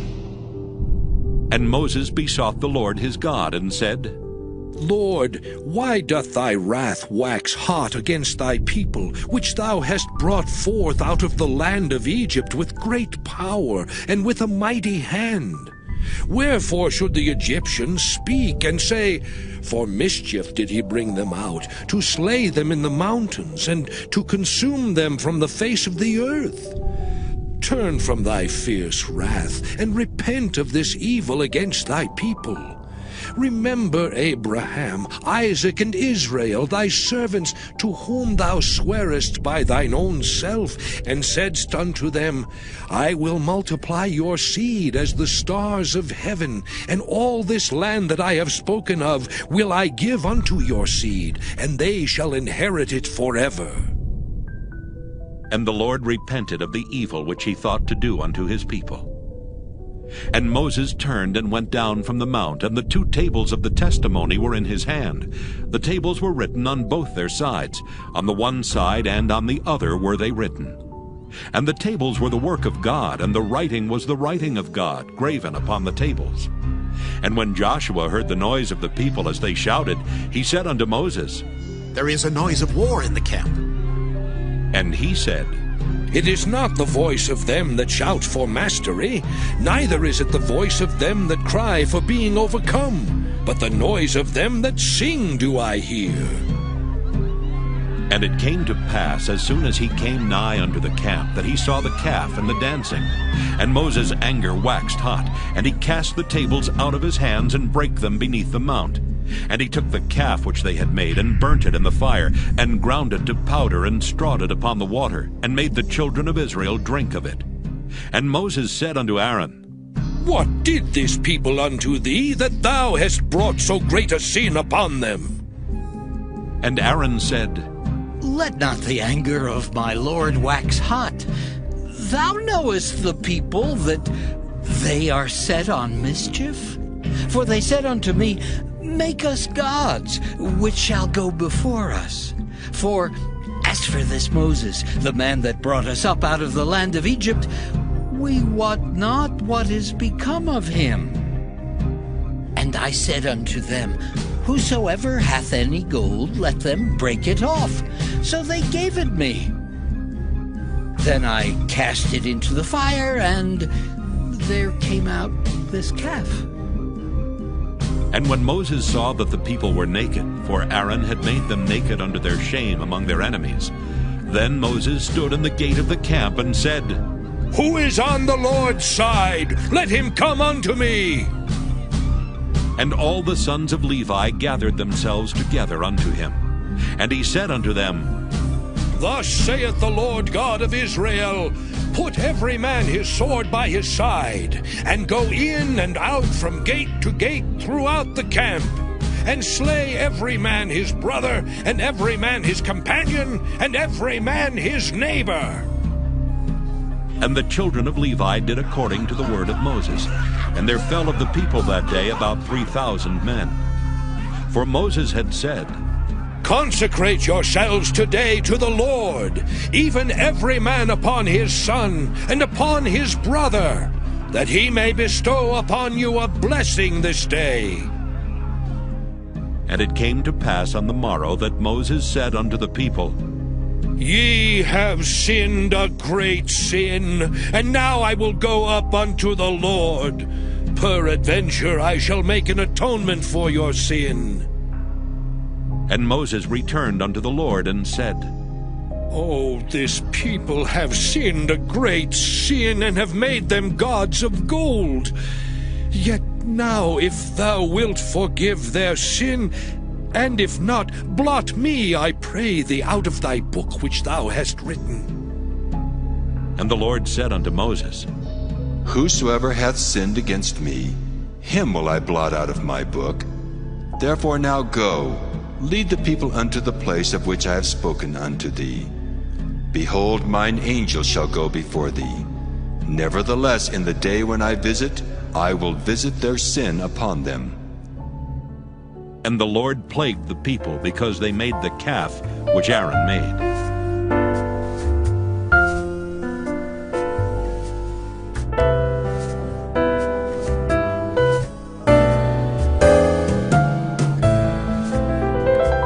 Exodus chapter 33. And the Lord said unto Moses, Depart and go up hence, thou and the people which thou hast brought up out of the land of Egypt, unto the land which I swear unto Abraham, to Isaac, and to Jacob, saying, Unto thy seed will I give it. And I will send an angel before thee, and I will drive out the Canaanite, the Amorite, and the Hittite, and the Perizzite, the Hivite, and the Jebusite, unto a land flowing with milk and honey, for I will not go up in the midst of thee, for thou art a stiff-necked people, lest I consume thee in the way. And when the people heard these evil tidings, they mourned, and no man did put on him his ornaments. For the Lord had said unto Moses, Say unto the children of Israel, Ye are a stiff-necked people. I will come up into the midst of thee in a moment, and consume thee. Therefore now put off thine ornaments from thee, that I may know what to do unto thee. And the children of Israel stripped themselves of their ornaments by the Mount Horeb. And Moses took the tabernacle, and pitched it without the camp, afar off from the camp, and called it the tabernacle of the congregation. And it came to pass that every one which sought the Lord went out unto the tabernacle of the congregation, which was without the camp. And it came to pass, when Moses went out unto the tabernacle, that all the people rose up, and stood every man at his tent door, and looked after Moses until he was gone into the tabernacle. And it came to pass, as Moses entered into the tabernacle, the cloudy pillar descended, and stood at the door of the tabernacle.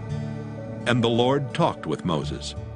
And all the people saw the cloudy pillar stand at the tabernacle door. And all the people rose up and worshipped, every man in his tent door.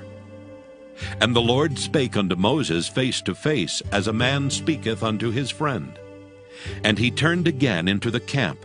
But his servant Joshua, the son of Nun, a young man, departed not out of the tabernacle. And Moses said unto the Lord, See, thou sayest unto me, Bring up this people, and thou hast not let me know whom thou wilt send with me. Yet thou hast said, I know thee by name, and thou hast also found grace in my sight. Now therefore I pray thee, if I have found grace in thy sight, show me now thy way, that I may know thee, that I may find grace in thy sight, and consider that this nation is thy people. And he said, My presence shall go with thee, and I will give thee rest. And he said unto him, If thy presence go not with me, carry us not up hence. For wherein shall it be known here that I and thy people have found grace in thy sight? Is it not in that thou goest with us? So shall we be separated, I and thy people, from all the people that are upon the face of the earth. And the Lord said unto Moses, I will do this thing also that thou hast spoken, for thou hast found grace in my sight, and I know thee by name. And he said, I beseech thee, show me thy glory. And he said, I will make all my goodness pass before thee, and I will proclaim the name of the Lord before thee, and will be gracious to whom I will be gracious, and will show mercy on whom I will show mercy. And he said, Thou canst not see my face, for there shall no man see me and live. And the Lord said, Behold, there is a place by me, and thou shalt stand upon a rock. And it shall come to pass, while my glory passeth by, that I will put thee in a cleft of the rock, and will cover thee with my hand while I pass by. And I will take away mine hand, and thou shalt see my back parts, but my face shall not be seen.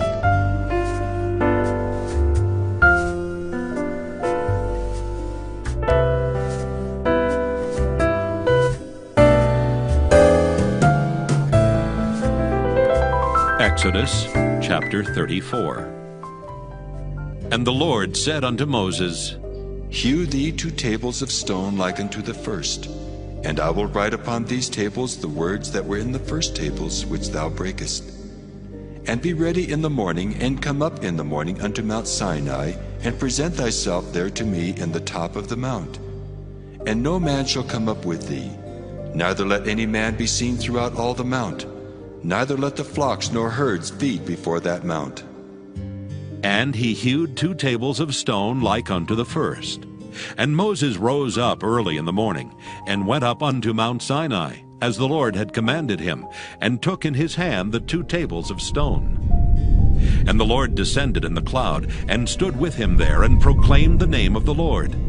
And the Lord passed by before him, and proclaimed, The Lord God, merciful and gracious, long-suffering and abundant in goodness and truth, keeping mercy for thousands, forgiving iniquity and transgression and sin, and that will by no means clear the guilty, visiting the iniquity of the fathers upon the children and upon the children's children unto the 3rd and to the 4th generation. And Moses made haste, and bowed his head toward the earth, and worshipped. And he said, If now I have found grace in thy sight, O Lord, let my Lord, I pray thee, go among us. For it is a stiff-necked people, and pardon our iniquity and our sin, and take us for thine inheritance. And he said, Behold, I make a covenant. Before all thy people I will do marvels such as have not been done in all the earth, nor in any nation. And all the people among which thou art shall see the work of the Lord. For it is a terrible thing that I will do with thee. Observe thou that which I command thee this day. Behold, I drive out before thee the Amorite, and the Canaanite, and the Hittite, and the Perizzite, and the Hivite, and the Jebusite. Take heed to thyself, lest thou make a covenant with the inhabitants of the land whither thou goest, lest it be for a snare in the midst of thee. But ye shall destroy their altars, break their images, and cut down their groves. For thou shalt worship no other God, for the Lord whose name is jealous is a jealous God. Lest thou make a covenant with the inhabitants of the land, and they go a-whoring after their gods, and do sacrifice unto their gods, and one call thee, and thou eat of his sacrifice. And thou take of their daughters unto thy sons, and their daughters go a-whoring after their gods, and make thy sons go a-whoring after their gods. Thou shalt make thee no molten gods. The feast of unleavened bread shalt thou keep. 7 days thou shalt eat unleavened bread, as I commanded thee in the time of the month Abib. For in the month Abib thou camest out from Egypt. All that openeth the matrix is mine, and every firstling among thy cattle, whether ox or sheep, that is male. But the firstling of an ass thou shalt redeem with a lamb. And if thou redeem him not, then shalt thou break his neck. All the firstborn of thy sons thou shalt redeem, and none shall appear before me empty. 6 days thou shalt work, but on the 7th day thou shalt rest. In earing time and in harvest thou shalt rest. And thou shalt observe the feast of weeks, of the first fruits of wheat harvest, and the feast of ingathering at the year's end. Thrice in the year shall all your men children appear before the Lord God, the God of Israel. For I will cast out the nations before thee, and enlarge thy borders. Neither shall any man desire thy land, when thou shalt go up to appear before the Lord thy God thrice in the year. Thou shalt not offer the blood of my sacrifice with leaven, neither shall the sacrifice of the feast of the Passover be left unto the morning. The first of the first fruits of thy land thou shalt bring unto the house of the Lord thy God. Thou shalt not see the kid in his mother's milk. And the Lord said unto Moses, Write thou these words, for after the tenor of these words I have made a covenant with thee and with Israel. And he was there with the Lord 40 days and 40 nights. He did neither eat bread nor drink water. And he wrote upon the tables the words of the covenant, the 10 commandments.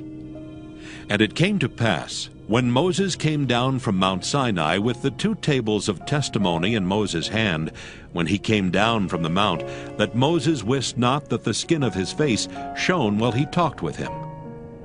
And when Aaron and all the children of Israel saw Moses, behold, the skin of his face shone, and they were afraid to come nigh him. And Moses called unto them, and Aaron and all the rulers of the congregation returned unto him, and Moses talked with them.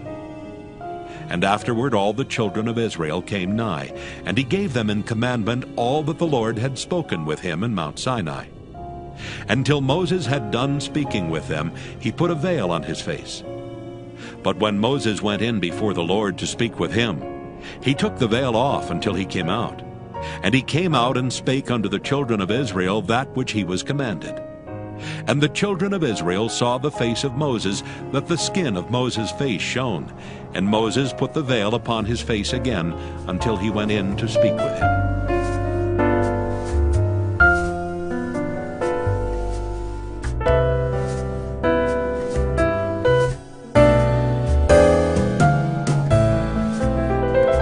Exodus chapter 35. And Moses gathered all the congregation of the children of Israel together, and said unto them, These are the words which the Lord hath commanded, that ye should do them. 6 days shall work be done, but on the 7th day there shall be to you an holy day, a Sabbath of rest to the Lord. Whosoever doeth work therein shall be put to death.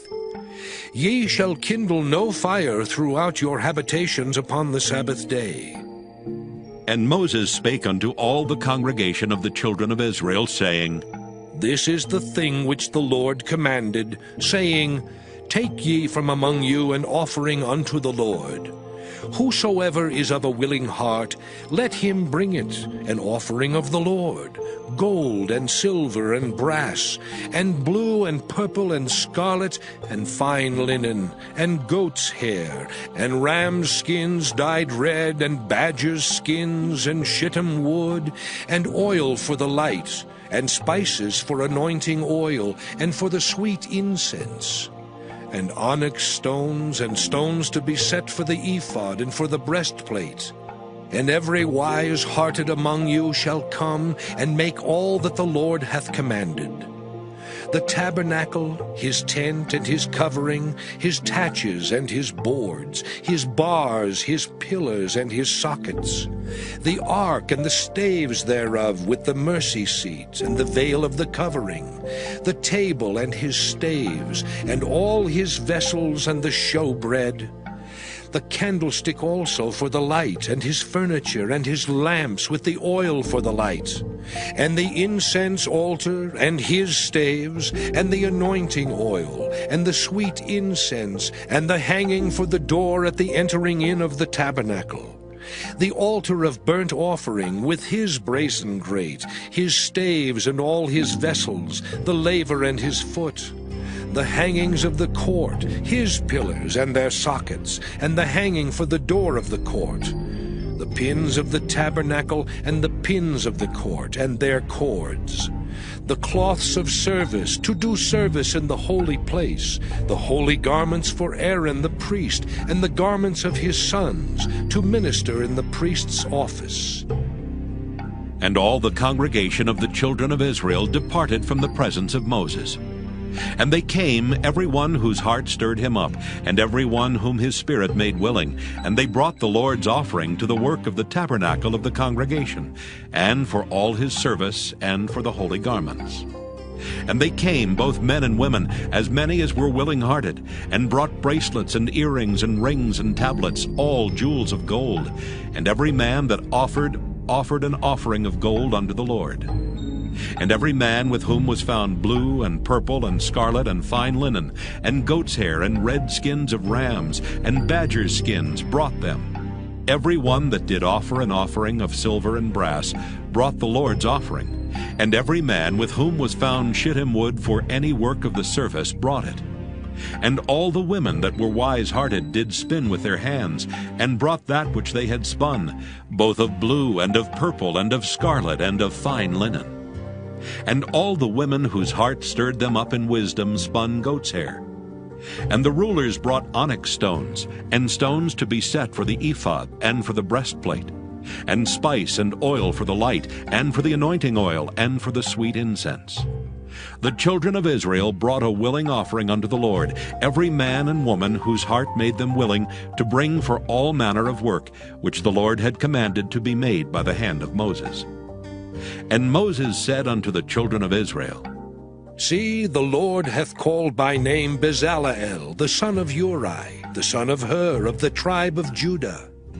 And he hath filled him with the Spirit of God, in wisdom, in understanding, and in knowledge, and in all manner of workmanship, and to devise curious works, to work in gold, and in silver, and in brass, and in the cutting of stones to set them, and in carving of wood to make any manner of cunning work. And he hath put in his heart that he may teach, both he and Aholiab the son of Ahisamach of the tribe of Dan.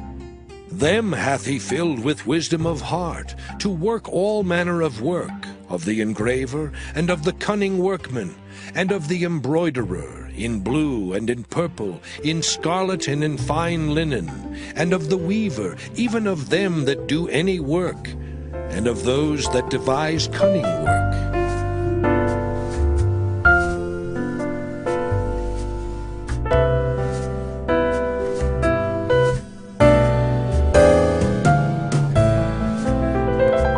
Exodus chapter 36. Then wrought Bezaleel and Aholiab, and every wise-hearted man in whom the Lord put wisdom and understanding, to know how to work all manner of work for the service of the sanctuary, according to all that the Lord had commanded. And Moses called Bezaleel and Aholiab, and every wise-hearted man, in whose heart the Lord had put wisdom, even every one whose heart stirred him up, to come unto the work to do it. And they received of Moses all the offering which the children of Israel had brought for the work of the service of the sanctuary, to make it withal. And they brought yet unto him free offerings every morning. And all the wise men that wrought all the work of the sanctuary came every man from his work which they made. And they spake unto Moses, saying, The people bring much more than enough for the service of the work, which the Lord commanded to make. And Moses gave commandment, and they caused it to be proclaimed throughout the camp, saying, Let neither man nor woman make any more work for the offering of the sanctuary. So the people were restrained from bringing. For the stuff they had was sufficient for all the work to make it, and too much. And every wise-hearted man among them that wrought the work of the tabernacle made 10 curtains of fine twined linen, and blue and purple and scarlet. With cherubims of cunning work made he them. The length of one curtain was 28 cubits, and the breadth of one curtain 4 cubits. The curtains were all of one size. And he coupled the 5 curtains one unto another, and the other 5 curtains he coupled one unto another. And he made loops of blue on the edge of one curtain from the selvage in the coupling. Likewise he made in the uttermost side of another curtain in the coupling of the second. 50 loops made he in one curtain, and 50 loops made he in the edge of the curtain which was in the coupling of the second. The loops held one curtain to another. And he made 50 taches of gold, and coupled the curtains one unto another with the taches. So it became one tabernacle. And he made curtains of goat's hair for the tent over the tabernacle. 11 curtains he made them. The length of one curtain was 30 cubits, and 4 cubits was the breadth of one curtain. The 11 curtains were of one size. And he coupled 5 curtains by themselves, and 6 curtains by themselves. And he made 50 loops upon the uttermost edge of the curtain in the coupling, and 50 loops made he upon the edge of the curtain which coupleth the second. And he made 50 taches of brass to couple the tent together, that it might be one. And he made a covering for the tent of rams' skins dyed red, and a covering of badgers' skins above that. And he made boards for the tabernacle of shittim wood standing up. The length of a board was 10 cubits, and the breadth of a board 1 cubit and a half. One board had 2 tenons, equally distant from one another. Thus did he make for all the boards of the tabernacle. And he made boards for the tabernacle, 20 boards for the south side southward. And 40 sockets of silver he made under the 20 boards, 2 sockets under one board for his 2 tenons, and 2 sockets under another board for his 2 tenons. And for the other side of the tabernacle, which is toward the north corner, he made 20 boards, and there 40 sockets of silver, 2 sockets under one board, and 2 sockets under another board. And for the sides of the tabernacle westward he made 6 boards, and 2 boards made he for the corners of the tabernacle in the 2 sides. And they were coupled beneath, and coupled together at the head thereof, to one ring. Thus he did to both of them in both the corners. And there were 8 boards, and their sockets were 16 sockets of silver, under every board 2 sockets. And he made bars of shittim wood, 5 for the boards of the one side of the tabernacle, and 5 bars for the boards of the other side of the tabernacle, and 5 bars for the boards of the tabernacle for the sides westward. And he made the middle bar to shoot through the boards from the one end to the other. And he overlaid the boards with gold, and made their rings of gold to be places for the bars, and overlaid the bars with gold. And he made a veil of blue and purple and scarlet and fine twined linen, with cherubims made he it of cunning work. And he made thereunto 4 pillars of shittim wood, and overlaid them with gold. Their hooks were of gold, and he cast for them 4 sockets of silver. And he made an hanging for the tabernacle door of blue and purple and scarlet, and fine twined linen of needlework. And the 5 pillars of it with their hooks, and he overlaid their chapiters and their fillets with gold. But their 5 sockets were of brass.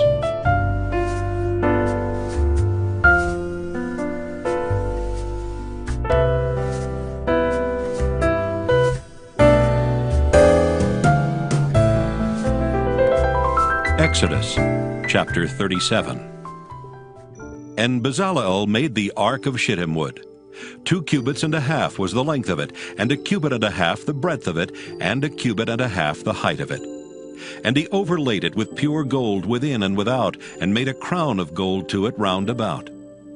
And he cast for it 4 rings of gold, to be set by the 4 corners of it, even 2 rings upon the one side of it, and 2 rings upon the other side of it. And he made staves of shittim wood, and overlaid them with gold. And he put the staves into the rings by the sides of the ark, to bear the ark. And he made the mercy seat of pure gold. 2 cubits and a half was the length thereof, and 1 cubit and a half the breadth thereof. And he made 2 cherubims of gold. Beaten out of 1 piece made he them, on the 2 ends of the mercy seat. 1 cherub on the end on this side, and another cherub on the other end on that side.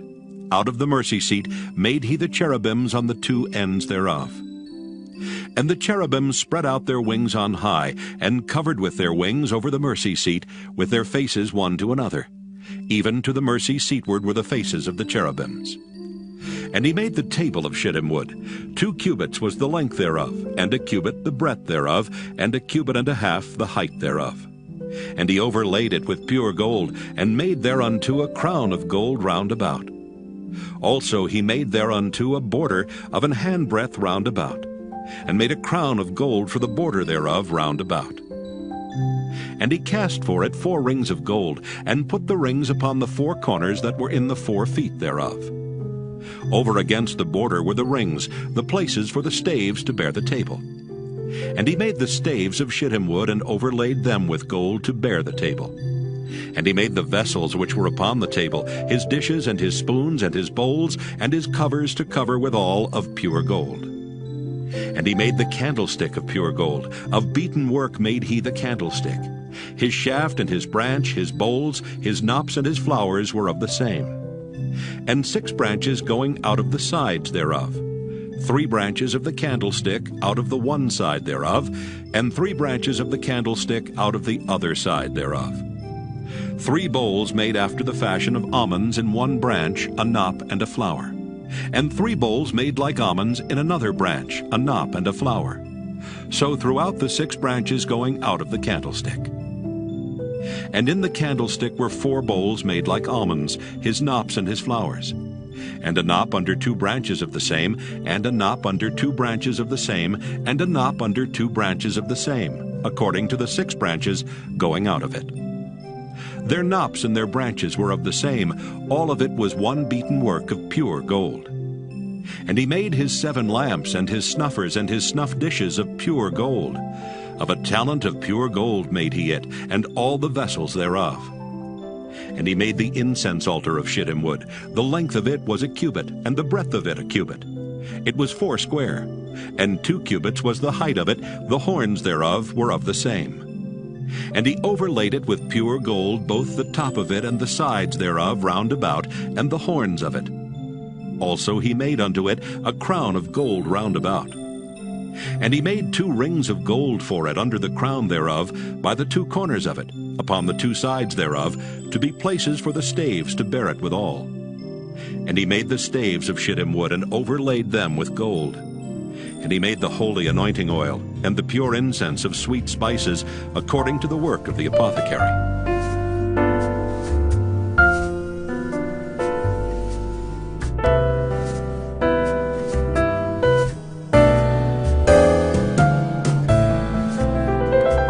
Exodus chapter 38. And he made the altar of burnt offering of shittim wood. 5 cubits was the length thereof, and 5 cubits the breadth thereof. It was 4 square, and 3 cubits the height thereof. And he made the horns thereof on the 4 corners of it.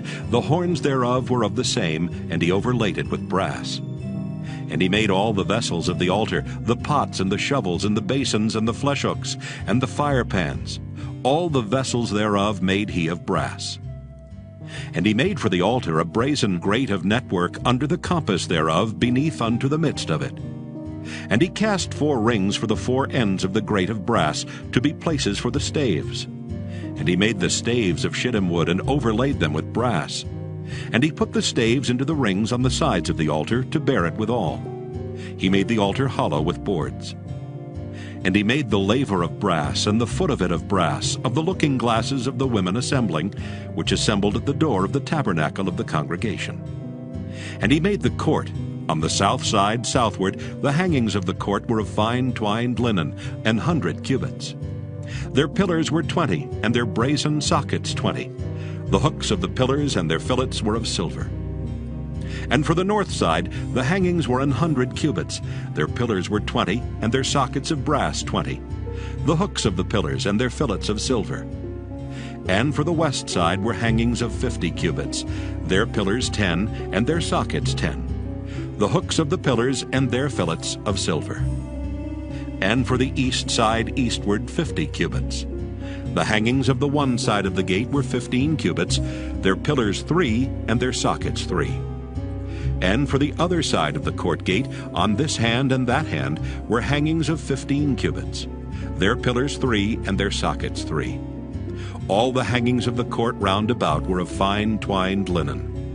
And the sockets for the pillars were of brass, the hooks of the pillars and their fillets of silver, and the overlaying of their chapiters of silver.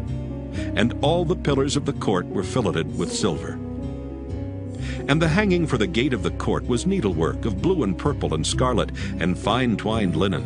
And 20 cubits was the length, and the height and the breadth was 5 cubits, answerable to the hangings of the court.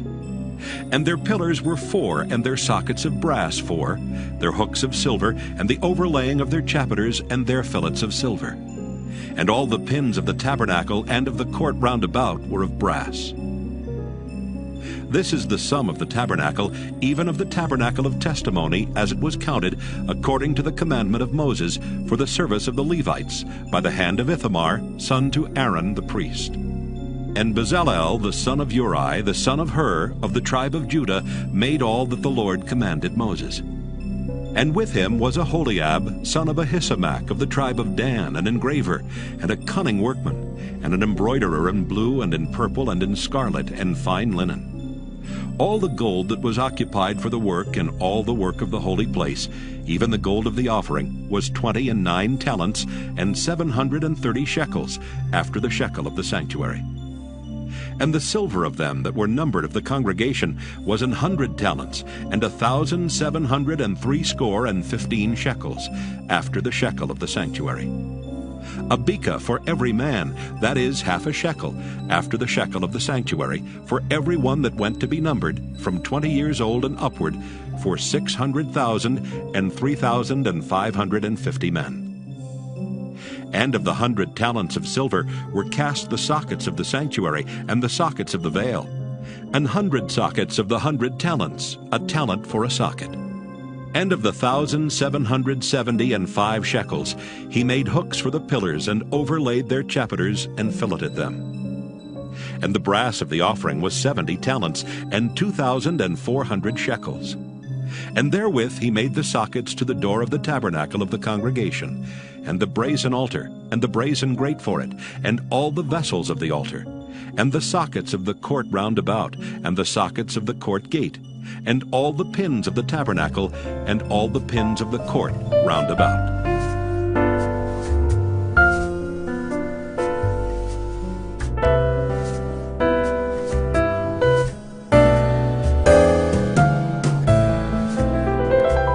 Exodus chapter 39.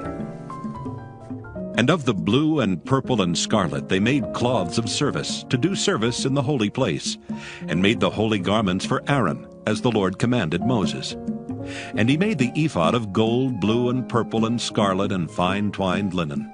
And they did beat the gold into thin plates, and cut it into wires, to work it in the blue, and in the purple, and in the scarlet, and in the fine linen, with cunning work. They made shoulder pieces for it, to couple it together. By the 2 edges was it coupled together. And the curious girdle of his ephod that was upon it was of the same, according to the work thereof, of gold, blue, and purple, and scarlet, and fine twined linen, as the Lord commanded Moses. And they wrought onyx stones enclosed in ouches of gold, graven, as signets are graven, with the names of the children of Israel. And he put them on the shoulders of the ephod, that they should be stones for a memorial to the children of Israel, as the Lord commanded Moses. And he made the breastplate of cunning work, like the work of the ephod, of gold, blue, and purple, and scarlet, and fine twined linen. It was 4 square. They made the breastplate double. A span was the length thereof, and a span the breadth thereof, being doubled. And they set in it 4 rows of stones. The first row was a sardius, a topaz, and a carbuncle. This was the first row. And the second row an emerald, a sapphire, and a diamond. And the third row a ligure, an agate, and an amethyst. And the fourth row a beryl, an onyx, and a jasper. They were enclosed in ouches of gold in their enclosings. And the stones were according to the names of the children of Israel, 12, according to their names, like the engravings of a signet, every one with his name according to the 12 tribes. And they made upon the breastplate chains at the ends of wreathen work of pure gold.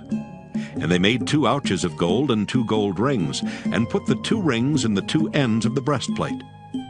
And they put the 2 wreathen chains of gold and the 2 rings on the ends of the breastplate. And the 2 ends of the 2 wreathen chains they fastened in the 2 ouches, and put them on the shoulder pieces of the ephod before it. And they made 2 rings of gold, and put them on the 2 ends of the breastplate, upon the border of it, which was on the side of the ephod inward. And they made 2 other golden rings, and put them on the 2 sides of the ephod underneath, toward the forepart of it, over against the other coupling thereof, above the curious girdle of the ephod. And they did bind the breastplate by his rings under the rings of the ephod with a lace of blue, that it might be above the curious girdle of the ephod, and that the breastplate might not be loosed from the ephod, as the Lord commanded Moses. And he made the robe of the ephod of woven work, all of blue. And there was an hole in the midst of the robe as the hole of an habergeon, with a band round about the hole that it should not rend. And they made upon the hems of the robe pomegranates of blue and purple and scarlet and twined linen. And they made bells of pure gold, and put the bells between the pomegranates upon the hem of the robe, round about between the pomegranates. A bell and a pomegranate, a bell and a pomegranate, round about the hem of the robe to minister in, as the Lord commanded Moses.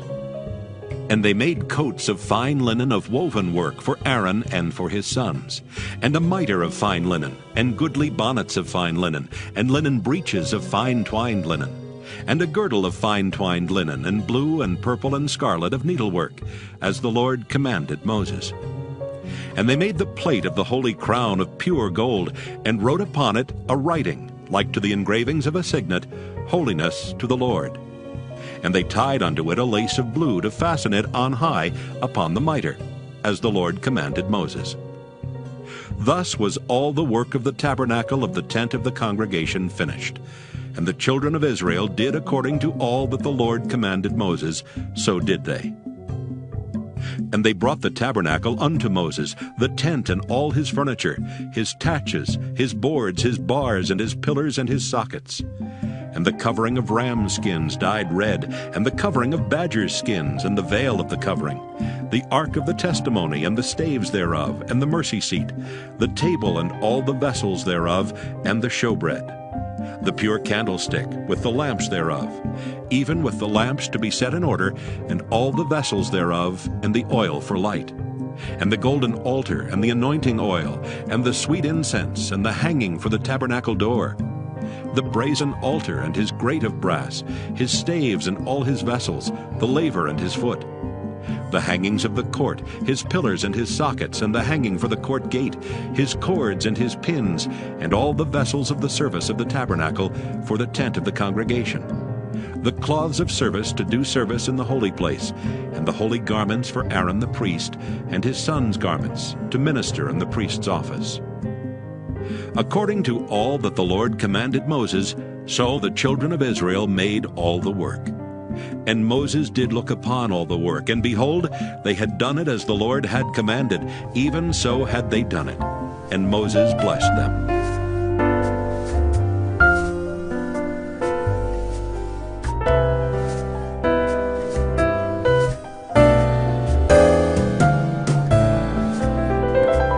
Exodus chapter 40. And the Lord spake unto Moses, saying, On the first day of the first month shalt thou set up the tabernacle of the tent of the congregation. And thou shalt put therein the ark of the testimony, and cover the ark with the veil. And thou shalt bring in the table, and set in order the things that are to be set in order upon it. And thou shalt bring in the candlestick, and light the lamps thereof. And thou shalt set the altar of gold for the incense before the ark of the testimony, and put the hanging of the door to the tabernacle. And thou shalt set the altar of the burnt offering before the door of the tabernacle of the tent of the congregation. And thou shalt set the laver between the tent of the congregation and the altar, and shalt put water therein. And thou shalt set up the court round about, and hang up the hanging at the court gate. And thou shalt take the anointing oil, and anoint the tabernacle and all that is therein, and shalt hallow it and all the vessels thereof, and it shall be holy. And thou shalt anoint the altar of the burnt offering, and all his vessels, and sanctify the altar, and it shall be an altar most holy. And thou shalt anoint the laver and his foot, and sanctify it. And thou shalt bring Aaron and his sons unto the door of the tabernacle of the congregation, and wash them with water. And thou shalt put upon Aaron the holy garments, and anoint him, and sanctify him, that he may minister unto me in the priest's office. And thou shalt bring his sons, and clothe them with coats. And thou shalt anoint them as thou didst anoint their father, that they may minister unto me in the priest's office. For their anointing shall surely be an everlasting priesthood throughout their generations. Thus did Moses, according to all that the Lord commanded him, so did he. And it came to pass in the 1st month in the 2nd year, on the 1st day of the month, that the tabernacle was reared up. And Moses reared up the tabernacle, and fastened his sockets, and set up the boards thereof, and put in the bars thereof, and reared up his pillars. And he spread abroad the tent over the tabernacle, and put the covering of the tent above upon it, as the Lord commanded Moses. And he took and put the testimony into the ark, and set the staves on the ark, and put the mercy seat above upon the ark. And he brought the ark into the tabernacle, and set up the veil of the covering, and covered the ark of the testimony, as the Lord commanded Moses. And he put the table in the tent of the congregation upon the side of the tabernacle northward without the veil. And he set the bread in order upon it before the Lord, as the Lord had commanded Moses. And he put the candlestick in the tent of the congregation over against the table on the side of the tabernacle southward. And he lighted the lamps before the Lord, as the Lord commanded Moses. And he put the golden altar in the tent of the congregation before the veil. And he burnt sweet incense thereon, as the Lord commanded Moses. And he set up the hanging at the door of the tabernacle. And he put the altar of burnt offering by the door of the tabernacle of the tent of the congregation, and offered upon it the burnt offering and the meat offering, as the Lord commanded Moses. And he set the laver between the tent of the congregation and the altar, and put water there to wash withal. And Moses and Aaron and his sons washed their hands and their feet thereat. When they went into the tent of the congregation, and when they came near unto the altar, they washed, as the Lord commanded Moses. And he reared up the court round about the tabernacle and the altar, and set up the hanging of the court gate. So Moses finished the work. Then a cloud covered the tent of the congregation, and the glory of the Lord filled the tabernacle. And Moses was not able to enter into the tent of the congregation, because the cloud abode thereon, and the glory of the Lord filled the tabernacle. And when the cloud was taken up from over the tabernacle, the children of Israel went onward in all their journeys. But if the cloud were not taken up, then they journeyed not till the day that it was taken up. For the cloud of the Lord was upon the tabernacle by day, and fire was on it by night, in the sight of all the house of Israel, throughout all their journeys.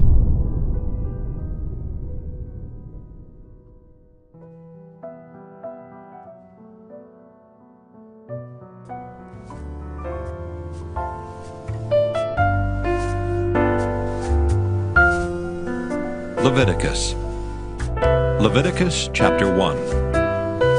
And the Lord called unto Moses, and spake unto him out of the tabernacle of the congregation, saying, Speak unto the children of Israel, and say unto them, If any man of you bring an offering unto the Lord, ye shall bring your offering of the cattle, even of the herd and of the flock. If his offering be a burnt sacrifice of the herd, let him offer a male without blemish. He shall offer it of his own voluntary will at the door of the tabernacle of the congregation before the Lord. And he shall put his hand upon the head of the burnt offering, and it shall be accepted for him to make atonement for him.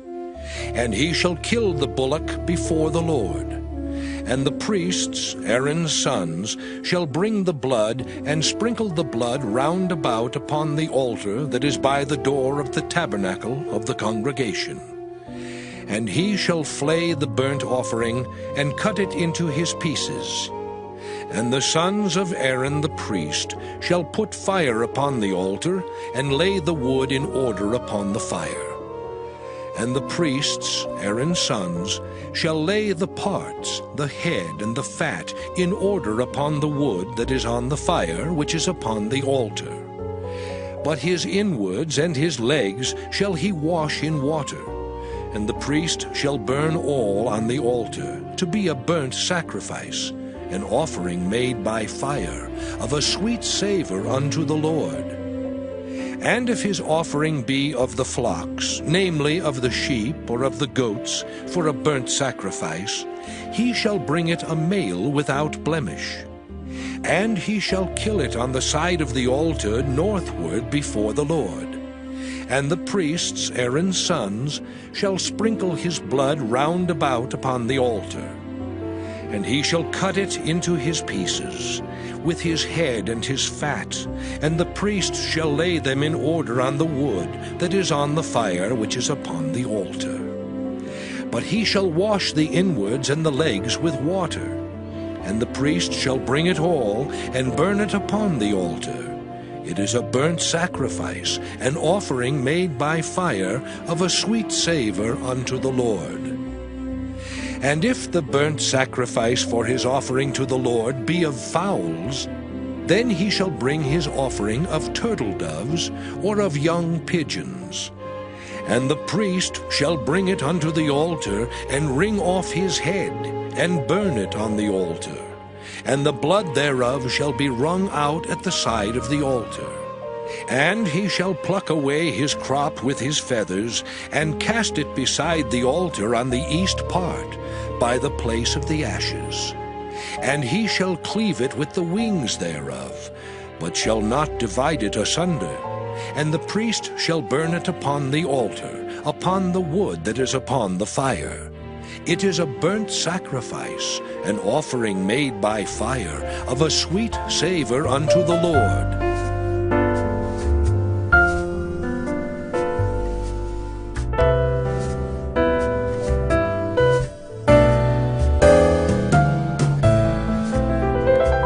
Leviticus chapter 2. And when any will offer a meat offering unto the Lord, his offering shall be of fine flour, and he shall pour oil upon it, and put frankincense thereon. And he shall bring it to Aaron's sons the priests, and he shall take thereout his handful of the flour thereof, and of the oil thereof, with all the frankincense thereof. And the priest shall burn the memorial of it upon the altar, to be an offering made by fire, of a sweet savor unto the Lord. And the remnant of the meat offering shall be Aaron's and his sons. It is a thing most holy of the offerings of the Lord made by fire. And if thou bring an oblation of a meat offering baken in the oven, it shall be unleavened cakes of fine flour mingled with oil, or unleavened wafers anointed with oil. And if thy oblation be a meat offering baken in a pan, it shall be of fine flour unleavened mingled with oil. Thou shalt part it in pieces, and pour oil thereon. It is a meat offering. And if thy oblation be a meat offering baken in the frying pan, It shall be made of fine flour with oil. And thou shalt bring the meat offering that is made of these things unto the Lord. And when it is presented unto the priest, he shall bring it unto the altar. And the priest shall take from the meat offering a memorial thereof, and shall burn it upon the altar. It is an offering made by fire, of a sweet savour unto the Lord. And that which is left of the meat offering shall be Aaron's and his sons'. It is a thing most holy of the offerings of the Lord, made by fire. No meat offering which ye shall bring unto the Lord shall be made with leaven, for ye shall burn no leaven, nor any honey, in any offering of the Lord made by fire. As for the oblation of the first fruits, ye shall offer them unto the Lord. But they shall not be burnt on the altar for a sweet savour.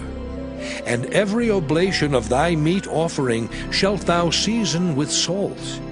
Neither shalt thou suffer the salt of the covenant of thy God to be lacking from thy meat offering.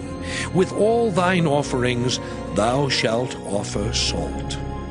And if thou offer a meat offering of thy first fruits unto the Lord, thou shalt offer for the meat offering of thy first fruits green ears of corn dried by the fire, even corn beaten out of full ears. And thou shalt put oil upon it, and lay frankincense thereon. It is a meat offering. And the priest shall burn the memorial of it, part of the beaten corn thereof, and part of the oil thereof, with all the frankincense thereof. It is an offering made by fire unto the Lord.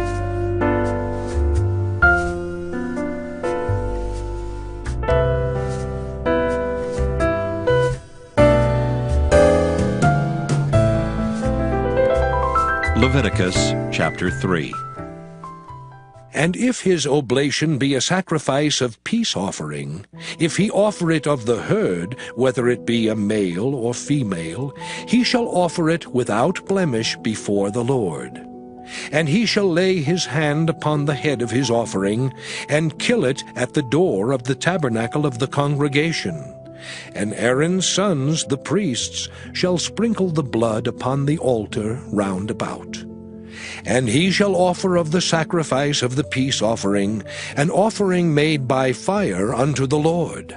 The fat that covereth the inwards, and all the fat that is upon the inwards, and the 2 kidneys, and the fat that is on them, which is by the flanks, and the caul above the liver with the kidneys, it shall he take away.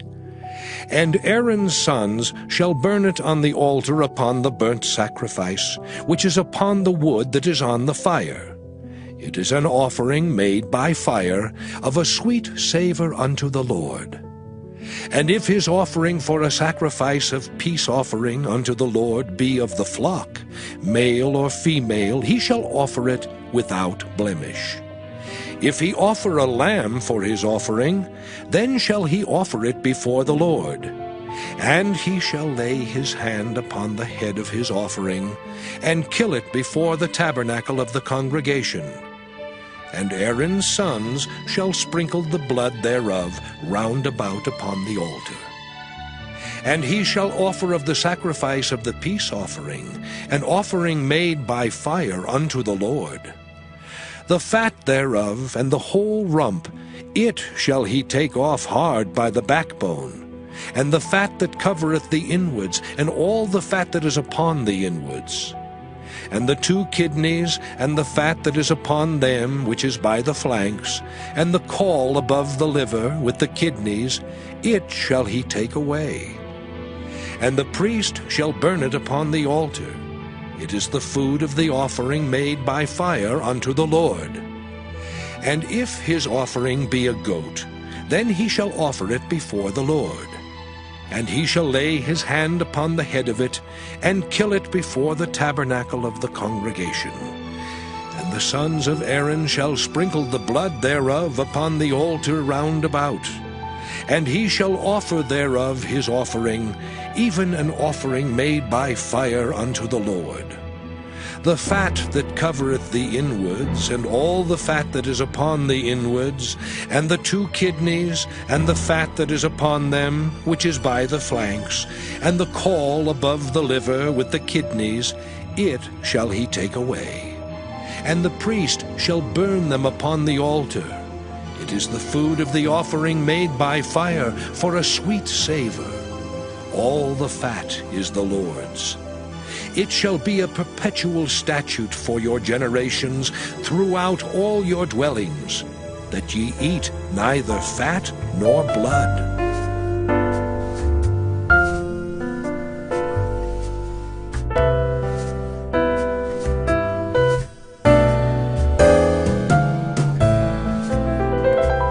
Leviticus chapter 4.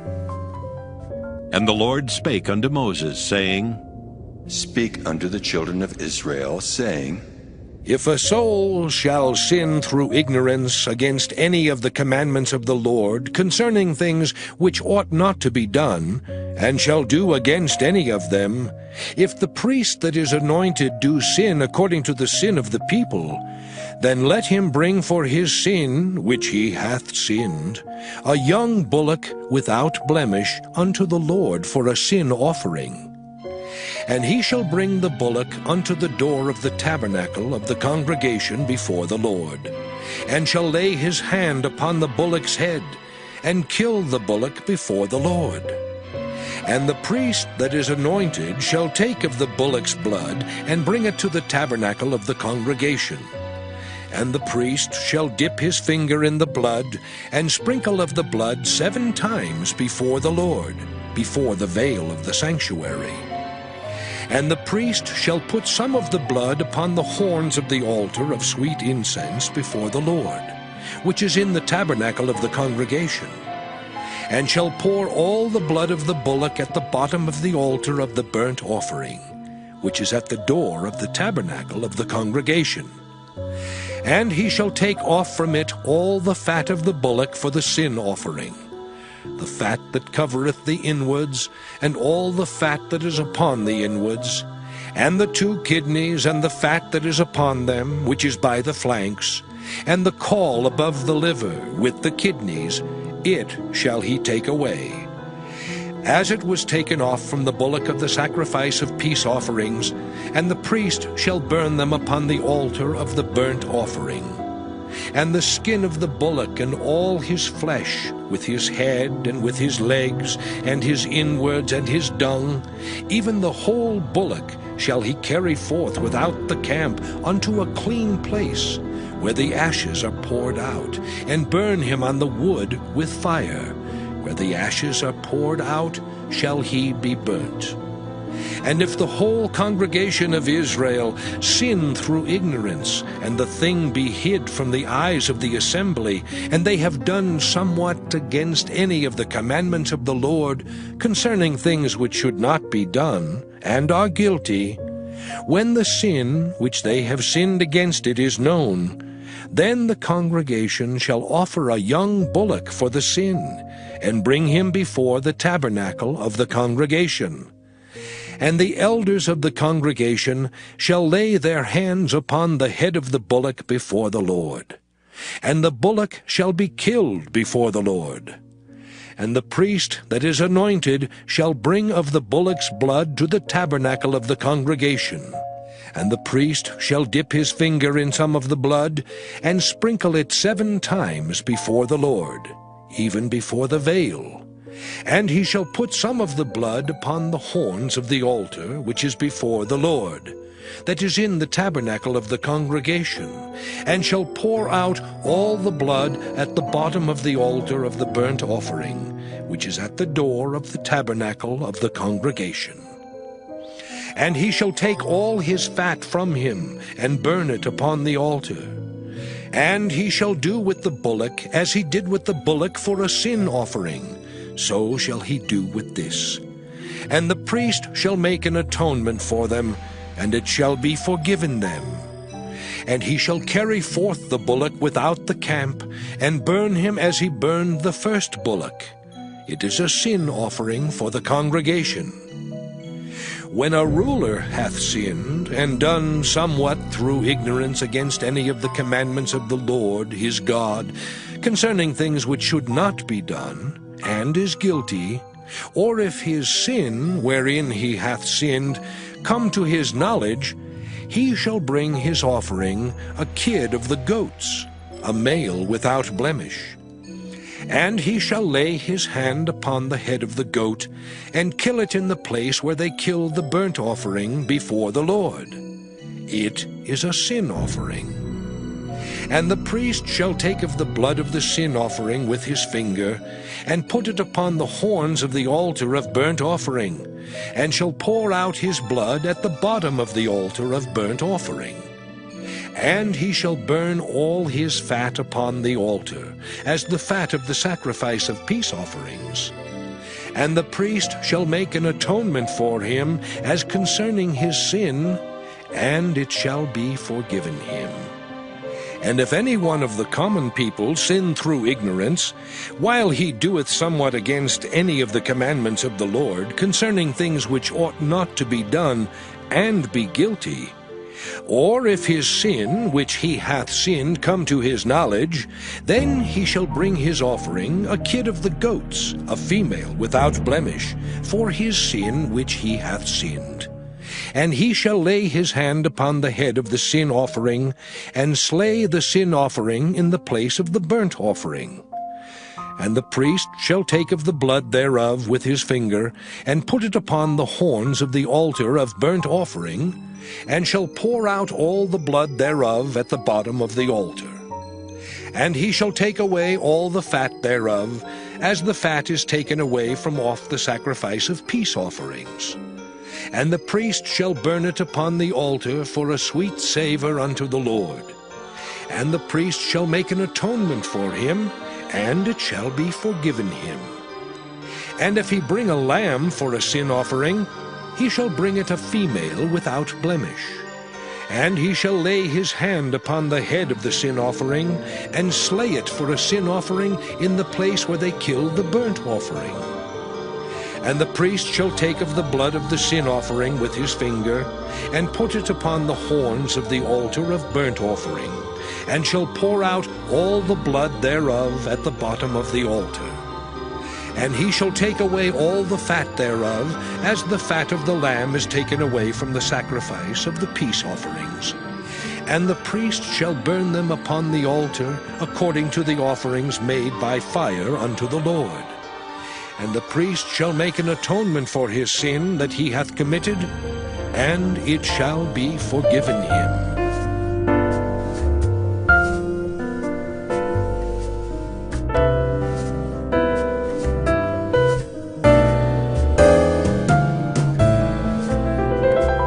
Leviticus chapter 5. And if a soul sin, and hear the voice of swearing, and is a witness, whether he hath seen or known of it, if he do not utter it, then he shall bear his iniquity.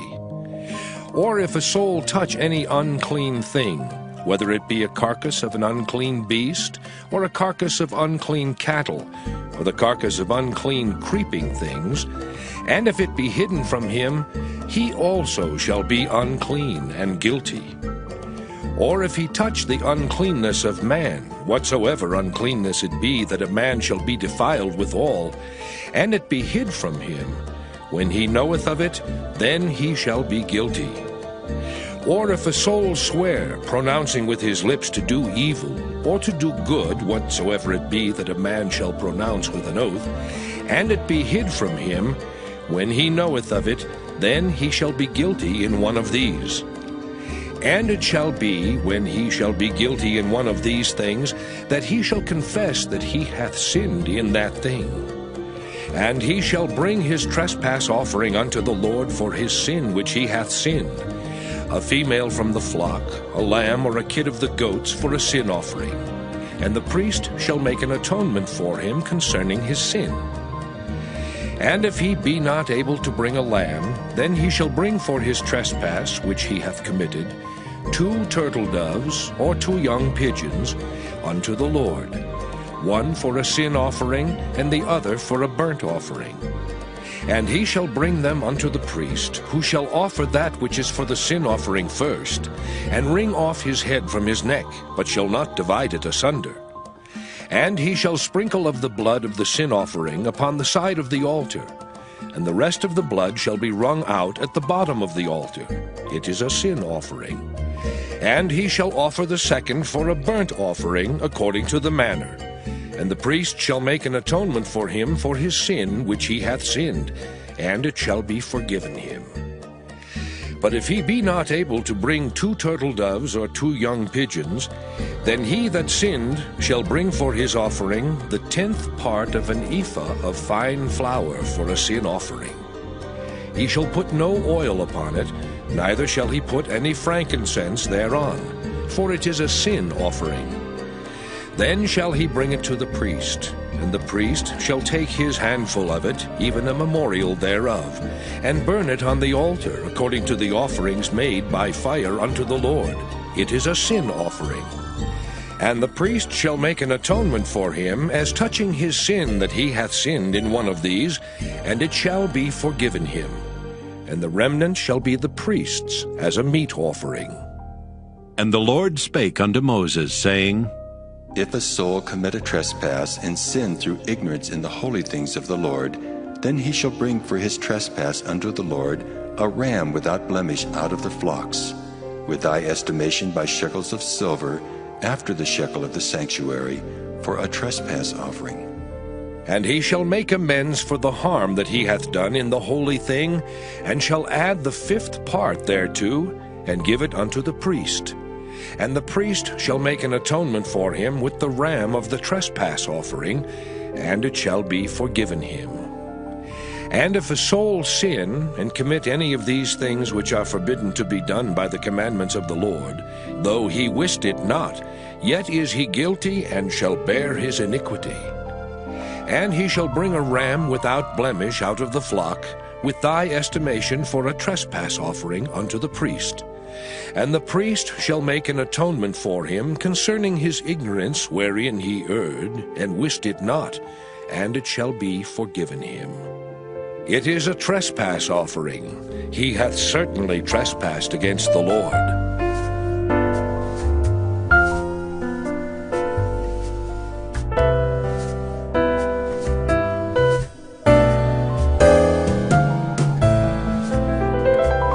Leviticus chapter 6. And the Lord spake unto Moses, saying, If a soul sin and commit a trespass against the Lord, and lie unto his neighbor in that which was delivered him to keep, or in fellowship, or in a thing taken away by violence, or hath deceived his neighbor, or hath found that which was lost, and lieth concerning it, and sweareth falsely, in any of all these that a man doeth, sinning therein, then it shall be, because he hath sinned and is guilty, that he shall restore that which he took violently away, or the thing which he hath deceitfully gotten, or that which was delivered him to keep, or the lost thing which he found, or all that about which he hath sworn falsely. He shall even restore it in the principal, and shall add the 5th part more thereto, and give it unto him to whom it appertaineth, in the day of his trespass offering. And he shall bring his trespass offering unto the Lord, a ram without blemish out of the flock, with thy estimation for a trespass offering unto the priest. And the priest shall make an atonement for him before the Lord, and it shall be forgiven him for anything of all that he hath done in trespassing therein. And the Lord spake unto Moses, saying, Command Aaron and his sons, saying, This is the law of the burnt offering. It is the burnt offering because of the burning upon the altar all night unto the morning, and the fire of the altar shall be burning in it. And the priest shall put on his linen garment, and his linen breeches shall he put upon his flesh, and take up the ashes which the fire hath consumed with the burnt offering on the altar, and he shall put them beside the altar.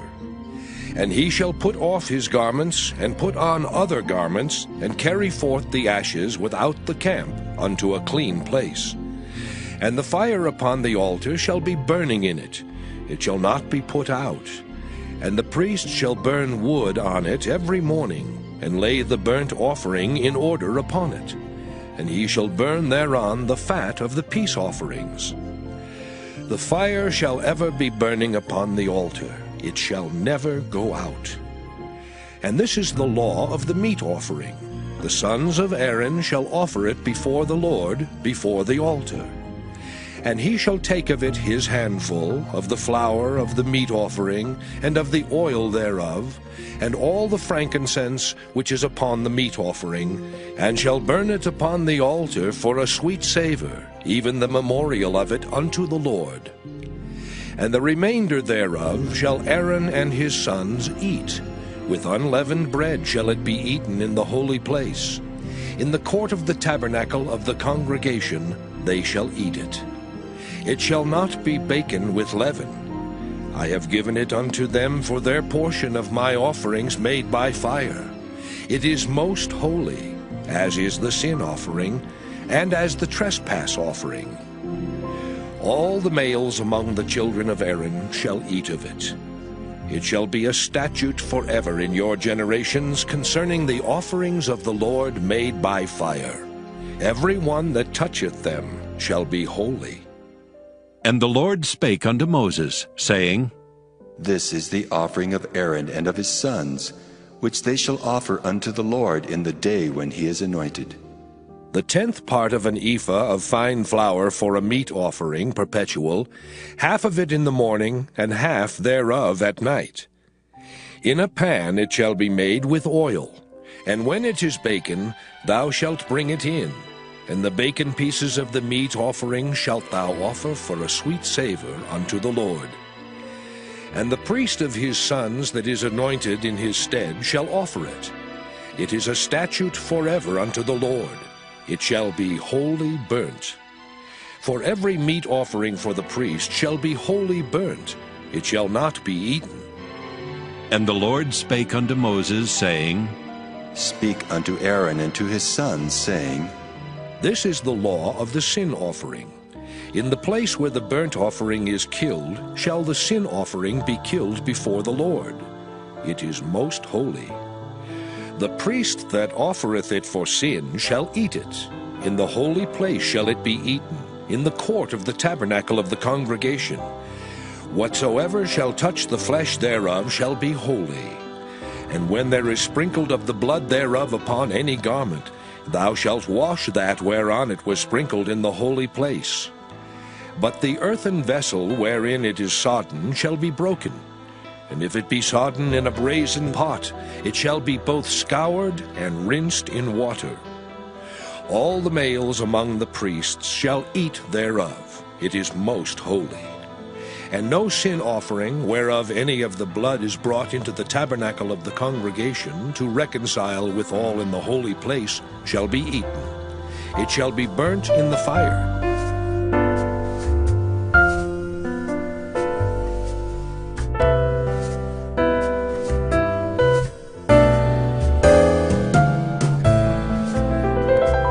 Leviticus chapter 7.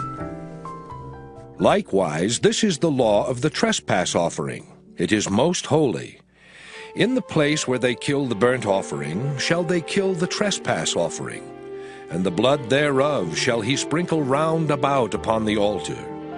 And he shall offer of it all the fat thereof, the rump and the fat that covereth the inwards, and the 2 kidneys and the fat that is on them, which is by the flanks, and the caul that is above the liver, with the kidneys, it shall he take away. And the priest shall burn them upon the altar for an offering made by fire unto the Lord. It is a trespass offering.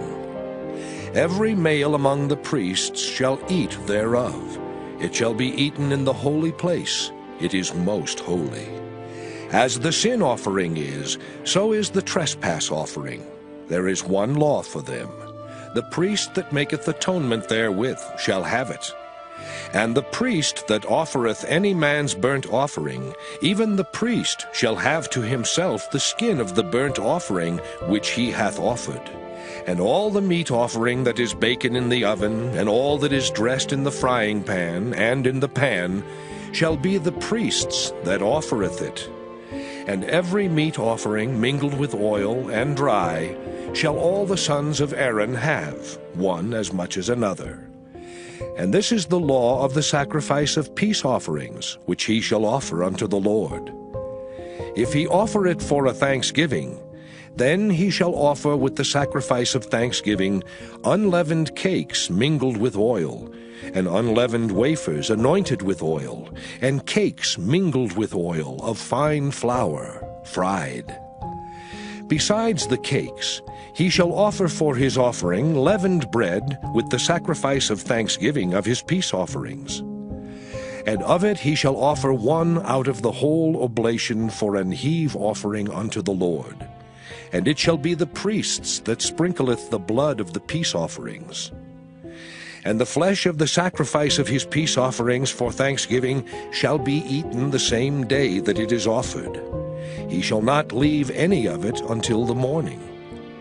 But if the sacrifice of his offering be a vow, or a voluntary offering, it shall be eaten the same day that he offereth his sacrifice, and on the morrow also the remainder of it shall be eaten. But the remainder of the flesh of the sacrifice on the third day shall be burnt with fire. And if any of the flesh of the sacrifice of his peace offerings be eaten at all on the third day, it shall not be accepted, neither shall it be imputed unto him that offereth it. It shall be an abomination, and the soul that eateth of it shall bear his iniquity. And the flesh that toucheth any unclean thing shall not be eaten, it shall be burnt with fire. And as for the flesh, all that be clean shall eat thereof. But the soul that eateth of the flesh of the sacrifice of peace offerings, that pertain unto the Lord, having his uncleanness upon him, even that soul shall be cut off from his people. Moreover, the soul that shall touch any unclean thing, as the uncleanness of man, or any unclean beast, or any abominable unclean thing, and eat of the flesh of the sacrifice of peace offerings, which pertain unto the Lord, even that soul shall be cut off from his people. And the Lord spake unto Moses, saying, Speak unto the children of Israel, saying, Ye shall eat no manner of fat, of ox, or of sheep, or of goat. And the fat of the beast that dieth of itself, and the fat of that which is torn with beasts, may be used in any other use, but ye shall in no wise eat of it. For whosoever eateth the fat of the beast, of which men offer an offering made by fire unto the Lord, even the soul that eateth it shall be cut off from his people. Moreover, ye shall eat no manner of blood, whether it be of fowl or of beast, in any of your dwellings. Whatsoever soul it be that eateth any manner of blood, even that soul shall be cut off from his people. And the Lord spake unto Moses, saying, Speak unto the children of Israel, saying, He that offereth the sacrifice of his peace offerings unto the Lord shall bring his oblation unto the Lord of the sacrifice of his peace offerings. His own hands shall bring the offerings of the Lord made by fire. The fat with the breast, it shall he bring, that the breast may be waved for a wave offering before the Lord. And the priest shall burn the fat upon the altar, but the breast shall be Aaron's and his sons'. And the right shoulder shall ye give unto the priest for an heave offering of the sacrifices of your peace offerings. He among the sons of Aaron that offereth the blood of the peace offerings and the fat shall have the right shoulder for his part. For the wave breast and the heave shoulder have I taken of the children of Israel from off the sacrifices of their peace offerings, and have given them unto Aaron the priest and unto his sons by a statute forever from among the children of Israel. This is the portion of the anointing of Aaron, and of the anointing of his sons, out of the offerings of the Lord, made by fire in the day when he presented them to minister unto the Lord in the priest's office, which the Lord commanded to be given them of the children of Israel in the day that he anointed them, by a statute forever throughout their generations. This is the law of the burnt offering, of the meat offering, and of the sin offering, and of the trespass offering, and of the consecrations, and of the sacrifice of the peace offerings, which the Lord commanded Moses in Mount Sinai in the day that he commanded the children of Israel to offer their oblations unto the Lord in the wilderness of Sinai.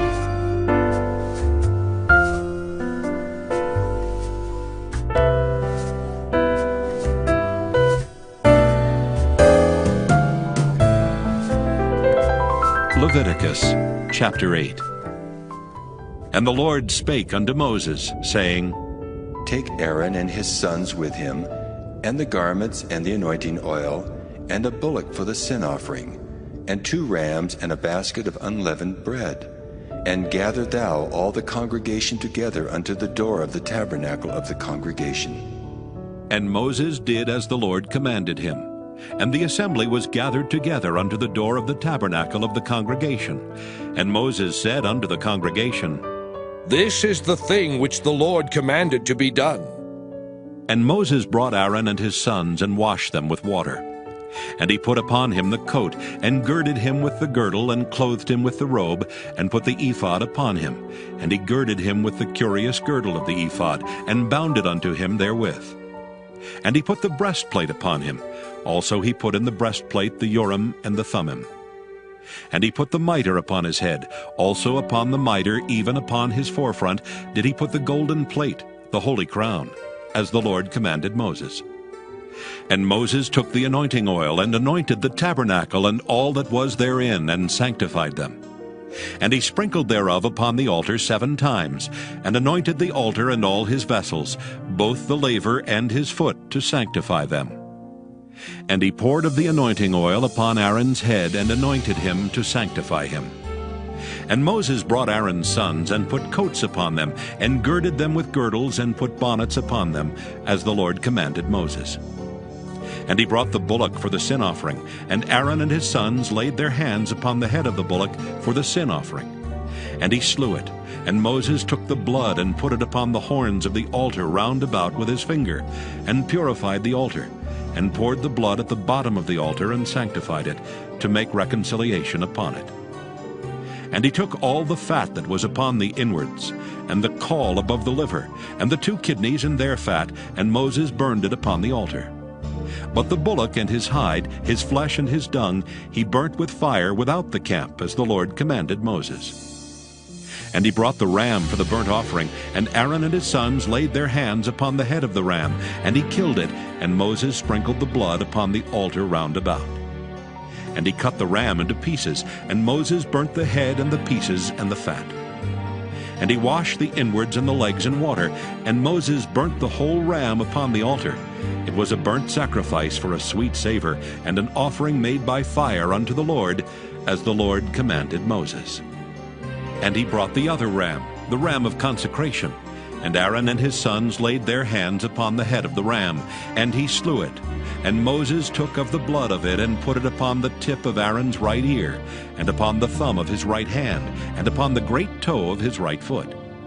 And he brought Aaron's sons, and Moses put of the blood upon the tip of their right ear, and upon the thumbs of their right hands, and upon the great toes of their right feet. And Moses sprinkled the blood upon the altar round about. And he took the fat and the rump, and all the fat that was upon the inwards, and the caul above the liver, and the 2 kidneys and their fat, and the right shoulder. And out of the basket of unleavened bread that was before the Lord, he took 1 unleavened cake, and a cake of oiled bread, and 1 wafer, and put them on the fat, and upon the right shoulder. And he put all upon Aaron's hands, and upon his sons' hands, and waved them for a wave offering before the Lord. And Moses took them from off their hands, and burnt them on the altar upon the burnt offering. They were consecrations for a sweet savor. It is an offering made by fire unto the Lord. And Moses took the breast, and waved it for a wave offering before the Lord.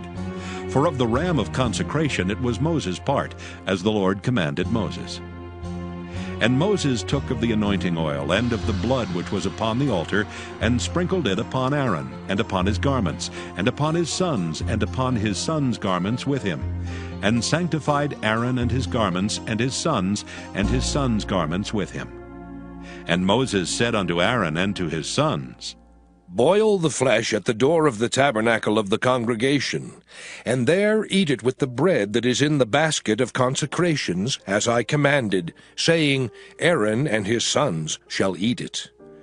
And that which remaineth of the flesh and of the bread shall ye burn with fire. And ye shall not go out of the door of the tabernacle of the congregation in 7 days, until the days of your consecration be at an end. For 7 days shall he consecrate you. As he hath done this day, so the Lord hath commanded to do, to make an atonement for you. Therefore shall ye abide at the door of the tabernacle of the congregation day and night 7 days, and keep the charge of the Lord, that ye die not, for so I am commanded. So Aaron and his sons did all things which the Lord commanded by the hand of Moses.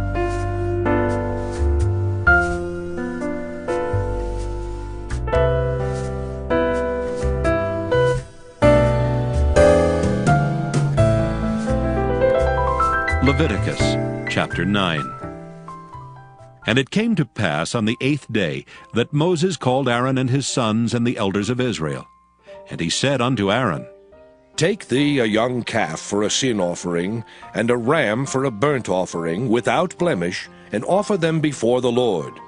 And unto the children of Israel thou shalt speak, saying, Take ye a kid of the goats for a sin offering, and a calf and a lamb, both of the first year, without blemish, for a burnt offering. Also a bullock and a ram for peace offerings, to sacrifice before the Lord, and a meat offering mingled with oil. For today the Lord will appear unto you. And they brought that which Moses commanded before the tabernacle of the congregation. And all the congregation drew near and stood before the Lord. And Moses said, This is the thing which the Lord commanded that ye should do, and the glory of the Lord shall appear unto you. And Moses said unto Aaron, Go unto the altar, and offer thy sin offering and thy burnt offering, and make an atonement for thyself and for the people, and offer the offering of the people, and make an atonement for them, as the Lord commanded. Aaron therefore went unto the altar, and slew the calf of the sin offering which was for himself. And the sons of Aaron brought the blood unto him, and he dipped his finger in the blood, and put it upon the horns of the altar, and poured out the blood at the bottom of the altar. But the fat and the kidneys and the caul above the liver of the sin offering he burnt upon the altar, as the Lord commanded Moses. And the flesh and the hide he burnt with fire without the camp. And he slew the burnt offering, and Aaron's sons presented unto him the blood which he sprinkled round about upon the altar. And they presented the burnt offering unto him with the pieces thereof and the head, and he burnt them upon the altar. And he did wash the inwards and the legs, and burnt them upon the burnt offering on the altar. And he brought the people's offering, and took the goat which was the sin offering for the people, and slew it, and offered it for sin as the first. And he brought the burnt offering, and offered it according to the manner. And he brought the meat offering, and took an handful thereof, and burnt it upon the altar, beside the burnt sacrifice of the morning. He slew also the bullock and the ram for a sacrifice of peace offerings, which was for the people. And Aaron's sons presented unto him the blood which he sprinkled upon the altar round about, and the fat of the bullock and of the ram, the rump, and that which covereth the inwards and the kidneys, and the caul above the liver. And they put the fat upon the breasts, and he burnt the fat upon the altar. And the breasts and the right shoulder Aaron waved for a wave offering before the Lord, as Moses commanded. And Aaron lifted up his hand toward the people, and blessed them, and came down from offering of the sin offering, and the burnt offering, and peace offerings. And Moses and Aaron went into the tabernacle of the congregation, and came out and blessed the people, and the glory of the Lord appeared unto all the people. And there came a fire out from before the Lord, and consumed upon the altar the burnt offering and the fat, which when all the people saw, they shouted, and fell on their faces.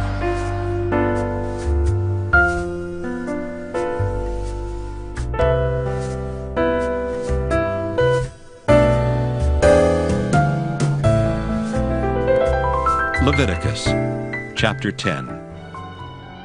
And Nadab and Abihu, the sons of Aaron, took either of them his censer, and put fire therein, and put incense thereon, and offered strange fire before the Lord, which he commanded them not. And there went out fire from the Lord, and devoured them, and they died before the Lord. Then Moses said unto Aaron, This is it that the Lord spake, saying, I will be sanctified in them that come nigh me, and before all the people I will be glorified. And Aaron held his peace. And Moses called Mishael and Elzaphan, the sons of Uzziel, the uncle of Aaron, and said unto them, Come near, carry your brethren from before the sanctuary out of the camp. So they went near and carried them in their coats out of the camp, as Moses had said. And Moses said unto Aaron, and unto Eleazar, and unto Ithamar his sons, Uncover not your heads, neither rend your clothes, lest ye die, and lest wrath come upon all the people. But let your brethren, the whole house of Israel, bewail the burning which the Lord hath kindled. And ye shall not go out from the door of the tabernacle of the congregation, lest ye die. For the anointing oil of the Lord is upon you. And they did according to the word of Moses. And the Lord spake unto Aaron, saying, Do not drink wine nor strong drink, thou nor thy sons with thee, when ye go into the tabernacle of the congregation, lest ye die. It shall be a statute forever throughout your generations, and that ye may put difference between holy and unholy, and between unclean and clean, and that ye may teach the children of Israel all the statutes which the Lord has spoken unto them by the hand of Moses. And Moses spake unto Aaron, and unto Eleazar, and unto Ithamar his sons that were left, Take the meat offering that remaineth of the offerings of the Lord made by fire, and eat it without leaven beside the altar, for it is most holy. And ye shall eat it in the holy place, because it is thy due, and thy son's due, of the sacrifices of the Lord made by fire, for so I am commanded. And the wave breast and heave shoulder shall ye eat in a clean place, thou and thy sons and thy daughters with thee, for they be thy due, and thy sons' due, which are given out of the sacrifices of peace offerings of the children of Israel. The heave shoulder and the wave breast shall they bring with the offerings made by fire of the fat, to wave it for a wave offering before the Lord. And it shall be thine and thy sons with thee, by a statute forever, as the Lord hath commanded. And Moses diligently sought the goat of the sin offering, and behold, it was burnt. And he was angry with Eleazar and Ithamar, the sons of Aaron, which were left alive, saying, Wherefore have ye not eaten the sin offering in the holy place, seeing it is most holy? And God hath given it you to bear the iniquity of the congregation, to make atonement for them before the Lord. Behold, the blood of it was not brought in within the holy place. Ye should indeed have eaten it in the holy place, as I commanded. And Aaron said unto Moses, Behold, this day have they offered their sin offering and their burnt offering before the Lord, and such things have befallen me. And if I had eaten the sin offering today, should it have been accepted in the sight of the Lord? And when Moses heard that, he was content.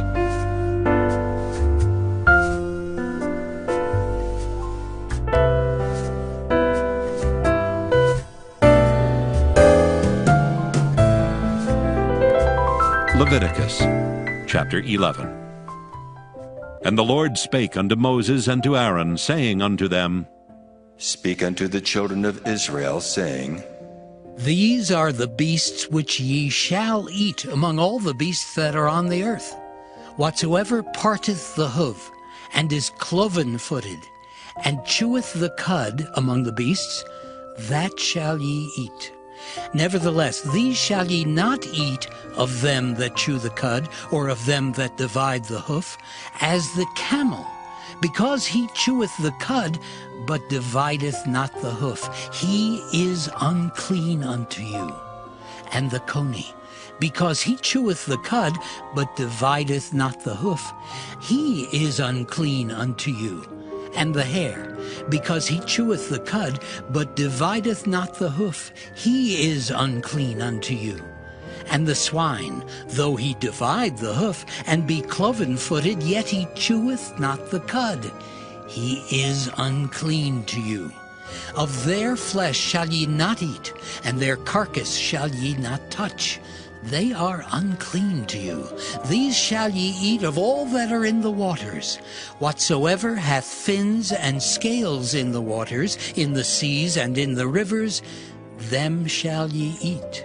And all that have not fins and scales in the seas and in the rivers, of all that move in the waters, and of any living thing which is in the waters, they shall be an abomination unto you. They shall be even an abomination unto you. Ye shall not eat of their flesh, but ye shall have their carcasses in abomination. Whatsoever hath no fins nor scales in the waters, that shall be an abomination unto you. And these are they which ye shall have in abomination among the fowls. They shall not be eaten, they are an abomination, the eagle, and the ossifrage, and the osprey, and the vulture, and the kite after his kind, every raven after his kind, and the owl, and the nighthawk, and the cuckoo, and the hawk after his kind, and the little owl, and the cormorant, and the great owl, and the swan, and the pelican, and the gyre eagle, and the stork, the heron after her kind, and the lapwing, and the bat. All fowls that creep, going upon all four, shall be an abomination unto you. Yet these may ye eat of every flying, creeping thing that goeth upon all four, which have legs above their feet to leap withal upon the earth. Even these of them ye may eat, the locust after his kind, and the bald locust after his kind, and the beetle after his kind, and the grasshopper after his kind. But all other flying, creeping things which have 4 feet shall be an abomination unto you.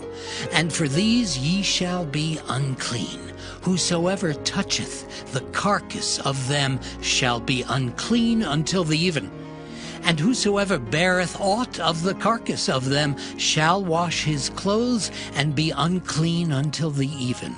The carcasses of every beast which divideth the hoof, and is not cloven-footed, nor cheweth the cud, are unclean unto you. Every one that toucheth them shall be unclean. And whatsoever goeth upon his paws among all manner of beasts that go on all 4, those are unclean unto you. Whoso toucheth their carcass shall be unclean until the even. And he that beareth the carcass of them shall wash his clothes, and be unclean until the even. They are unclean unto you. These also shall be unclean unto you among the creeping things that creep upon the earth, the weasel and the mouse, and the tortoise after his kind, and the ferret, and the chameleon, and the lizard, and the snail, and the mole. These are unclean to you among all that creep. Whosoever doth touch them when they be dead shall be unclean until the even. And upon whatsoever any of them when they are dead doth fall, it shall be unclean, whether it be any vessel of wood or raiment or skin or sack, whatsoever vessel it be, wherein any work is done, it must be put into water, and it shall be unclean until the even. So it shall be cleansed. And every earthen vessel whereinto any of them falleth, whatsoever is in it shall be unclean, and ye shall break it. Of all meat which may be eaten, that on which such water cometh shall be unclean. And all drink that may be drunk in every such vessel shall be unclean. And everything whereupon any part of their carcass falleth shall be unclean, whether it be oven or ranges for pots, they shall be broken down, for they are unclean, and shall be unclean unto you. Nevertheless, a fountain or pit, wherein there is plenty of water, shall be clean, but that which toucheth their carcass shall be unclean. And if any part of their carcass fall upon any sowing seed which is to be sown, it shall be clean. But if any water be put upon the seed, and any part of their carcass fall thereon, it shall be unclean unto you. And if any beast of which ye may eat die, he that toucheth the carcass thereof shall be unclean until the even.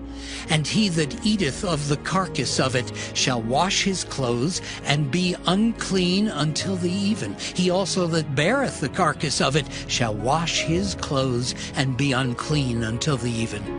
And every creeping thing that creepeth upon the earth shall be an abomination. It shall not be eaten. Whatsoever goeth upon the belly, and whatsoever goeth upon all four, or whatsoever hath more feet among all creeping things that creep upon the earth, them ye shall not eat, for they are an abomination. Ye shall not make yourselves abominable with any creeping thing that creepeth, neither shall ye make yourselves unclean with them, that ye should be defiled thereby. For I am the Lord your God. Ye shall therefore sanctify yourselves, and ye shall be holy, for I am holy. Neither shall ye defile yourselves with any manner of creeping thing that creepeth upon the earth. For I am the Lord that bringeth you up out of the land of Egypt to be your God. Ye shall therefore be holy, for I am holy. This is the law of the beasts and of the fowl, and of every living creature that moveth in the waters, and of every creature that creepeth upon the earth, to make a difference between the unclean and the clean, and between the beast that may be eaten and the beast that may not be eaten.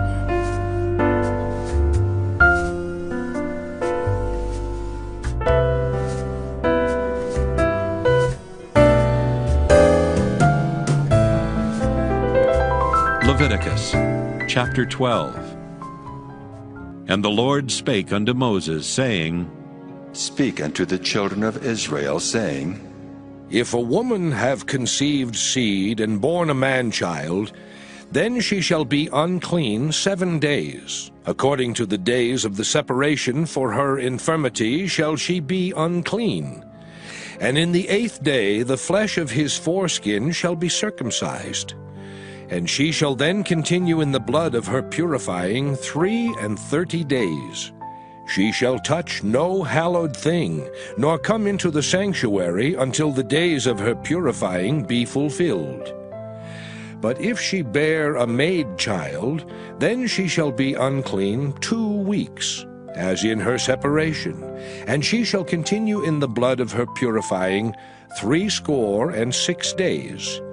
And when the days of her purifying are fulfilled, for a son or for a daughter, she shall bring a lamb of the 1st year for a burnt offering, and a young pigeon or a turtle dove for a sin offering unto the door of the tabernacle of the congregation, unto the priest, who shall offer it before the Lord, and make an atonement for her, and she shall be cleansed from the issue of her blood. This is the law for her that hath borne a male or a female.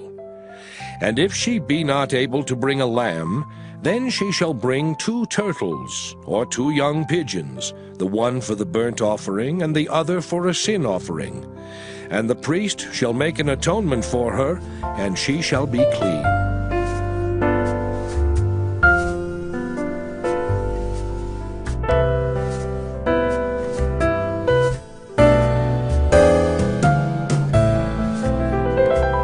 Leviticus chapter 13. And the Lord spake unto Moses and Aaron, saying, When a man shall have in the skin of his flesh a rising, a scab or bright spot, and it be in the skin of his flesh like the plague of leprosy, then he shall be brought unto Aaron the priest, or unto one of his sons the priests. And the priest shall look on the plague in the skin of the flesh, and when the hair in the plague is turned white, and the plague in sight be deeper than the skin of his flesh, it is a plague of leprosy, and the priest shall look on him and pronounce him unclean. If the bright spot be white in the skin of his flesh, and in sight be not deeper than the skin, and the hair thereof be not turned white, then the priest shall shut up him that hath the plague 7 days.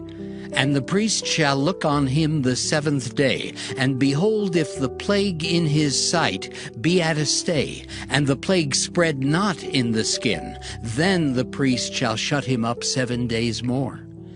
And the priest shall look on him again the 7th day, and behold, if the plague be somewhat dark, and the plague spread not in the skin, the priest shall pronounce him clean. It is but a scab, and he shall wash his clothes and be clean. But if the scab spread much abroad in the skin, after that he hath been seen of the priest for his cleansing, he shall be seen of the priest again. And if the priest see that, behold, the scab spreadeth in the skin, then the priest shall pronounce him unclean. It is a leprosy. When the plague of leprosy is in a man, then he shall be brought unto the priest.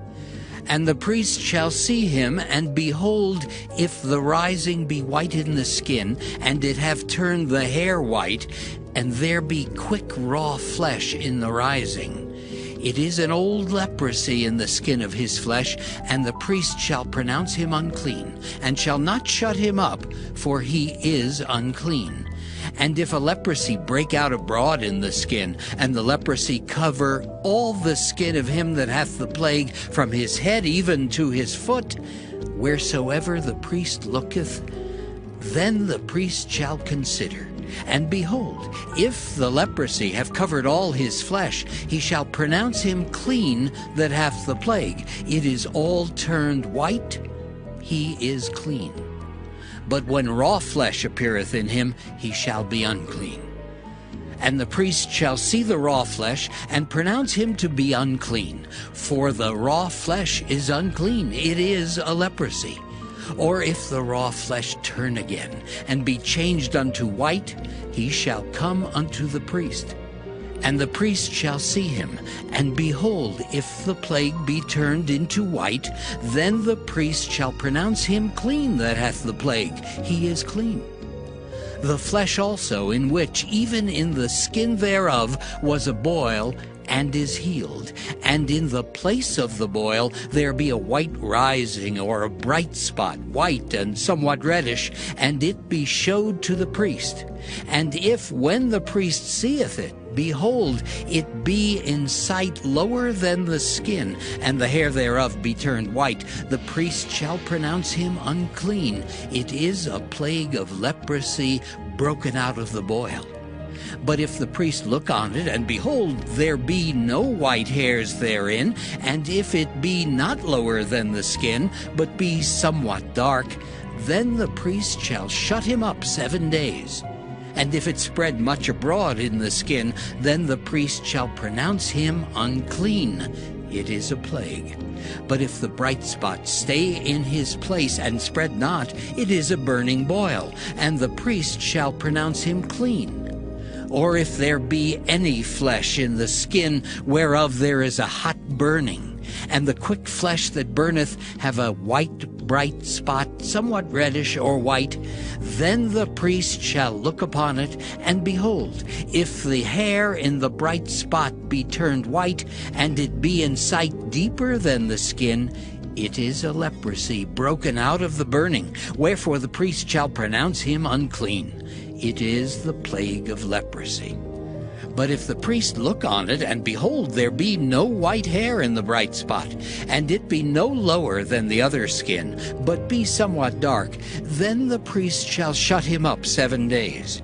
And the priest shall look upon him the 7th day, and if it be spread much abroad in the skin, then the priest shall pronounce him unclean. It is the plague of leprosy. And if the bright spot stay in his place, and spread not in the skin, but it be somewhat dark, it is a rising of the burning, and the priest shall pronounce him clean, for it is an inflammation of the burning.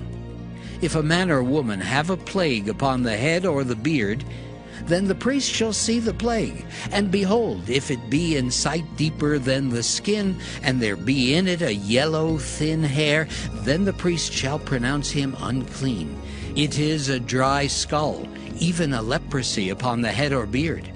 And if the priest look on the plague of the skull, and behold, it be not in sight deeper than the skin, and that there is no black hair in it, then the priest shall shut up him that hath the plague of the skull 7 days.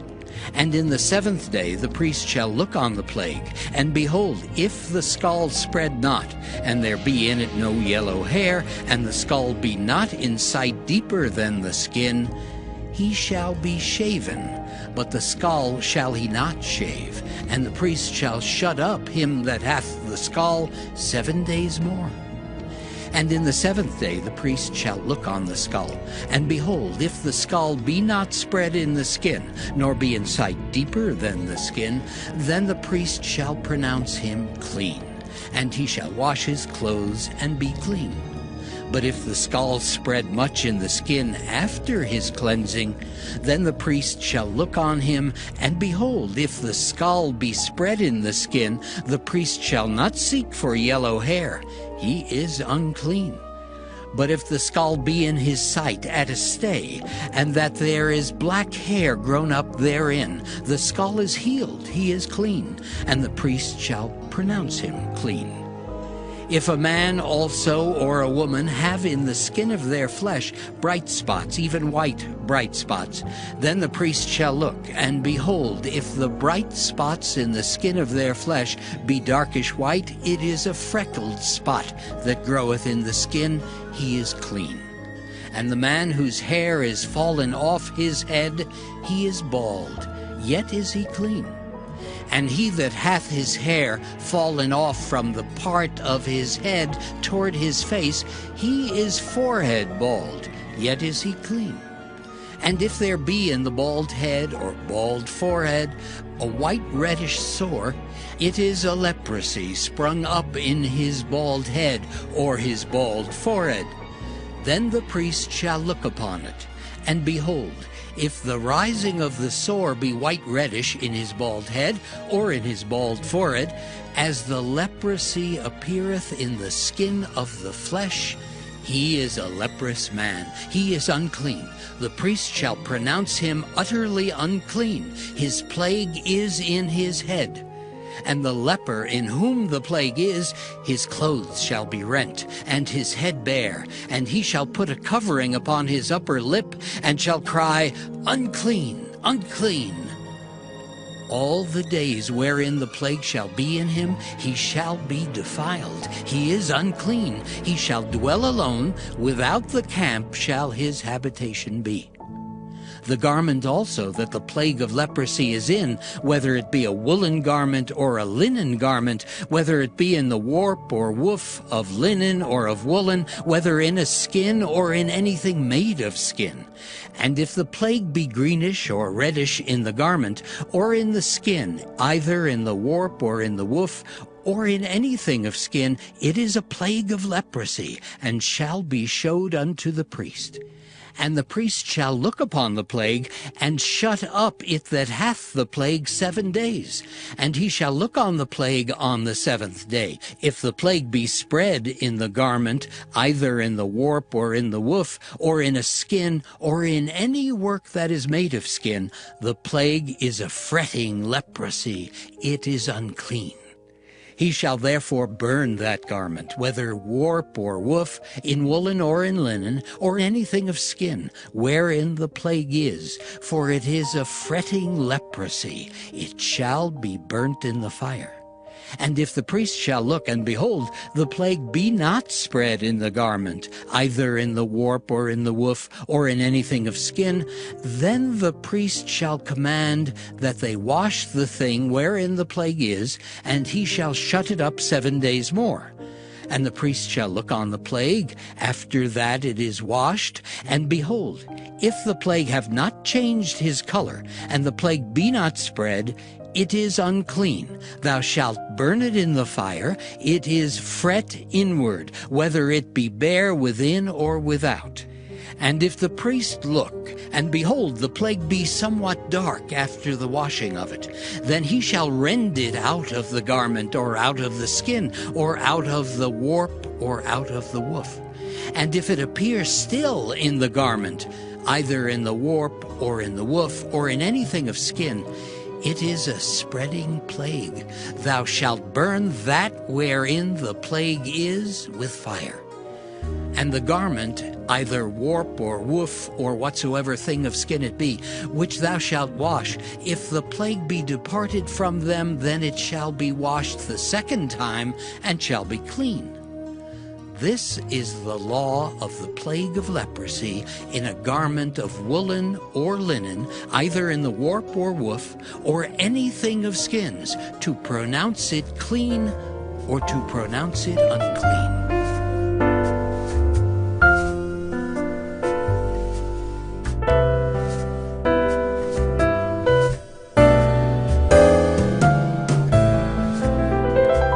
Leviticus chapter 14. And the Lord spake unto Moses, saying, This shall be the law of the leper in the day of his cleansing. He shall be brought unto the priest, and the priest shall go forth out of the camp, and the priest shall look, and behold, if the plague of leprosy be healed in the leper, then shall the priest command to take for him that is to be cleansed 2 birds alive and clean, and cedar wood, and scarlet and hyssop. And the priest shall command that one of the birds be killed in an earthen vessel over running water. As for the living bird, he shall take it, and the cedar wood, and the scarlet, and the hyssop, and shall dip them and the living bird in the blood of the bird that was killed over the running water. And he shall sprinkle upon him that is to be cleansed from the leprosy 7 times, and shall pronounce him clean, and shall let the living bird loose into the open field. And he that is to be cleansed shall wash his clothes, and shave off all his hair, and wash himself in water, that he may be clean. And after that he shall come into the camp, and shall tarry abroad out of his tent 7 days. But it shall be on the 7th day that he shall shave all his hair off his head, and his beard, and his eyebrows, even all his hair he shall shave off. And he shall wash his clothes. Also he shall wash his flesh in water, and he shall be clean. And on the 8th day he shall take 2 he-lambs without blemish, and 1 ewe-lamb of the 1st year without blemish, and 3/10 deals of fine flour for a meat offering, mingled with oil, and 1 log of oil. And the priest that maketh him clean shall present the man that is to be made clean, and those things before the Lord, at the door of the tabernacle of the congregation. And the priest shall take 1 he-lamb, and offer him for a trespass offering, and the log of oil, and wave them for a wave offering before the Lord. And he shall slay the lamb in the place where he shall kill the sin offering and the burnt offering, in the holy place. For as the sin offering is the priest's, so is the trespass offering. It is most holy. And the priest shall take some of the blood of the trespass offering, and the priest shall put it upon the tip of the right ear of him that is to be cleansed, and upon the thumb of his right hand, and upon the great toe of his right foot. And the priest shall take some of the log of oil, and pour it into the palm of his own left hand. And the priest shall dip his right finger in the oil that is in his left hand, and shall sprinkle of the oil with his finger 7 times before the Lord. And of the rest of the oil that is in his hand shall the priest put upon the tip of the right ear of him that is to be cleansed, and upon the thumb of his right hand, and upon the great toe of his right foot, upon the blood of the trespass offering. And the remnant of the oil that is in the priest's hand he shall pour upon the head of him that is to be cleansed. And the priest shall make an atonement for him before the Lord. And the priest shall offer the sin offering, and make an atonement for him that is to be cleansed from his uncleanness, and afterward he shall kill the burnt offering. And the priest shall offer the burnt offering and the meat offering upon the altar. And the priest shall make an atonement for him, and he shall be clean. And if he be poor and cannot get so much, then he shall take one lamb for a trespass offering to be waved, to make an atonement for him, and 1/10 deal of fine flour mingled with oil for a meat offering, and a log of oil. And 2 turtle doves, or 2 young pigeons, such as he is able to get, and the one shall be a sin offering, and the other a burnt offering. And he shall bring them on the 8th day for his cleansing unto the priest, unto the door of the tabernacle of the congregation before the Lord. And the priest shall take the lamb of the trespass offering, and the log of oil, and the priest shall wave them for a wave offering before the Lord. And he shall kill the lamb of the trespass offering, and the priest shall take some of the blood of the trespass offering, and put it upon the tip of the right ear of him that is to be cleansed, and upon the thumb of his right hand, and upon the great toe of his right foot. And the priest shall pour of the oil into the palm of his own left hand. And the priest shall sprinkle with his right finger some of the oil that is in his left hand 7 times before the Lord. And the priest shall put of the oil that is in his hand upon the tip of the right ear of him that is to be cleansed, and upon the thumb of his right hand, and upon the great toe of his right foot, upon the place of the blood of the trespass offering. And the rest of the oil that is in the priest's hand he shall put upon the head of him that is to be cleansed, to make an atonement for him before the Lord. And he shall offer the one of the turtle doves, or of the young pigeons, such as he can get, even such as he is able to get, the one for a sin offering, and the other for a burnt offering with the meat offering. And the priest shall make an atonement for him that is to be cleansed before the Lord. This is the law of him in whom is the plague of leprosy, whose hand is not able to get that which pertaineth to his cleansing. And the Lord spake unto Moses and unto Aaron, saying, When ye be come into the land of Canaan, which I give to you for a possession, and I put the plague of leprosy in a house of the land of your possession. And he that owneth the house shall come and tell the priest, saying, It seemeth to me there is, as it were, a plague in the house. Then the priest shall command that they empty the house before the priest go into it to see the plague, that all that is in the house be not made unclean. And afterward the priest shall go in to see the house. And he shall look on the plague, and behold, if the plague be in the walls of the house, with hollow strakes, greenish or reddish, which in sight are lower than the wall, then the priest shall go out of the house to the door of the house, and shut up the house 7 days. And the priest shall come again the 7th day, and shall look. And behold, if the plague be spread in the walls of the house, then the priest shall command that they take away the stones in which the plague is, and they shall cast them into an unclean place without the city. And he shall cause the house to be scraped within round about, and they shall pour out the dust that they scrape off without the city into an unclean place. And they shall take other stones, and put them in the place of those stones. And he shall take other mortar, and shall plaster the house. And if the plague come again, and break out in the house, after that he hath taken away the stones, and after he hath scraped the house, and after it is plastered, then the priest shall come and look, And behold, if the plague be spread in the house, it is a fretting leprosy in the house, it is unclean. And he shall break down the house, the stones of it, and the timber thereof, and all the mortar of the house, and he shall carry them forth out of the city into an unclean place. Moreover, he that goeth into the house all the while that it is shut up shall be unclean until the even. And he that lieth in the house shall wash his clothes, and he that eateth in the house shall wash his clothes. And if the priest shall come in and look upon it, and behold, the plague hath not spread in the house after the house was plastered, then the priest shall pronounce the house clean, because the plague is healed. And he shall take to cleanse the house 2 birds, and cedar wood, and scarlet, and hyssop. And he shall kill the one of the birds in an earthen vessel over running water. And he shall take the cedar wood, and the hyssop, and the scarlet, and the living bird, and dip them in the blood of the slain bird, and in the running water, and sprinkle the house 7 times.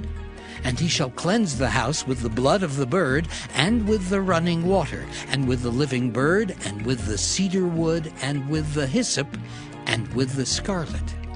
But he shall let go the living bird out of the city into the open fields, and make an atonement for the house, and it shall be clean. This is the law for all manner of plague of leprosy and skull, and for the leprosy of a garment and of a house, and for a rising, and for a scab, and for a bright spot, to teach when it is unclean and when it is clean. This is the law of leprosy.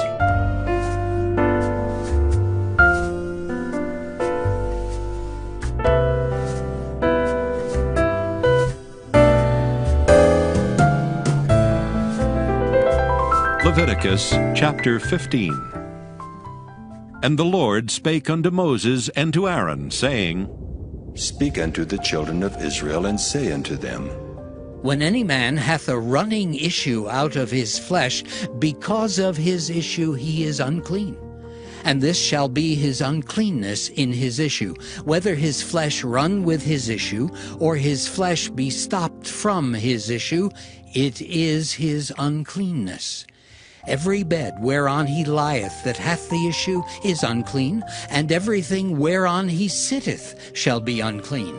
And whosoever toucheth his bed shall wash his clothes, and bathe himself in water, and be unclean until the even. And he that sitteth on anything whereon he sat that hath the issue shall wash his clothes, and bathe himself in water, and be unclean until the even. And he that toucheth the flesh of him that hath the issue shall wash his clothes, and bathe himself in water, and be unclean until the even. And if he that hath the issue spit upon him that is clean, then he shall wash his clothes, and bathe himself in water, and be unclean until the even. And what saddle soever he rideth upon that hath the issue shall be unclean. And whosoever toucheth anything that was under him shall be unclean until the even. And he that beareth any of those things shall wash his clothes, and bathe himself in water, and be unclean until the even. And whomsoever he toucheth that hath the issue, and hath not rinsed his hands in water, he shall wash his clothes, and bathe himself in water, and be unclean until the even. And the vessel of earth that he toucheth, which hath the issue, shall be broken, and every vessel of wood shall be rinsed in water. And when he that hath an issue is cleansed of his issue, then he shall number to himself 7 days for his cleansing, and wash his clothes, and bathe his flesh in running water, and shall be clean. And on the 8th day he shall take to him 2 turtle doves, or 2 young pigeons, and come before the Lord unto the door of the tabernacle of the congregation, and give them unto the priest.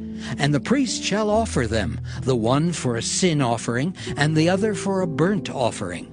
And the priest shall make an atonement for him before the Lord for his issue.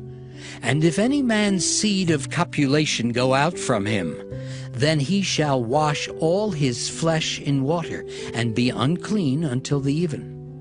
And every garment and every skin whereon is the seed of copulation shall be washed with water, and be unclean until the even. The woman also with whom man shall lie with seed of copulation, they shall both bathe themselves in water, and be unclean until the even. And if a woman have an issue, and her issue in her flesh be blood, she shall be put apart 7 days, and whosoever toucheth her shall be unclean until the even. And everything that she lieth upon in her separation shall be unclean. Everything also that she sitteth upon shall be unclean. And whosoever toucheth her bed shall wash his clothes, and bathe himself in water, and be unclean until the even. And whosoever toucheth anything that she sat upon shall wash his clothes, and bathe himself in water, and be unclean until the even. And if it be on her bed, or on anything whereon she sitteth, when he toucheth it, he shall be unclean until the even. And if any man lie with her at all, and her flowers be upon him, he shall be unclean 7 days, and all the bed whereon he lieth shall be unclean. And if a woman have an issue of her blood many days out of the time of her separation, or if it run beyond the time of her separation, all the days of the issue of her uncleanness shall be as the days of her separation. She shall be unclean. Every bed whereon she lieth all the days of her issue shall be unto her as the bed of her separation, and whatsoever she sitteth upon shall be unclean, as the uncleanness of her separation. And whosoever toucheth those things shall be unclean, and shall wash his clothes, and bathe himself in water, and be unclean until the even. But if she be cleansed of her issue, then she shall number to herself 7 days, and after that she shall be clean. And on the 8th day she shall take unto her 2 turtles, or 2 young pigeons, and bring them unto the priest, to the door of the tabernacle of the congregation. And the priest shall offer the one for a sin offering, and the other for a burnt offering. And the priest shall make an atonement for her before the Lord for the issue of her uncleanness. Thus shall ye separate the children of Israel from their uncleanness, that they die not in their uncleanness when they defile my tabernacle that is among them. This is the law of him that hath an issue, and of him whose seed goeth from him, and is defiled therewith, and of her that is sick of her flowers, and of him that hath an issue, of the man and of the woman, and of him that lieth with her that is unclean.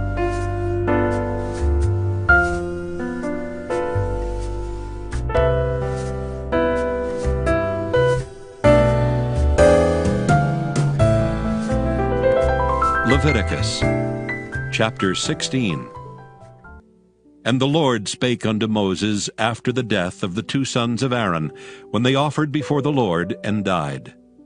And the Lord said unto Moses, Speak unto Aaron thy brother, that he come not at all times into the holy place, within the veil before the mercy seat which is upon the ark, that he die not. For I will appear in the cloud upon the mercy seat. Thus shall Aaron come into the holy place with a young bullock for a sin offering, and a ram for a burnt offering.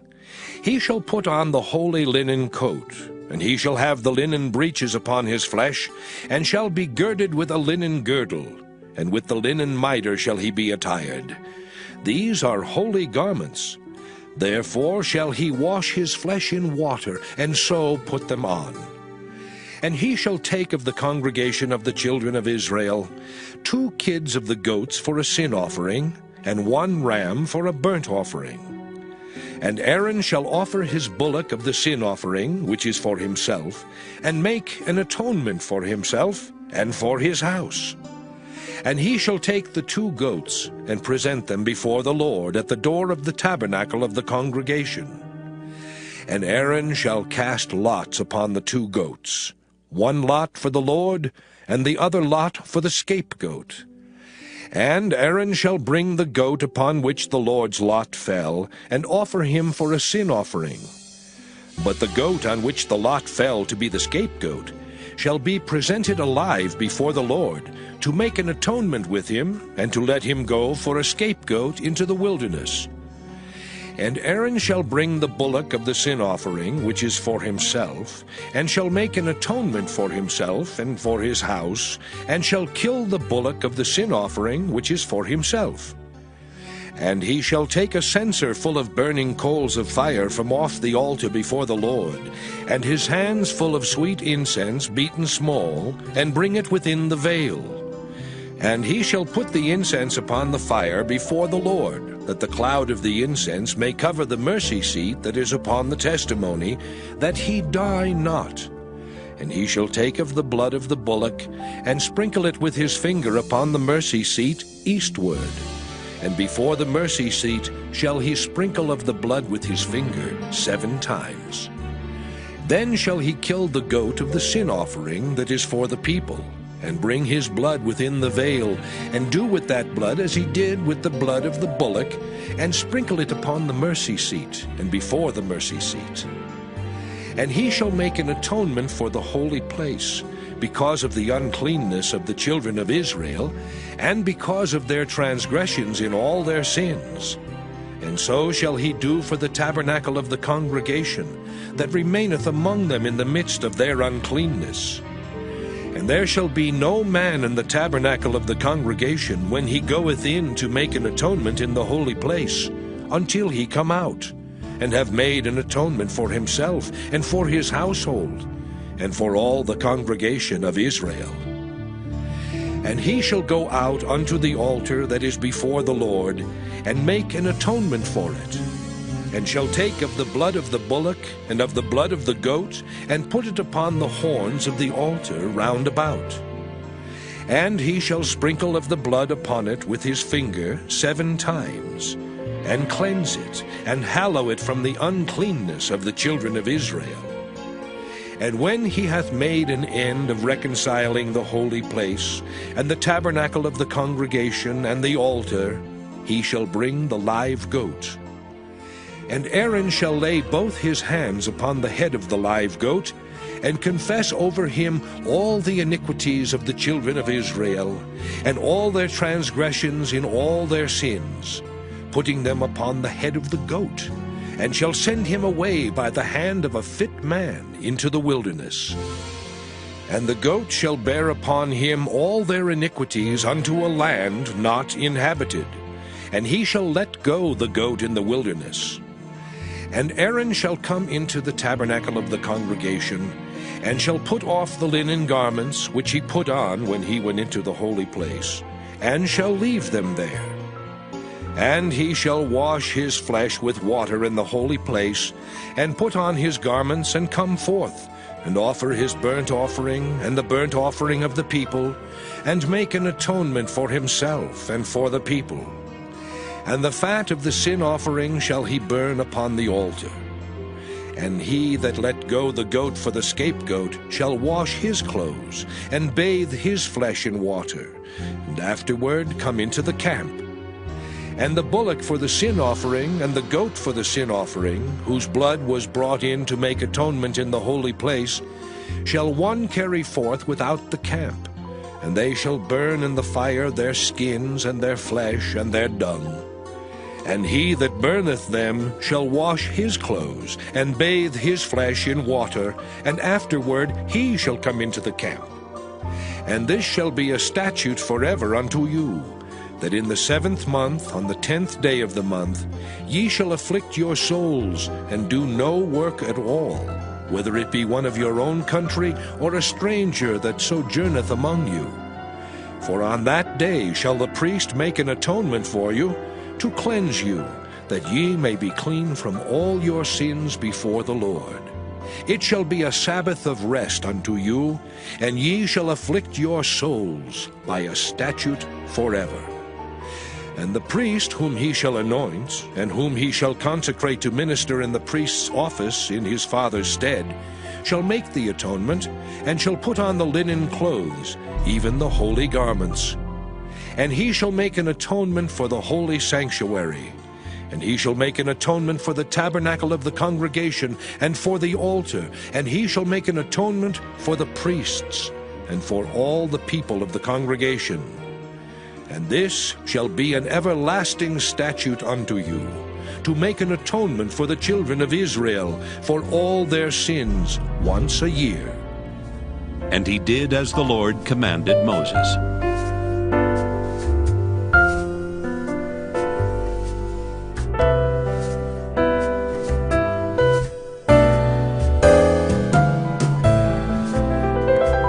Leviticus chapter 17. And the Lord spake unto Moses, saying, Speak unto Aaron, and unto his sons, and unto all the children of Israel, and say unto them, This is the thing which the Lord hath commanded, saying, What man soever there be of the house of Israel that killeth an ox, or lamb, or goat in the camp, or that killeth it out of the camp, and bringeth it not unto the door of the tabernacle of the congregation, to offer an offering unto the Lord before the tabernacle of the Lord, blood shall be imputed unto that man. He hath shed blood, and that man shall be cut off from among his people. To the end that the children of Israel may bring their sacrifices, which they offer in the open field, even that they may bring them unto the Lord, unto the door of the tabernacle of the congregation, unto the priest, and offer them for peace offerings unto the Lord.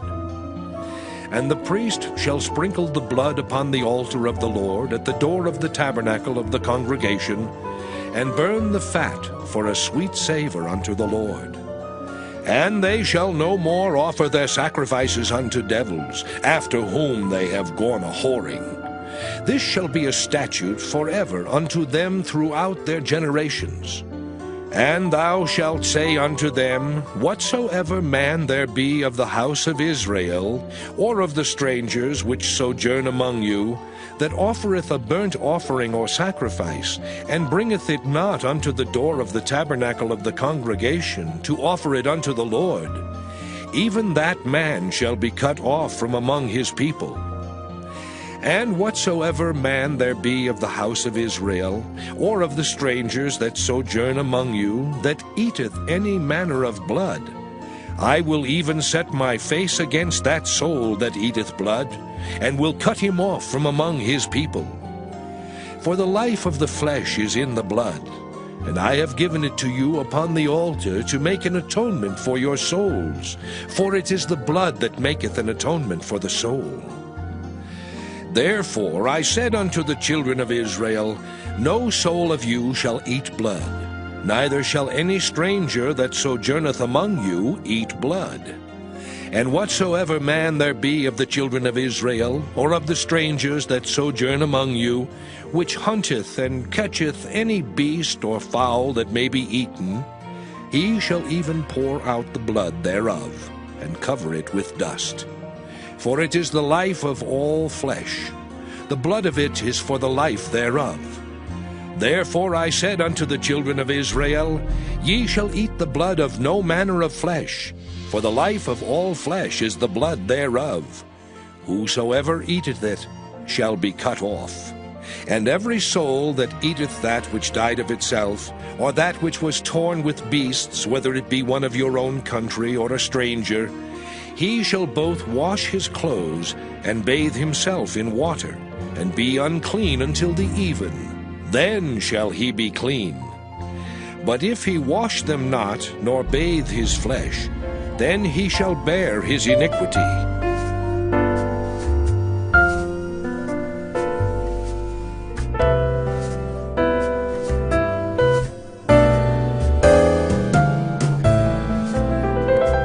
Leviticus chapter 18. And the Lord spake unto Moses, saying, Speak unto the children of Israel, and say unto them, I am the Lord your God.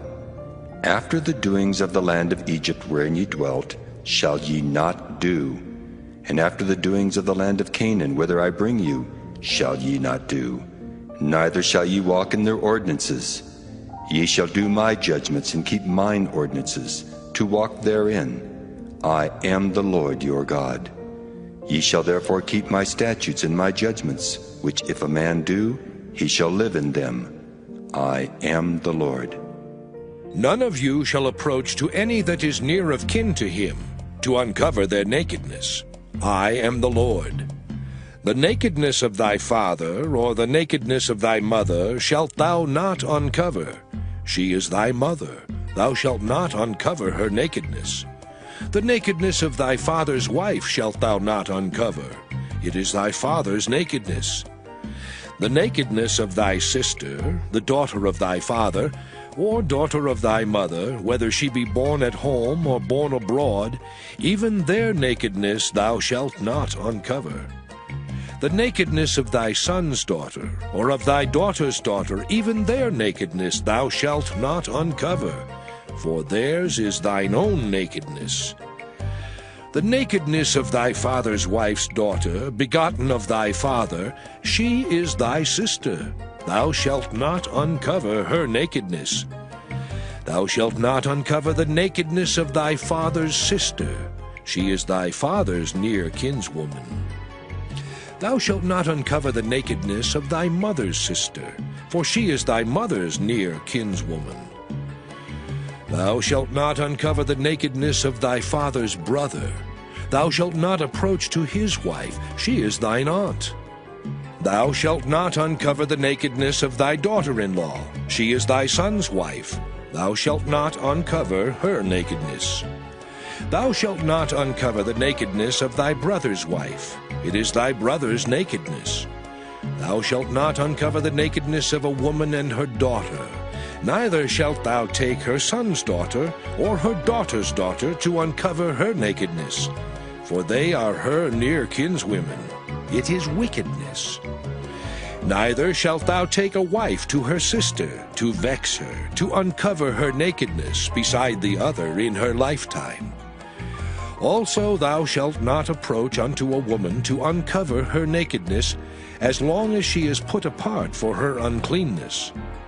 Moreover, thou shalt not lie carnally with thy neighbor's wife, to defile thyself with her. And thou shalt not let any of thy seed pass through the fire to Moloch, neither shalt thou profane the name of thy God. I am the Lord. Thou shalt not lie with mankind as with womankind. It is abomination. Neither shalt thou lie with any beast to defile thyself therewith. Neither shall any woman stand before a beast to lie down thereto. It is confusion. Defile not ye yourselves in any of these things.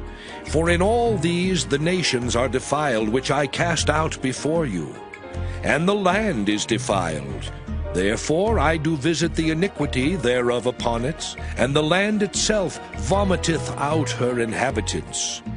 Ye shall therefore keep my statutes and my judgments, and shall not commit any of these abominations, neither any of your own nation, nor any stranger that sojourneth among you. For all these abominations have the men of the land done which were before you, and the land is defiled. That the land spew not you out also when ye defile it, as it spewed out the nations that were before you. For whosoever shall commit any of these abominations, even the souls that commit them shall be cut off from among their people. Therefore shall ye keep mine ordinance, that ye commit not any one of these abominable customs which were committed before you, and that ye defile not yourselves therein. I am the Lord your God.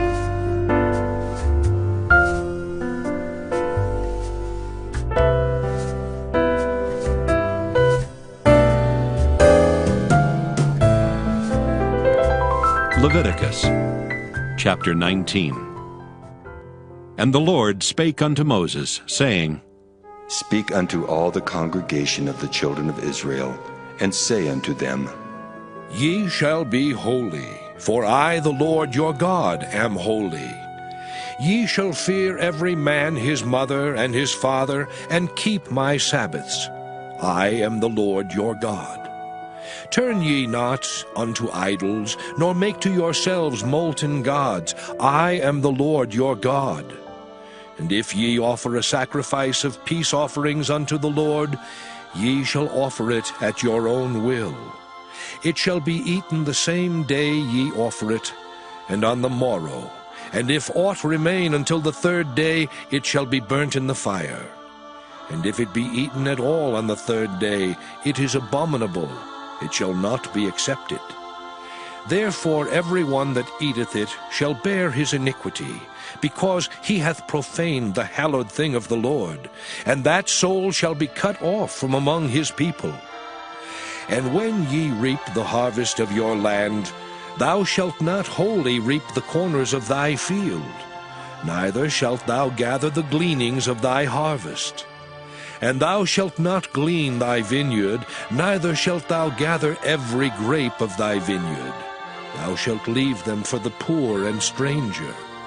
I am the Lord your God. Ye shall not steal, neither deal falsely, neither lie one to another. And ye shall not swear by my name falsely, neither shalt thou profane the name of thy God. I am the Lord. Thou shalt not defraud thy neighbor, neither rob him. The wages of him that is hired shall not abide with thee all night until the morning. Thou shalt not curse the deaf, nor put a stumbling block before the blind, but shalt fear thy God. I am the Lord. Ye shall do no unrighteousness in judgment. Thou shalt not respect the person of the poor, nor honor the person of the mighty, but in righteousness shalt thou judge thy neighbor. Thou shalt not go up and down as a talebearer among thy people, neither shalt thou stand against the blood of thy neighbor. I am the Lord. Thou shalt not hate thy brother in thine heart. Thou shalt in any wise rebuke thy neighbor, and not suffer sin upon him. Thou shalt not avenge nor bear any grudge against the children of thy people, but thou shalt love thy neighbor as thyself. I am the Lord. Ye shall keep my statutes. Thou shalt not let thy cattle gender with a diverse kind. Thou shalt not sow thy field with mingled seed. Neither shall a garment mingled of linen and woolen come upon thee. And whosoever lieth carnally with a woman that is a bondmaid, betrothed to an husband, and not at all redeemed, nor freedom given her, she shall be scourged. They shall not be put to death, because she was not free. And he shall bring his trespass offering unto the Lord, unto the door of the tabernacle of the congregation, even a ram for a trespass offering. And the priest shall make an atonement for him with the ram of the trespass offering before the Lord, for his sin which he hath done. And the sin which he hath done shall be forgiven him. And when ye shall come into the land, and shall have planted all manner of trees for food, then ye shall count the fruit thereof as uncircumcised. 3 years shall it be as uncircumcised unto you, it shall not be eaten of. But in the 4th year all the fruit thereof shall be holy, to praise the Lord withal. And in the 5th year shall ye eat of the fruit thereof, that it may yield unto you the increase thereof. I am the Lord your God. Ye shall not eat anything with the blood, neither shall ye use enchantment, nor observe times. Ye shall not round the corners of your heads, neither shalt thou mar the corners of thy beard. Ye shall not make any cuttings in your flesh for the dead, nor print any marks upon you. I am the Lord. Do not prostitute thy daughter, to cause her to be a whore, lest the land fall to whoredom, and the land become full of wickedness. Ye shall keep my Sabbaths, and reverence my sanctuary. I am the Lord. Regard not them that have familiar spirits, neither seek after wizards, to be defiled by them. I am the Lord your God. Thou shalt rise up before the hoary head, and honor the face of the old man, and fear thy God. I am the Lord. And if a stranger sojourn with thee in your land, ye shall not vex him. But the stranger that dwelleth with you shall be unto you as one born among you, and thou shalt love him as thyself. For ye were strangers in the land of Egypt. I am the Lord your God. Ye shall do no unrighteousness in judgment, in meteyard, in weight, or in measure. Just balances, just weights, a just ephah, and a just hin shall ye have. I am the Lord your God, which brought you out of the land of Egypt. Therefore shall ye observe all my statutes and all my judgments, and do them. I am the Lord.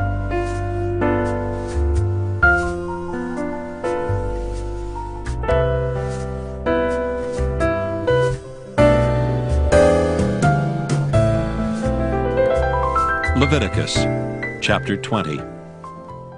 And the Lord spake unto Moses, saying, Again thou shalt say to the children of Israel, Whosoever he be of the children of Israel, or of the strangers that sojourn in Israel, that giveth any of his seed unto Moloch, he shall surely be put to death.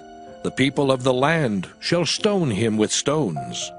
And I will set my face against that man, and will cut him off from among his people, because he hath given of his seed unto Moloch, to defile my sanctuary, and to profane my holy name.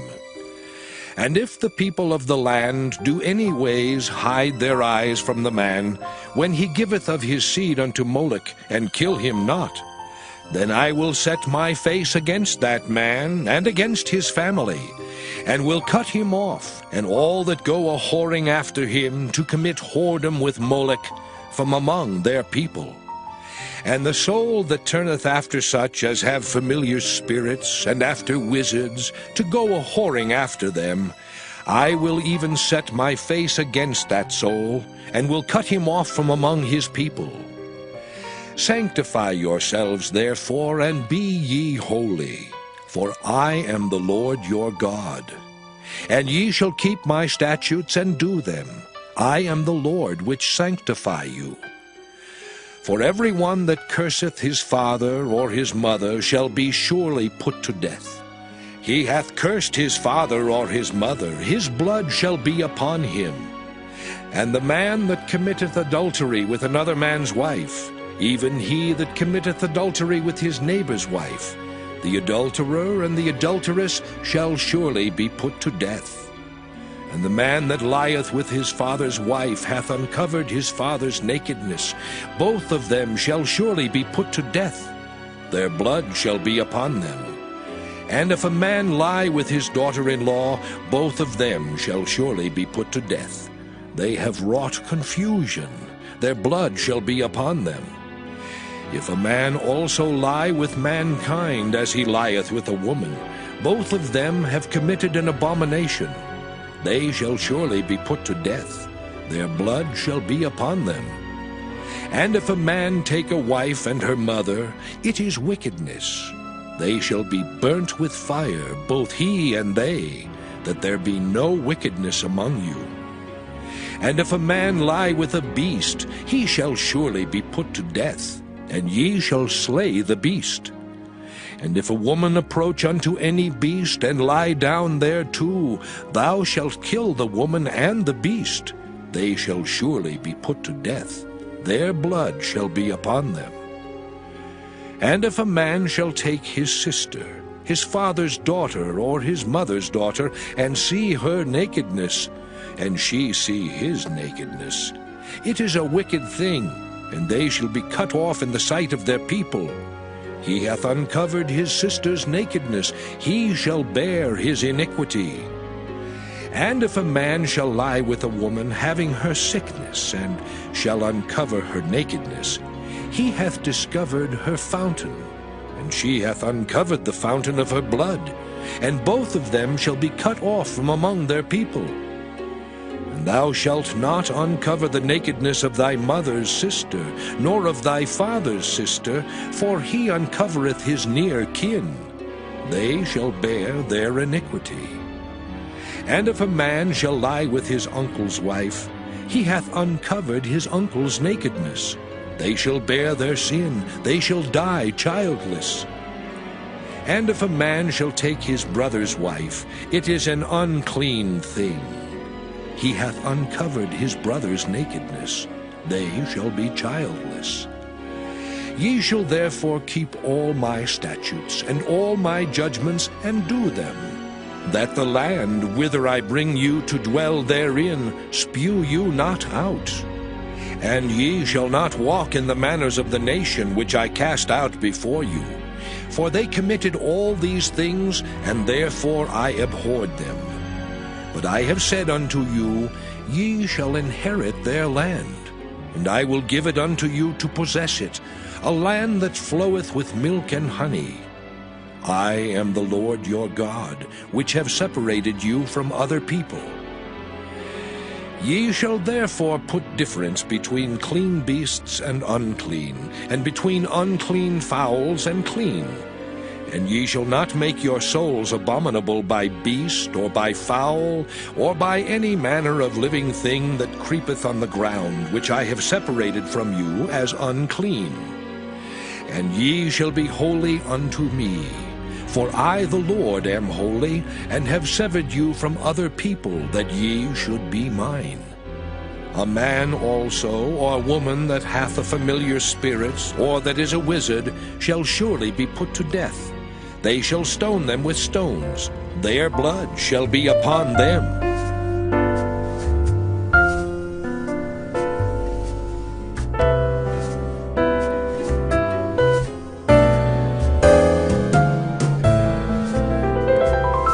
Leviticus chapter 21.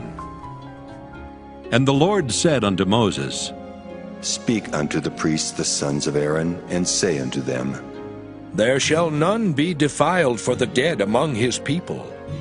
But for his kin that is near unto him, that is, for his mother, and for his father, and for his son, and for his daughter, and for his brother, and for his sister a virgin that is nigh unto him, which hath had no husband, for her may he be defiled.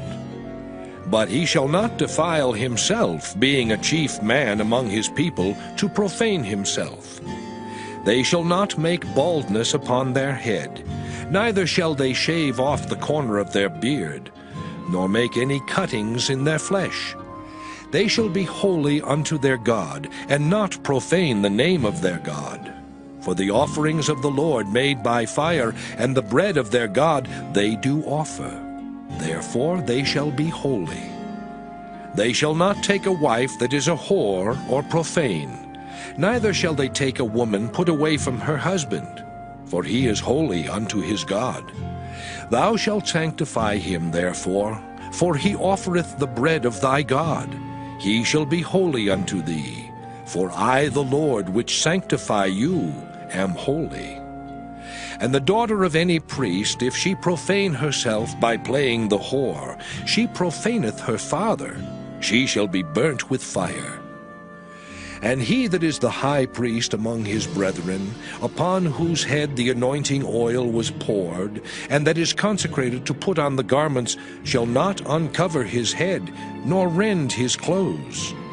Neither shall he go into any dead body, nor defile himself for his father or for his mother. Neither shall he go out of the sanctuary, nor profane the sanctuary of his God. For the crown of the anointing oil of his God is upon him. I am the Lord. And he shall take a wife in her virginity. A widow, or a divorced woman, or profane, or an harlot, these shall he not take.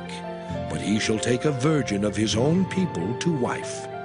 Neither shall he profane his seed among his people, for I, the Lord, do sanctify him. And the Lord spake unto Moses, saying, Speak unto Aaron, saying, Whosoever he be of thy seed in their generations that hath any blemish, let him not approach to offer the bread of his God. For whatsoever man he be that hath a blemish, he shall not approach. A blind man, or a lame, or he that hath a flat nose, or anything superfluous, or a man that is broken-footed, or broken-handed, or crook-backed, or a dwarf, or that hath a blemish in his eye, or be scurvy, or scabbed, or hath his stones broken. No man that hath a blemish of the seed of Aaron the priest shall come nigh to offer the offerings of the Lord made by fire. He hath a blemish, he shall not come nigh to offer the bread of his God. He shall eat the bread of his God, both of the most holy and of the holy. Only he shall not go in unto the veil, nor come nigh unto the altar, because he hath a blemish, that he profane not my sanctuaries. For I, the Lord, do sanctify them. And Moses told it unto Aaron, and to his sons, and unto all the children of Israel.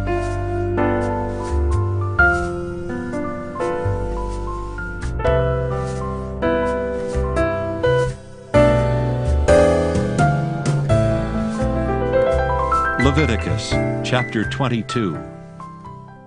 And the Lord spake unto Moses, saying, Speak unto Aaron and to his sons, that they separate themselves from the holy things of the children of Israel, and that they profane not my holy name in those things which they hallow unto me. I am the Lord. Say unto them, Whosoever he be of all your seed among your generations, that goeth unto the holy things, which the children of Israel hallow unto the Lord, having his uncleanness upon him, that soul shall be cut off from my presence. I am the Lord. What man soever of the seed of Aaron is a leper, or hath a running issue, he shall not eat of the holy things until he be clean. And whoso toucheth anything that is unclean by the dead, or a man whose seed goeth from him, or whosoever toucheth any creeping thing, whereby he may be made unclean, or a man of whom he may take uncleanness, whatsoever uncleanness he hath, the soul which hath touched any such shall be unclean until even, and shall not eat of the holy things, unless he wash his flesh with water. And when the sun is down, he shall be clean, and shall afterward eat of the holy things, because it is his food. That which dieth of itself, or is torn with beasts, he shall not eat to defile himself therewith. I am the Lord. They shall therefore keep mine ordinance, lest they bear sin for it, and die therefore if they profane it. I, the Lord, do sanctify them.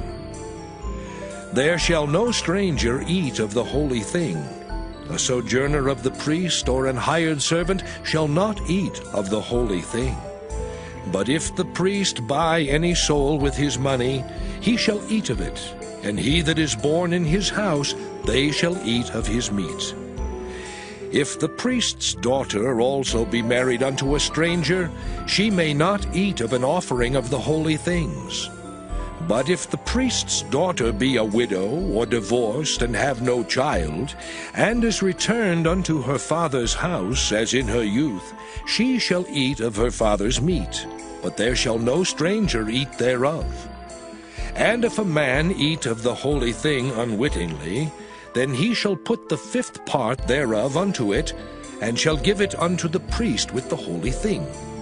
And they shall not profane the holy things of the children of Israel, which they offer unto the Lord, or suffer them to bear the iniquity of trespass, when they eat their holy things.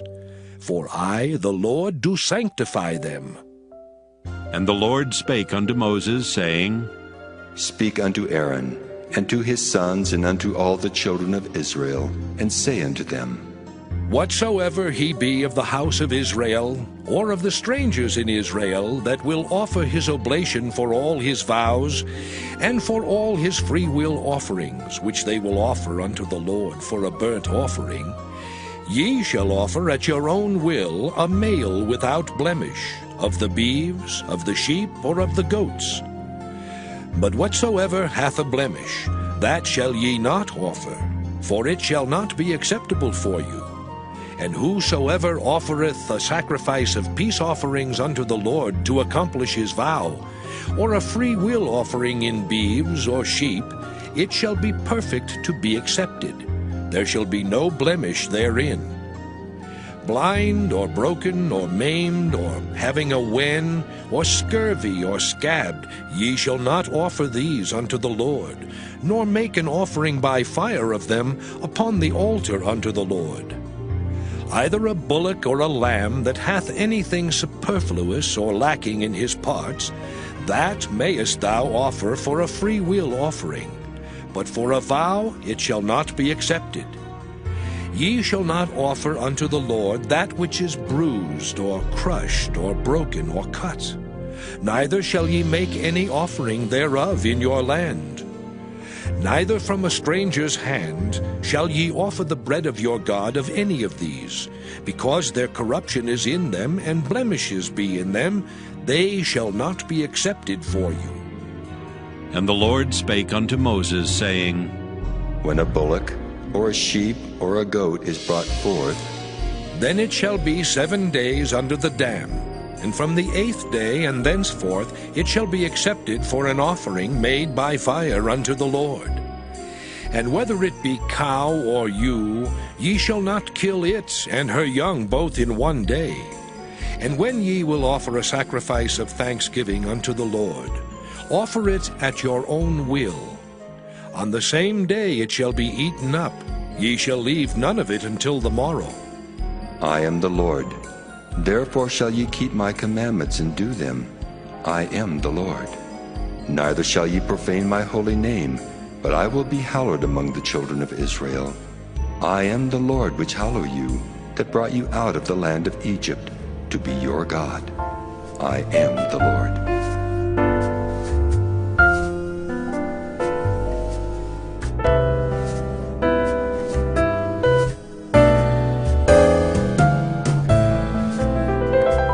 Leviticus chapter 23.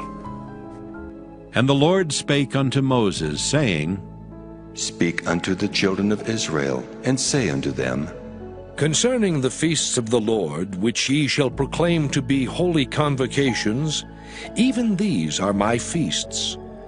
6 days shall work be done, but the 7th day is the Sabbath of rest, and holy convocation. Ye shall do no work therein. It is the Sabbath of the Lord in all your dwellings. These are the feasts of the Lord, even holy convocations, which ye shall proclaim in their seasons. In the 14th day of the 1st month at even is the Lord's Passover. And on the 15th day of the same month is the feast of unleavened bread unto the Lord. 7 days ye must eat unleavened bread. In the 1st day ye shall have an holy convocation. Ye shall do no servile work therein. But ye shall offer an offering made by fire unto the Lord 7 days. In the 7th day is an holy convocation. Ye shall do no servile work therein. And the Lord spake unto Moses, saying, Speak unto the children of Israel, and say unto them, When ye be come into the land which I give unto you, and shall reap the harvest thereof, then ye shall bring a sheaf of the first fruits of your harvest unto the priest. And he shall wave the sheaf before the Lord, to be accepted for you. On the morrow after the Sabbath the priest shall wave it. And ye shall offer that day when ye wave the sheaf an he-lamb without blemish of the 1st year for a burnt offering unto the Lord. And the meat offering thereof shall be 2/10 deals of fine flour mingled with oil, an offering made by fire unto the Lord for a sweet savour. And the drink offering thereof shall be of wine, the 4th part of an hin. And ye shall eat neither bread, nor parched corn, nor green ears, until the selfsame day that ye have brought an offering unto your God. It shall be a statute forever throughout your generations in all your dwellings. And ye shall count unto you from the morrow after the Sabbath, from the day that ye brought the sheaf of the wave offering, 7 Sabbaths shall be complete. Even unto the morrow after the 7th Sabbath shall ye number 50 days, and ye shall offer a new meat offering unto the Lord. Ye shall bring out of your habitations 2 wave loaves of 2/10 deals. They shall be of fine flour, they shall be baken with leaven. They are the first fruits unto the Lord. And ye shall offer with the bread 7 lambs without blemish of the first year, and 1 young bullock, and 2 rams. They shall be for a burnt offering unto the Lord, with their meat offering and their drink offerings, even an offering made by fire, of sweet savour unto the Lord. Then ye shall sacrifice 1 kid of the goats for a sin offering, and 2 lambs of the first year for a sacrifice of peace offerings. And the priest shall wave them with the bread of the first fruits for a wave offering before the Lord, with the 2 lambs. They shall be holy to the Lord for the priest. And ye shall proclaim on the selfsame day, that it may be an holy convocation unto you. Ye shall do no servile work therein. It shall be a statute forever in all your dwellings throughout your generations. And when ye reap the harvest of your land, thou shalt not make clean riddance of the corners of thy field when thou reapest. Neither shalt thou gather any gleaning of thy harvest. Thou shalt leave them unto the poor and to the stranger. I am the Lord your God. And the Lord spake unto Moses, saying, Speak unto the children of Israel, saying, In the 7th month, in the 1st day of the month, shall ye have a Sabbath, a memorial of blowing of trumpets, and holy convocation. Ye shall do no servile work therein, but ye shall offer an offering made by fire unto the Lord. And the Lord spake unto Moses, saying, Also on the 10th day of the 7th month, there shall be a day of atonement. It shall be an holy convocation unto you, and ye shall afflict your souls, and offer an offering made by fire unto the Lord. And ye shall do no work in that same day, for it is a day of atonement, to make an atonement for you before the Lord your God. For whatsoever soul it be that shall not be afflicted in that same day, he shall be cut off from among his people. And whatsoever soul it be that doeth any work in that same day, the same soul will I destroy from among his people. Ye shall do no manner of work. It shall be a statute forever throughout your generations in all your dwellings. It shall be unto you a Sabbath of rest, and ye shall afflict your souls. In the 9th day of the month at even, from even unto even, shall ye celebrate your Sabbath. And the Lord spake unto Moses, saying, Speak unto the children of Israel, saying, The 15th day of this 7th month shall be the Feast of Tabernacles for 7 days unto the Lord.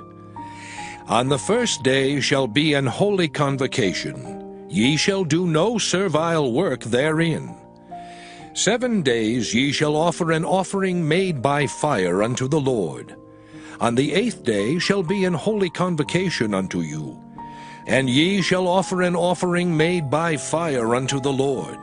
It is a solemn assembly, and ye shall do no servile work therein.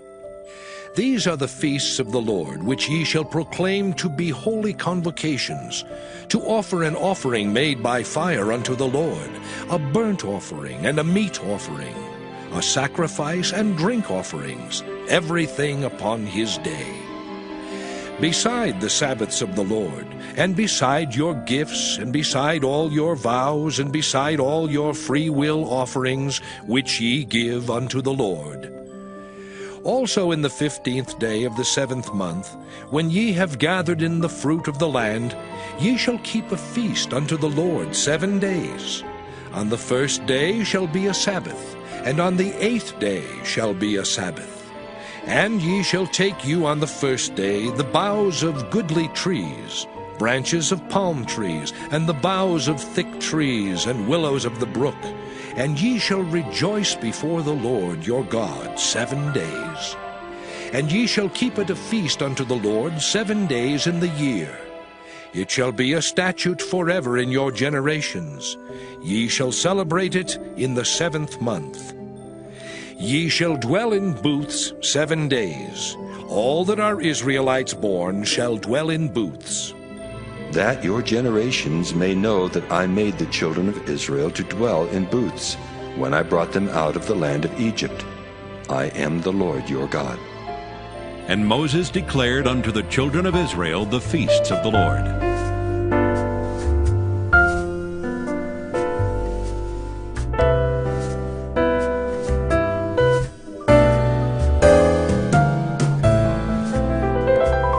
Leviticus chapter 24. And the Lord spake unto Moses, saying, Command the children of Israel that they bring unto thee pure oil olive beaten for the light, to cause the lamps to burn continually. Without the veil of the testimony, in the tabernacle of the congregation, shall Aaron order it from the evening unto the morning before the Lord continually. It shall be a statute forever in your generations. He shall order the lamps upon the pure candlestick before the Lord continually. And thou shalt take fine flour, and bake 12 cakes thereof. 2/10 deals shall be in 1 cake. And thou shalt set them in 2 rows, 6 on a row upon the pure table before the Lord. And thou shalt put pure frankincense upon each row, that it may be on the bread for a memorial, even an offering made by fire unto the Lord. Every Sabbath he shall set it in order before the Lord continually, being taken from the children of Israel by an everlasting covenant. And it shall be Aaron's and his sons, and they shall eat it in the holy place. For it is most holy unto him of the offerings of the Lord, made by fire by a perpetual statute. And the son of an Israelitish woman, whose father was an Egyptian, went out among the children of Israel. And this son of the Israelitish woman and a man of Israel strove together in the camp. And the Israelitish woman's son blasphemed the name of the Lord, and cursed. And they brought him unto Moses, and his mother's name was Shelomith, the daughter of Dibri, of the tribe of Dan. And they put him in ward, that the mind of the Lord might be showed them. And the Lord spake unto Moses, saying, Bring forth him that hath cursed without the camp, and let all that heard him lay their hands upon his head, and let all the congregation stone him. And thou shalt speak unto the children of Israel, saying, Whosoever curseth his God shall bear his sin. And he that blasphemeth the name of the Lord, he shall surely be put to death, and all the congregation shall certainly stone him. As well the stranger as he that is born in the land, when he blasphemeth the name of the Lord, shall be put to death. And he that killeth any man shall surely be put to death. And he that killeth the beast shall make it good, beast for beast. And if a man cause a blemish in his neighbor, as he hath done, so shall it be done to him. Breach for breach, eye for eye, tooth for tooth. As he hath caused a blemish in a man, so shall it be done to him again. And he that killeth the beast, he shall restore it. And he that killeth a man, he shall be put to death. Ye shall have one manner of law, as well for the stranger, as for one of your own country. For I am the Lord your God. And Moses spake to the children of Israel, that they should bring forth him that had cursed out of the camp, and stone him with stones. And the children of Israel did as the Lord commanded Moses.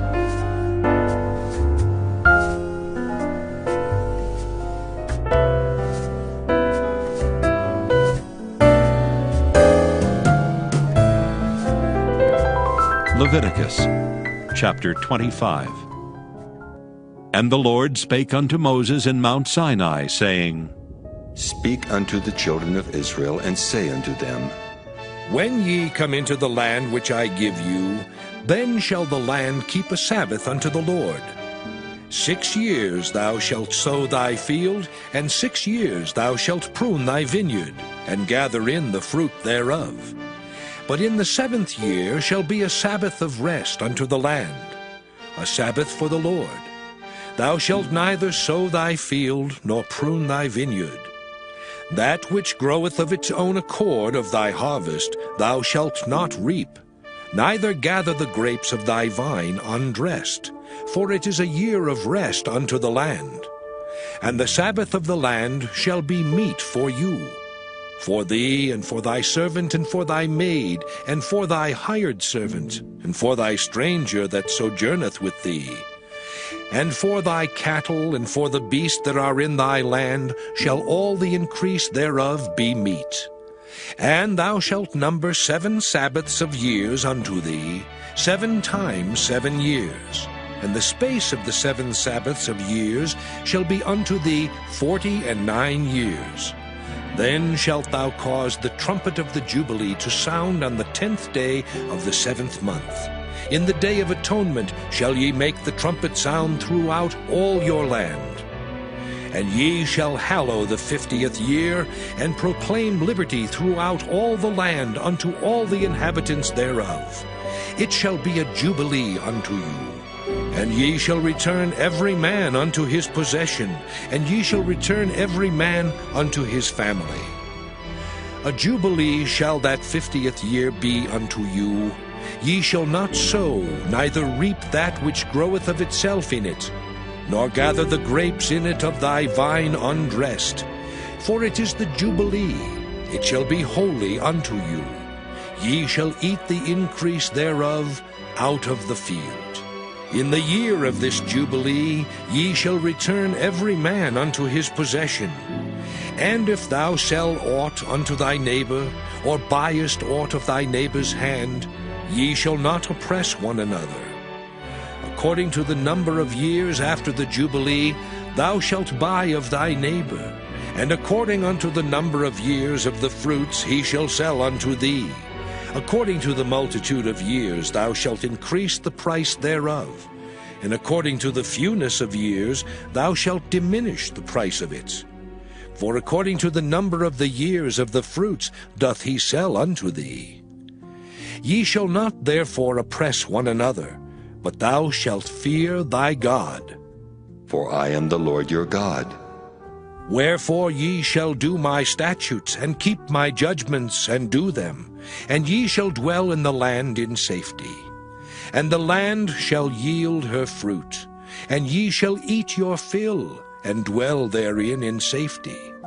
And if ye shall say, What shall we eat the 7th year? Behold, we shall not sow, nor gather in our increase.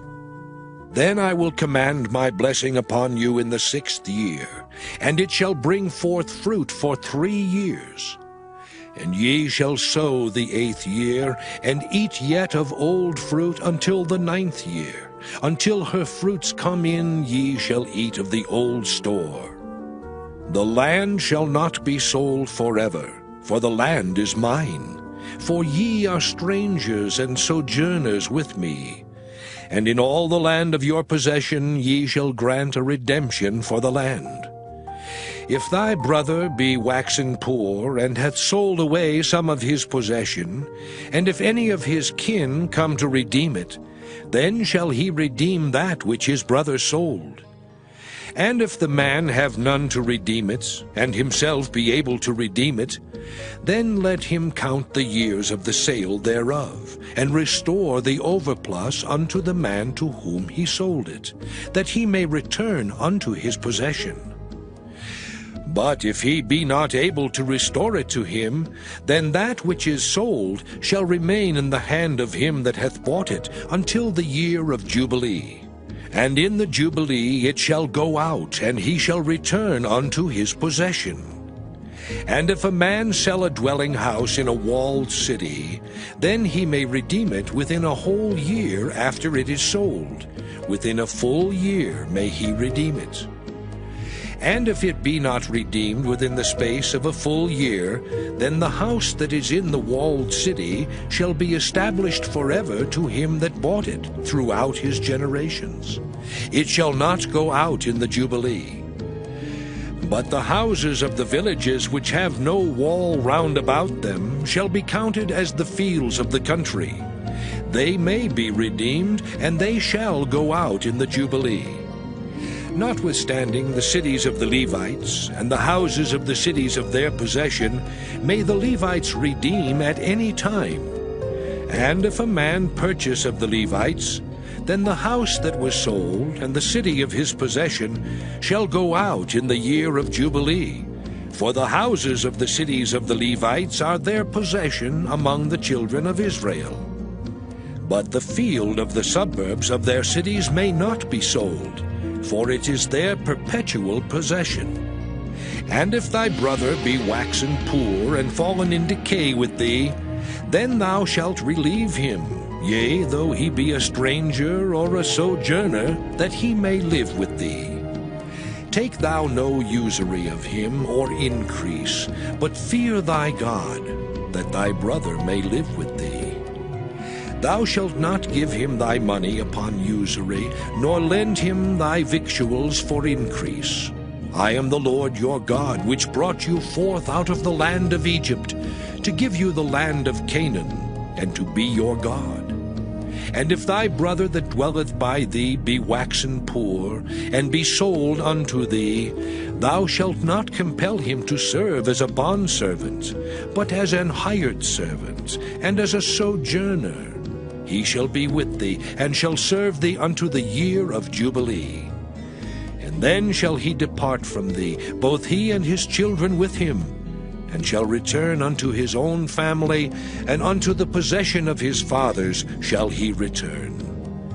For they are my servants, which I brought forth out of the land of Egypt. They shall not be sold as bondmen. Thou shalt not rule over him with rigor, but shalt fear thy God. Both thy bondmen and thy bondmaids, which thou shalt have, shall be of the heathen that are round about you. Of them shall ye buy bondmen and bondmaids. Moreover, of the children of the strangers that do sojourn among you, of them shall ye buy, and of their families that are with you, which they begat in your land, and they shall be your possession. And ye shall take them as an inheritance for your children after you, to inherit them for a possession. They shall be your bondmen forever. But over your brethren, the children of Israel, ye shall not rule one over another with rigor. And if a sojourner or stranger wax rich by thee, and thy brother that dwelleth by him wax poor, and sell himself unto the stranger or sojourner by thee, or to the stock of the stranger's family, after that he is sold, he may be redeemed again. One of his brethren may redeem him. Either his uncle or his uncle's son may redeem him, or any that is nigh of kin unto him of his family may redeem him, or if he be able, he may redeem himself. And he shall reckon with him that bought him from the year that he was sold to him unto the year of Jubilee. And the price of his sale shall be according unto the number of years. According to the time of an hired servant shall it be with him. If there be yet many years behind, according unto them he shall give again the price of his redemption out of the money that he was bought for. And if there remain but few years unto the year of Jubilee, then he shall count with him, and according unto his years shall he give him again the price of his redemption. And as a yearly hired servant shall he be with him, and the other shall not rule with rigor over him in thy sight. And if he be not redeemed in these years, then he shall go out in the year of Jubilee, both he and his children with him. For unto me the children of Israel are servants. They are my servants whom I brought forth out of the land of Egypt. I am the Lord your God.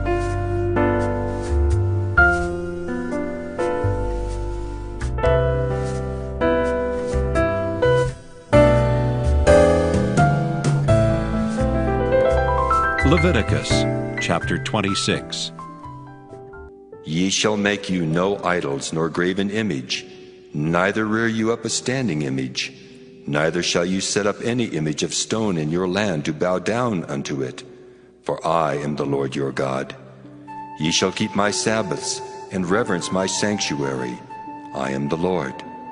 If you walk in my statutes and keep my commandments and do them, then I will give you rain in due season, and the land shall yield her increase, and the trees of the field shall yield their fruit. And your threshing shall reach unto the vintage, and the vintage shall reach unto the sowing time, and ye shall eat your bread to the full, and dwell in your land safely. And I will give peace in the land, and ye shall lie down, and none shall make you afraid. And I will rid evil beasts out of the land, neither shall the sword go through your land.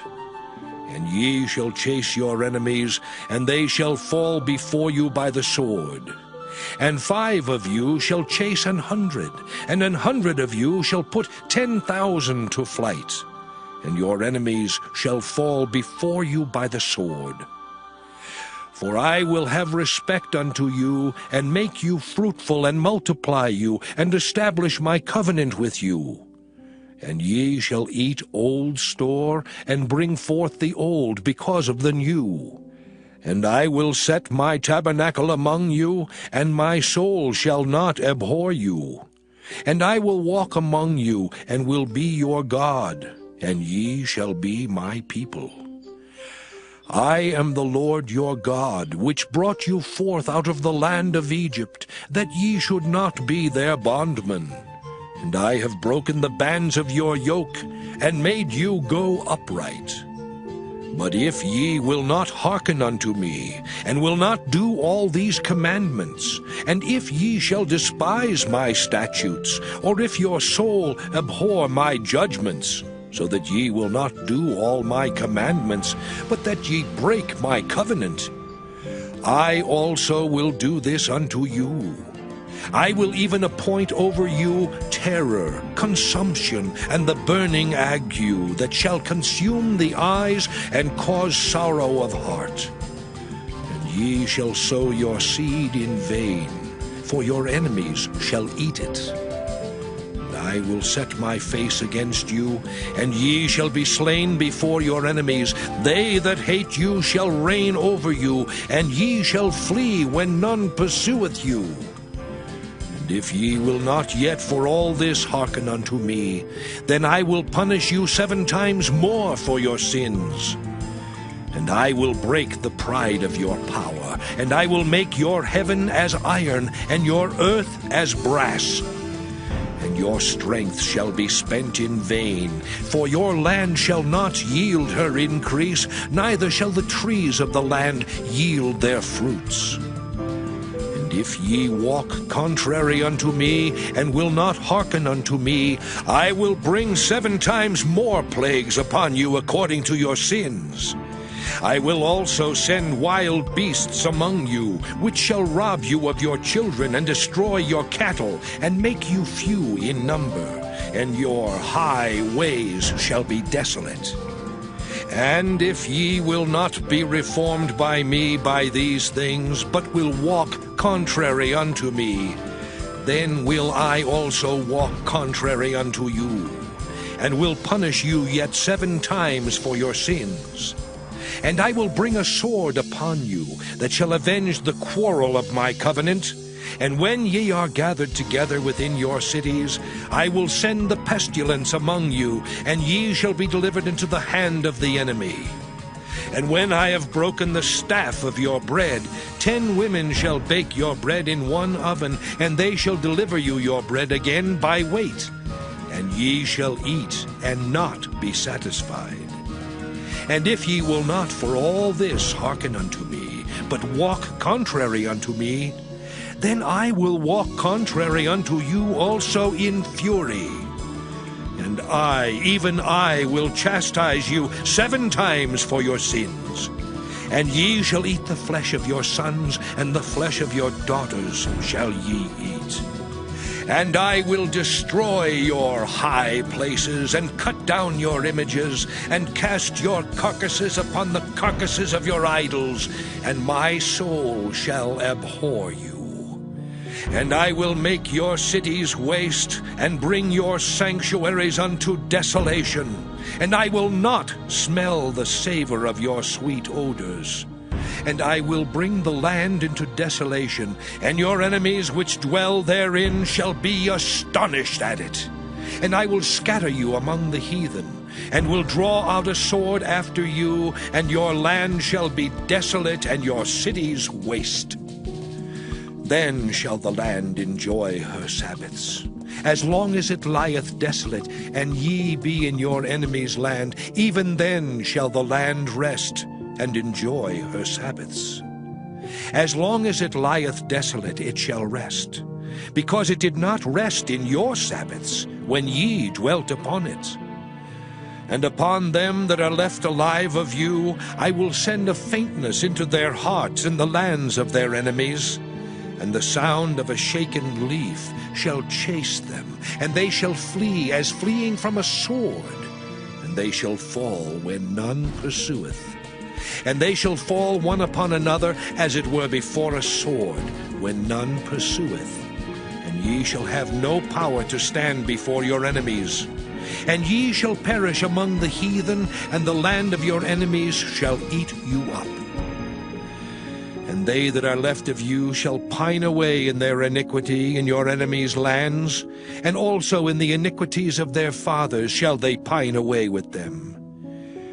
If they shall confess their iniquity, and the iniquity of their fathers, with their trespass which they trespassed against me, and that also they have walked contrary unto me, and that I also have walked contrary unto them, and have brought them into the land of their enemies, if then their uncircumcised hearts be humbled, and they then accept of the punishment of their iniquity, then will I remember my covenant with Jacob, and also my covenant with Isaac, and also my covenant with Abraham will I remember. And I will remember the land. The land also shall be left of them, and shall enjoy her Sabbaths, while she lieth desolate without them. And they shall accept of the punishment of their iniquity, even because they despised my judgments, and because their soul abhorred my statutes. And yet for all that, when they be in the land of their enemies, I will not cast them away, neither will I abhor them, to destroy them utterly, and to break my covenant with them. For I am the Lord their God. But I will for their sakes remember the covenant of their ancestors, whom I brought forth out of the land of Egypt in the sight of the heathen, that I might be their God. I am the Lord. These are the statutes and judgments and laws which the Lord made between him and the children of Israel in Mount Sinai by the hand of Moses.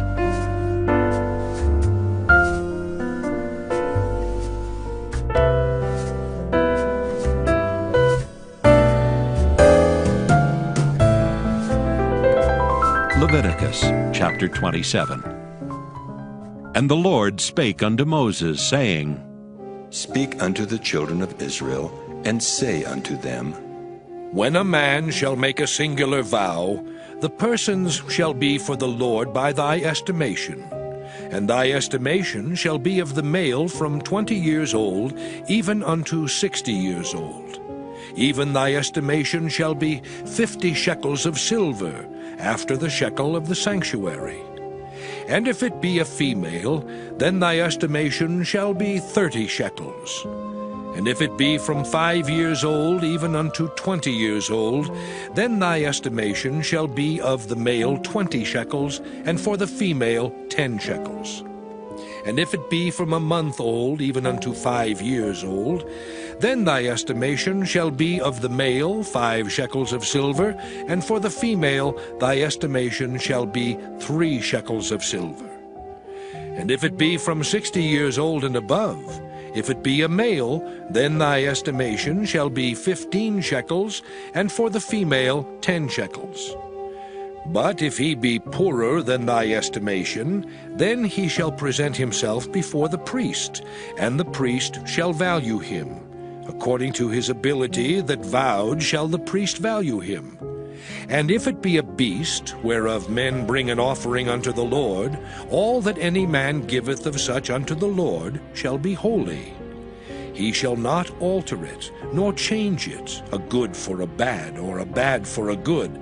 And if he shall at all change beast for beast, then it and the exchange thereof shall be holy. And if it be any unclean beast, of which they do not offer a sacrifice unto the Lord, then he shall present the beast before the priest. And the priest shall value it, whether it be good or bad. As thou valuest it who art the priest, so shall it be. But if he will at all redeem it, then he shall add a fifth part thereof unto thy estimation.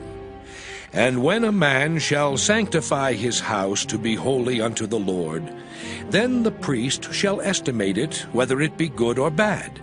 As the priest shall estimate it, so shall it stand.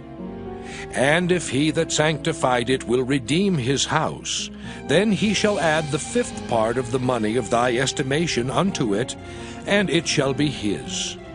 And if a man shall sanctify unto the Lord some part of a field of his possession, then thy estimation shall be according to the seed thereof. An homer of barley seed shall be valued at 50 shekels of silver. If he sanctify his field from the year of Jubilee, according to thy estimation, it shall stand. But if he sanctify his field after the Jubilee, then the priest shall reckon unto him the money according to the years that remain, even unto the year of the Jubilee, and it shall be abated from thy estimation. And if he that sanctified the field will in any wise redeem it, then he shall add the fifth part of the money of thy estimation unto it, and it shall be assured to him. And if he will not redeem the field, or if he have sold the field to another man, it shall not be redeemed any more. But the field, when it goeth out in the Jubilee, shall be holy unto the Lord, as a field devoted. The possession thereof shall be the priest's. And if a man sanctify unto the Lord a field which he hath bought, which is not of the fields of his possession, then the priest shall reckon unto him the worth of thy estimation, even unto the year of the Jubilee. And he shall give thine estimation in that day as a holy thing unto the Lord. In the year of the Jubilee the field shall return unto him of whom it was bought, even to him to whom the possession of the land did belong. And all thy estimations shall be according to the shekel of the sanctuary. 20 gerahs shall be the shekel. Only the firstling of the beasts, which should be the Lord's firstling, no man shall sanctify it, whether it be ox or sheep, it is the Lord's.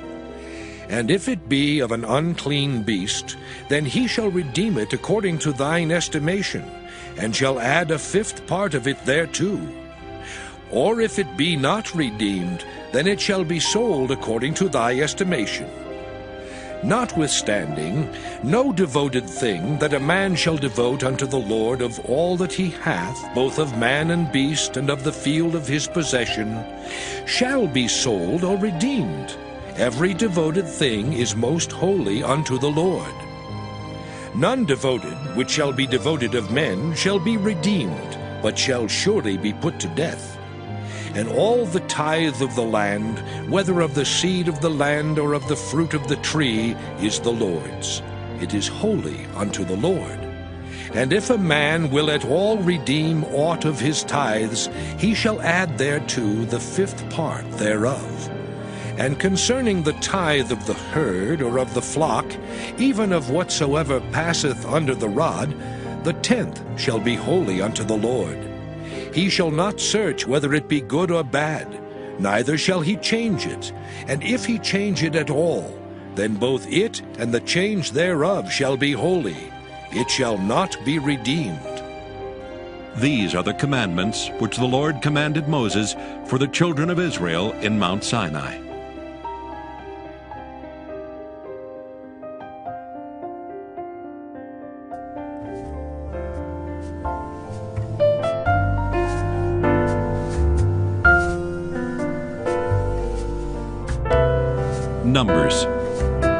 Numbers chapter 1. And And the Lord spake unto Moses in the wilderness of Sinai, in the tabernacle of the congregation, on the first day of the 2nd month, in the 2nd year after they were come out of the land of Egypt, saying, Take ye the sum of all the congregation of the children of Israel after their families, by the house of their fathers with the number of their names, every male by their polls, from 20 years old and upward, all that are able to go forth to war in Israel. Thou and Aaron shall number them by their armies. And with you there shall be a man of every tribe, every one head of the house of his fathers. And these are the names of the men that shall stand with you. Of the tribe of Reuben, Elizur the son of Shedeur. Of Simeon, Shelumiel the son of Zurishaddai. Of Judah, Nahshon the son of Amminadab. Of Issachar, Nathaniel the son of Zuar. Of Zebulun, Eliab the son of Helon. Of the children of Joseph, of Ephraim, Elishama the son of Ammihud. Of Manasseh, Gamaliel the son of Pedazur. Of Benjamin, Abidan the son of Gideoni. Of Dan, Ahiezer the son of Ammishaddai. Of Asher, Pagiel the son of Ochran. Of Gad, Eliasaph the son of Duel. Of Naphtali, Ahira the son of Enan. These were the renowned of the congregation, princes of the tribes of their fathers, heads of thousands in Israel. And Moses and Aaron took these men which are expressed by their names, and they assembled all the congregation together on the first day of the 2nd month, and they declared their pedigree after their families, by the house of their fathers, according to the number of the names, from 20 years old and upward by their polls. As the Lord commanded Moses, so he numbered them in the wilderness of Sinai. And the children of Reuben, Israel's eldest son, by their generations, after their families, by the house of their fathers, according to the number of the names, by their polls, every male from 20 years old and upward, all that were able to go forth to war. Those that were numbered of them, even of the tribe of Reuben, were 46,500. Of the children of Simeon, by their generations, after their families, by the house of their fathers, those that were numbered of them, according to the number of the names, by their polls, every male from 20 years old and upward, all that were able to go forth to war. Those that were numbered of them, even of the tribe of Simeon, were 59,300. Of the children of Gad, by their generations, after their families, by the house of their fathers, according to the number of the names, from 20 years old and upward, all that were able to go forth to war. Those that were numbered of them, even of the tribe of Gad, were 45,650.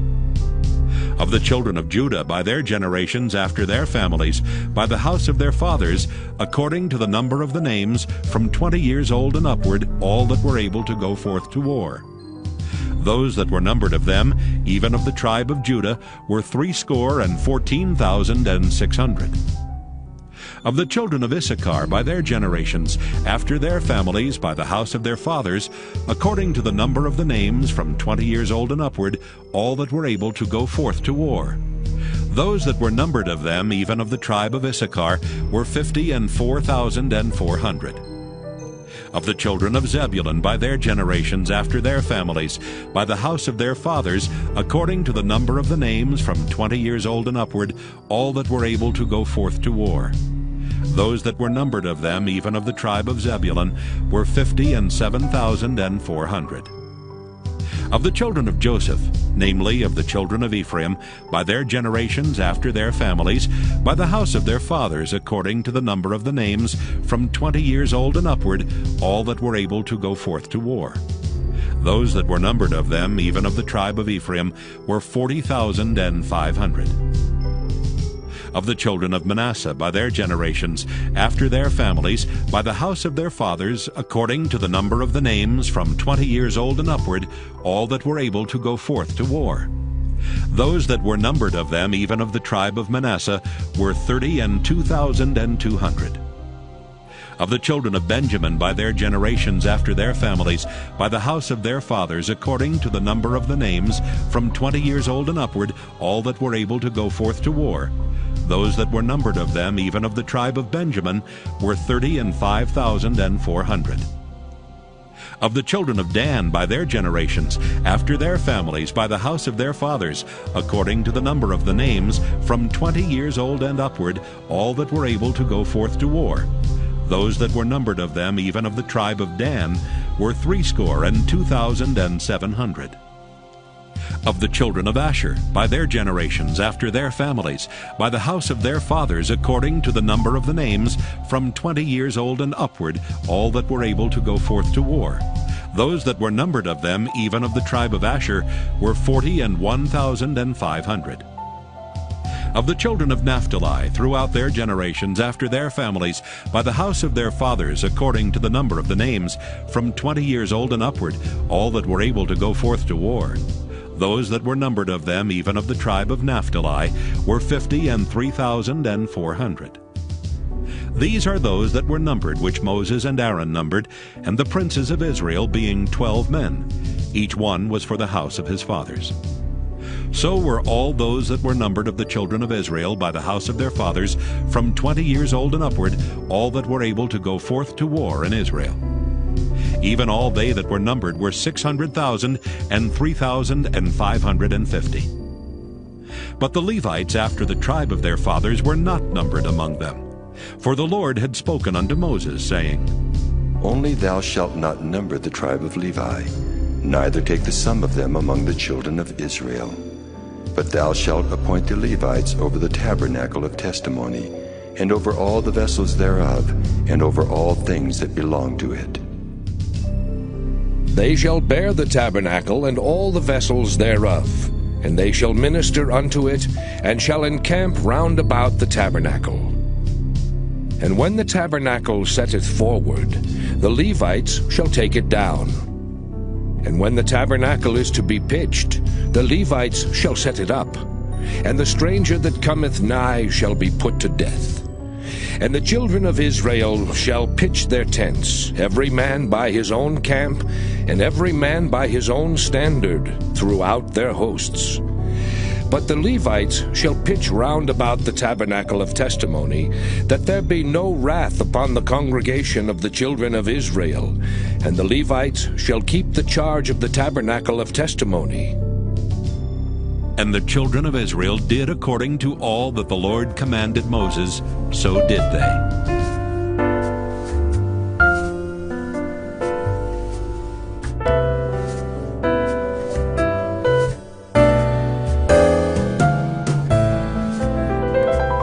Numbers chapter 2.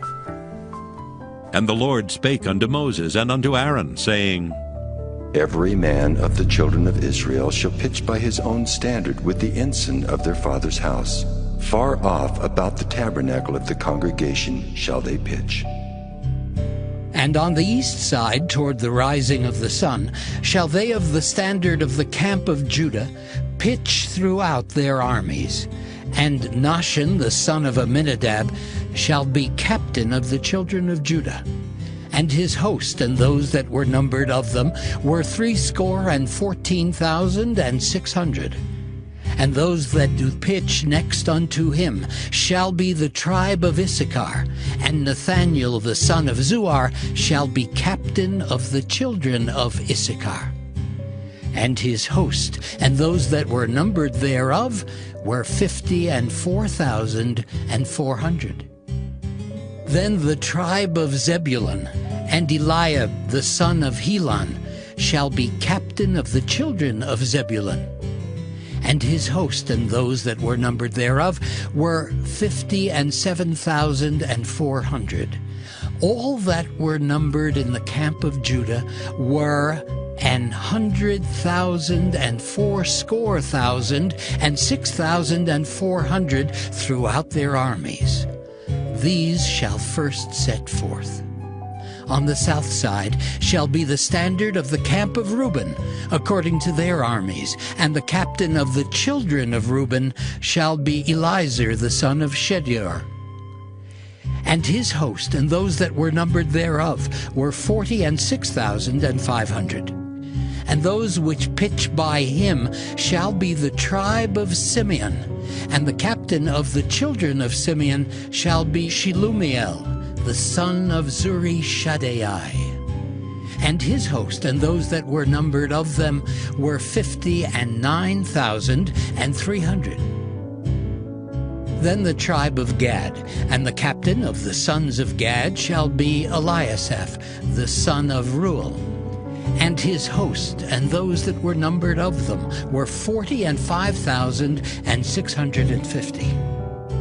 All that were numbered in the camp of Reuben were 100,050 and 1,450 throughout their armies, and they shall set forth in the second rank.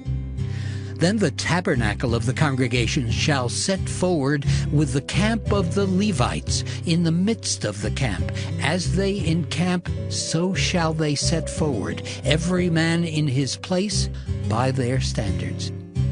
On the west side shall be the standard of the camp of Ephraim, according to their armies. And the captain of the sons of Ephraim shall be Elishama, the son of Ammihud. And his host and those that were numbered of them were 40,500. And by him shall be the tribe of Manasseh, and the captain of the children of Manasseh shall be Gamaliel, the son of Pedazur. And his host and those that were numbered of them were 32,200. Then the tribe of Benjamin, and the captain of the sons of Benjamin shall be Abidan, the son of Gideoni. And his host and those that were numbered of them were 35,400. All that were numbered of the camp of Ephraim were 100,000 and 8,000 and 100 throughout their armies, and they shall go forward in the third rank. The standard of the camp of Dan shall be on the north side by their armies, and the captain of the children of Dan shall be Ahiezer, the son of Ammishaddai. And his host and those that were numbered of them were 62,700. And those that encamp by him shall be the tribe of Asher, and the captain of the children of Asher shall be Pagiel, the son of Okran. And his host and those that were numbered of them were 41,500. Then the tribe of Naphtali, and the captain of the children of Naphtali shall be Ahira, the son of Enan. And his host and those that were numbered of them were 53,400. All they that were numbered in the camp of Dan were 100,050 and 7,600. They shall go hindmost with their standards. These are those which were numbered of the children of Israel by the house of their fathers. All those that were numbered of the camps throughout their hosts were 600,000 and 3,550. But the Levites were not numbered among the children of Israel, as the Lord commanded Moses. And the children of Israel did according to all that the Lord commanded Moses. So they pitched by their standards, and so they set forward every one after their families, according to the house of their fathers.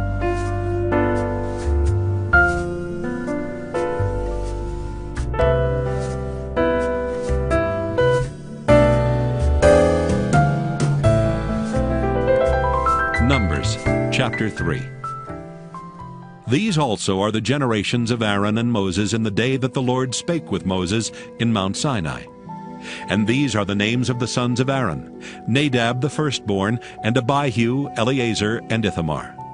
These are the names of the sons of Aaron, the priests which were anointed, whom he consecrated to minister in the priest's office.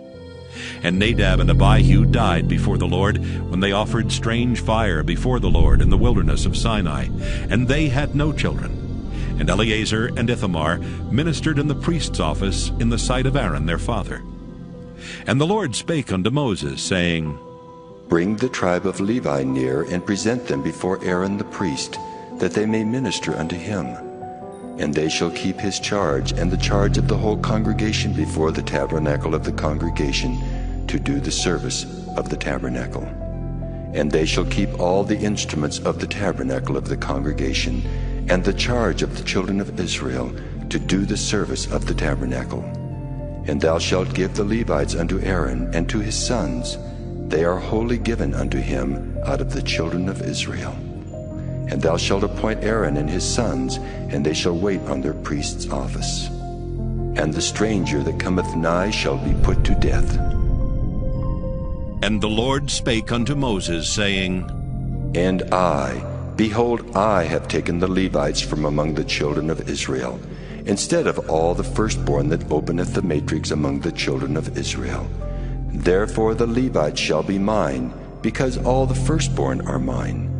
For on the day that I smote all the firstborn in the land of Egypt, I hallowed unto me all the firstborn in Israel, both man and beast. Mine shall they be. I am the Lord. And the Lord spake unto Moses in the wilderness of Sinai, saying, Number the children of Levi after the house of their fathers by their families. Every male from a month old and upward shalt thou number them. And Moses numbered them according to the word of the Lord, as he was commanded. And these were the sons of Levi by their names, Gershon and Kohath and Merari. And these are the names of the sons of Gershon by their families, Libni and Shimei. And the sons of Kohath by their families, Amram and Izahar, Hebron and Uzziel. And the sons of Merari by their families, Malai and Mushai. These are the families of the Levites according to the house of their fathers. Of Gershon was the family of the Libnites and the family of the Shimites. These are the families of the Gershonites. Those that were numbered of them according to the number of all the males, from a month old and upward, even those that were numbered of them were 7,500.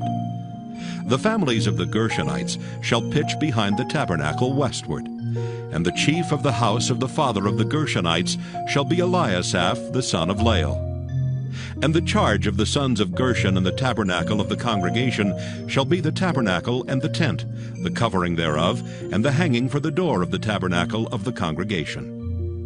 And the hangings of the court, and the curtain for the door of the court, which is by the tabernacle, and by the altar round about, and the cords of it for all the service thereof. And of Kohath was the family of the Amramites, and the family of the Izaharites, and the family of the Hebronites, and the family of the Uzzielites. These are the families of the Kohathites. In the number of all the males from a month old and upward were 8,600, keeping the charge of the sanctuary. The families of the sons of Kohath shall pitch on the side of the tabernacle southward. And the chief of the house of the father of the families of the Kohathites shall be Elizaphan the son of Uzziel. And their charge shall be the ark, and the table, and the candlestick, and the altars, and the vessels of the sanctuary wherewith they minister, and the hanging, and all the service thereof. And Eleazar the son of Aaron the priest shall be chief over the chief of the Levites, and have the oversight of them that keep the charge of the sanctuary. Of Merari was the family of the Malites, and the family of the Mushites. These are the families of Merari. And those that were numbered of them according to the number of all the males, from a month old and upward, were 6,200. And the chief of the house of the father of the families of Merari was Zuriel the son of Abihail. These shall pitch on the side of the tabernacle northward. And under the custody and charge of the sons of Merari shall be the boards of the tabernacle, and the bars thereof, and the pillars thereof, and the sockets thereof, and all the vessels thereof, and all that serveth thereto, and the pillars of the court round about, and their sockets, and their pins, and their cords. But those that encamp before the tabernacle toward the east, even before the tabernacle of the congregation eastward, shall be Moses and Aaron and his sons, keeping the charge of the sanctuary for the charge of the children of Israel.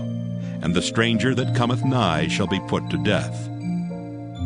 All that were numbered of the Levites, which Moses and Aaron numbered at the commandment of the Lord, throughout their families, all the males from a month old and upward, were 22,000.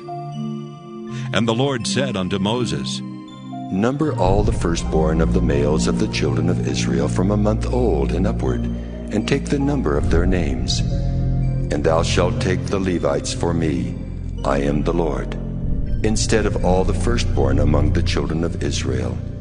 and the cattle of the Levites instead of all the firstlings among the cattle of the children of Israel. And Moses numbered, as the Lord commanded him, all the firstborn among the children of Israel.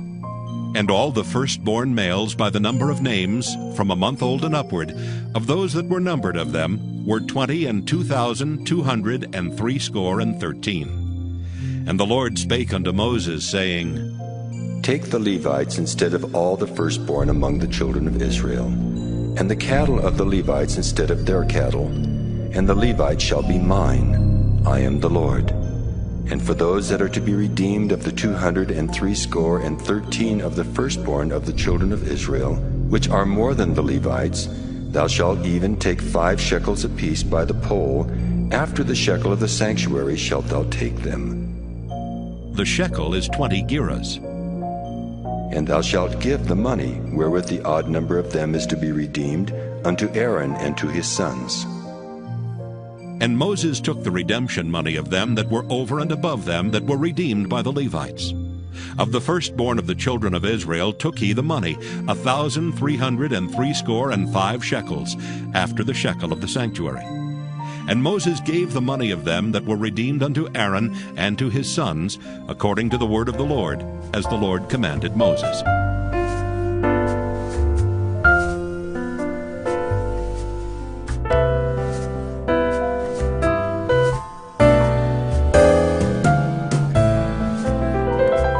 Numbers chapter 4. And the Lord spake unto Moses and unto Aaron, saying, Take the sum of the sons of Kohath from among the sons of Levi, after their families by the house of their fathers, from 30 years old and upward, even until 50 years old, all that enter into the host, to do the work in the tabernacle of the congregation. This shall be the service of the sons of Kohath in the tabernacle of the congregation, about the most holy things. And when the camp setteth forward, Aaron shall come and his sons, and they shall take down the covering veil, and cover the ark of testimony with it. And shall put thereon the covering of badger skins, and shall spread over it a cloth wholly of blue, and shall put in the staves thereof. And upon the table of showbread they shall spread a cloth of blue, and put thereon the dishes, and the spoons, and the bowls, and covers to cover withal, and the continual bread shall be thereon. And they shall spread upon them a cloth of scarlet, and cover the same with a covering of badger skins, and shall put in the staves thereof. And they shall take a cloth of blue, and cover the candlestick of the light, and his lamps, and his tongues, and his snuff dishes, and all the oil vessels thereof, wherewith they minister unto it. And they shall put it and all the vessels thereof within a covering of badger skins, and shall put it upon a bar. And upon the golden altar they shall spread a cloth of blue, and cover it with a covering of badger skins, and shall put to the staves thereof. And they shall take all the instruments of ministry, wherewith they minister in the sanctuary, and put them in a cloth of blue, and cover them with a covering of badger skins, and shall put them on a bar. And they shall take away the ashes from the altar, and spread a purple cloth thereon.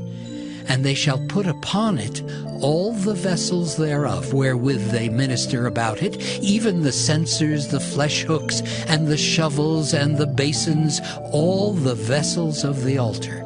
And they shall spread upon it a covering of badger skins, and put to the staves of it.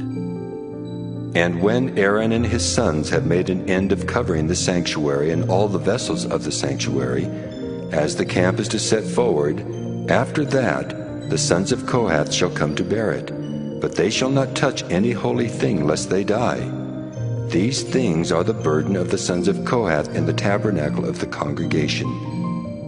And to the office of Eleazar the son of Aaron the priest pertaineth the oil for the light, and the sweet incense, and the daily meat offering, and the anointing oil, and the oversight of all the tabernacle, and of all that therein is, in the sanctuary and in the vessels thereof. And the Lord spake unto Moses and unto Aaron, saying, Cut ye not off the tribe of the families of the Kohathites from among the Levites, but thus do unto them that they may live and not die when they approach unto the most holy things. Aaron and his sons shall go in, and appoint them every one to his service and to his burden. But they shall not go in to see when the holy things are covered, lest they die.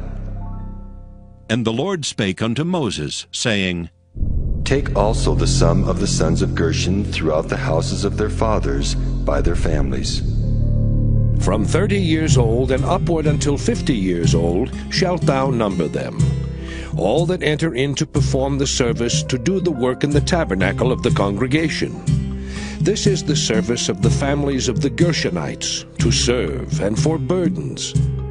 And they shall bear the curtains of the tabernacle, and the tabernacle of the congregation his covering, and the covering of the badger's skins that is above upon it, and the hanging for the door of the tabernacle of the congregation, and the hangings of the court, and the hanging for the door of the gate of the court, which is by the tabernacle, and by the altar round about, and their cords, and all the instruments of their service, and all that is made for them, so shall they serve.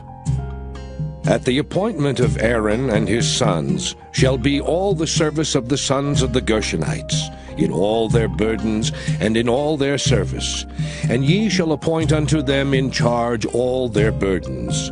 This is the service of the families of the sons of Gershon in the tabernacle of the congregation, and their charge shall be under the hand of Ithamar the son of Aaron the priest. As for the sons of Merari, thou shalt number them after their families by the house of their fathers. From 30 years old and upward even unto 50 years old shalt thou number them, every one that entereth into the service to do the work of the tabernacle of the congregation. And this is the charge of their burden, according to all their service in the tabernacle of the congregation.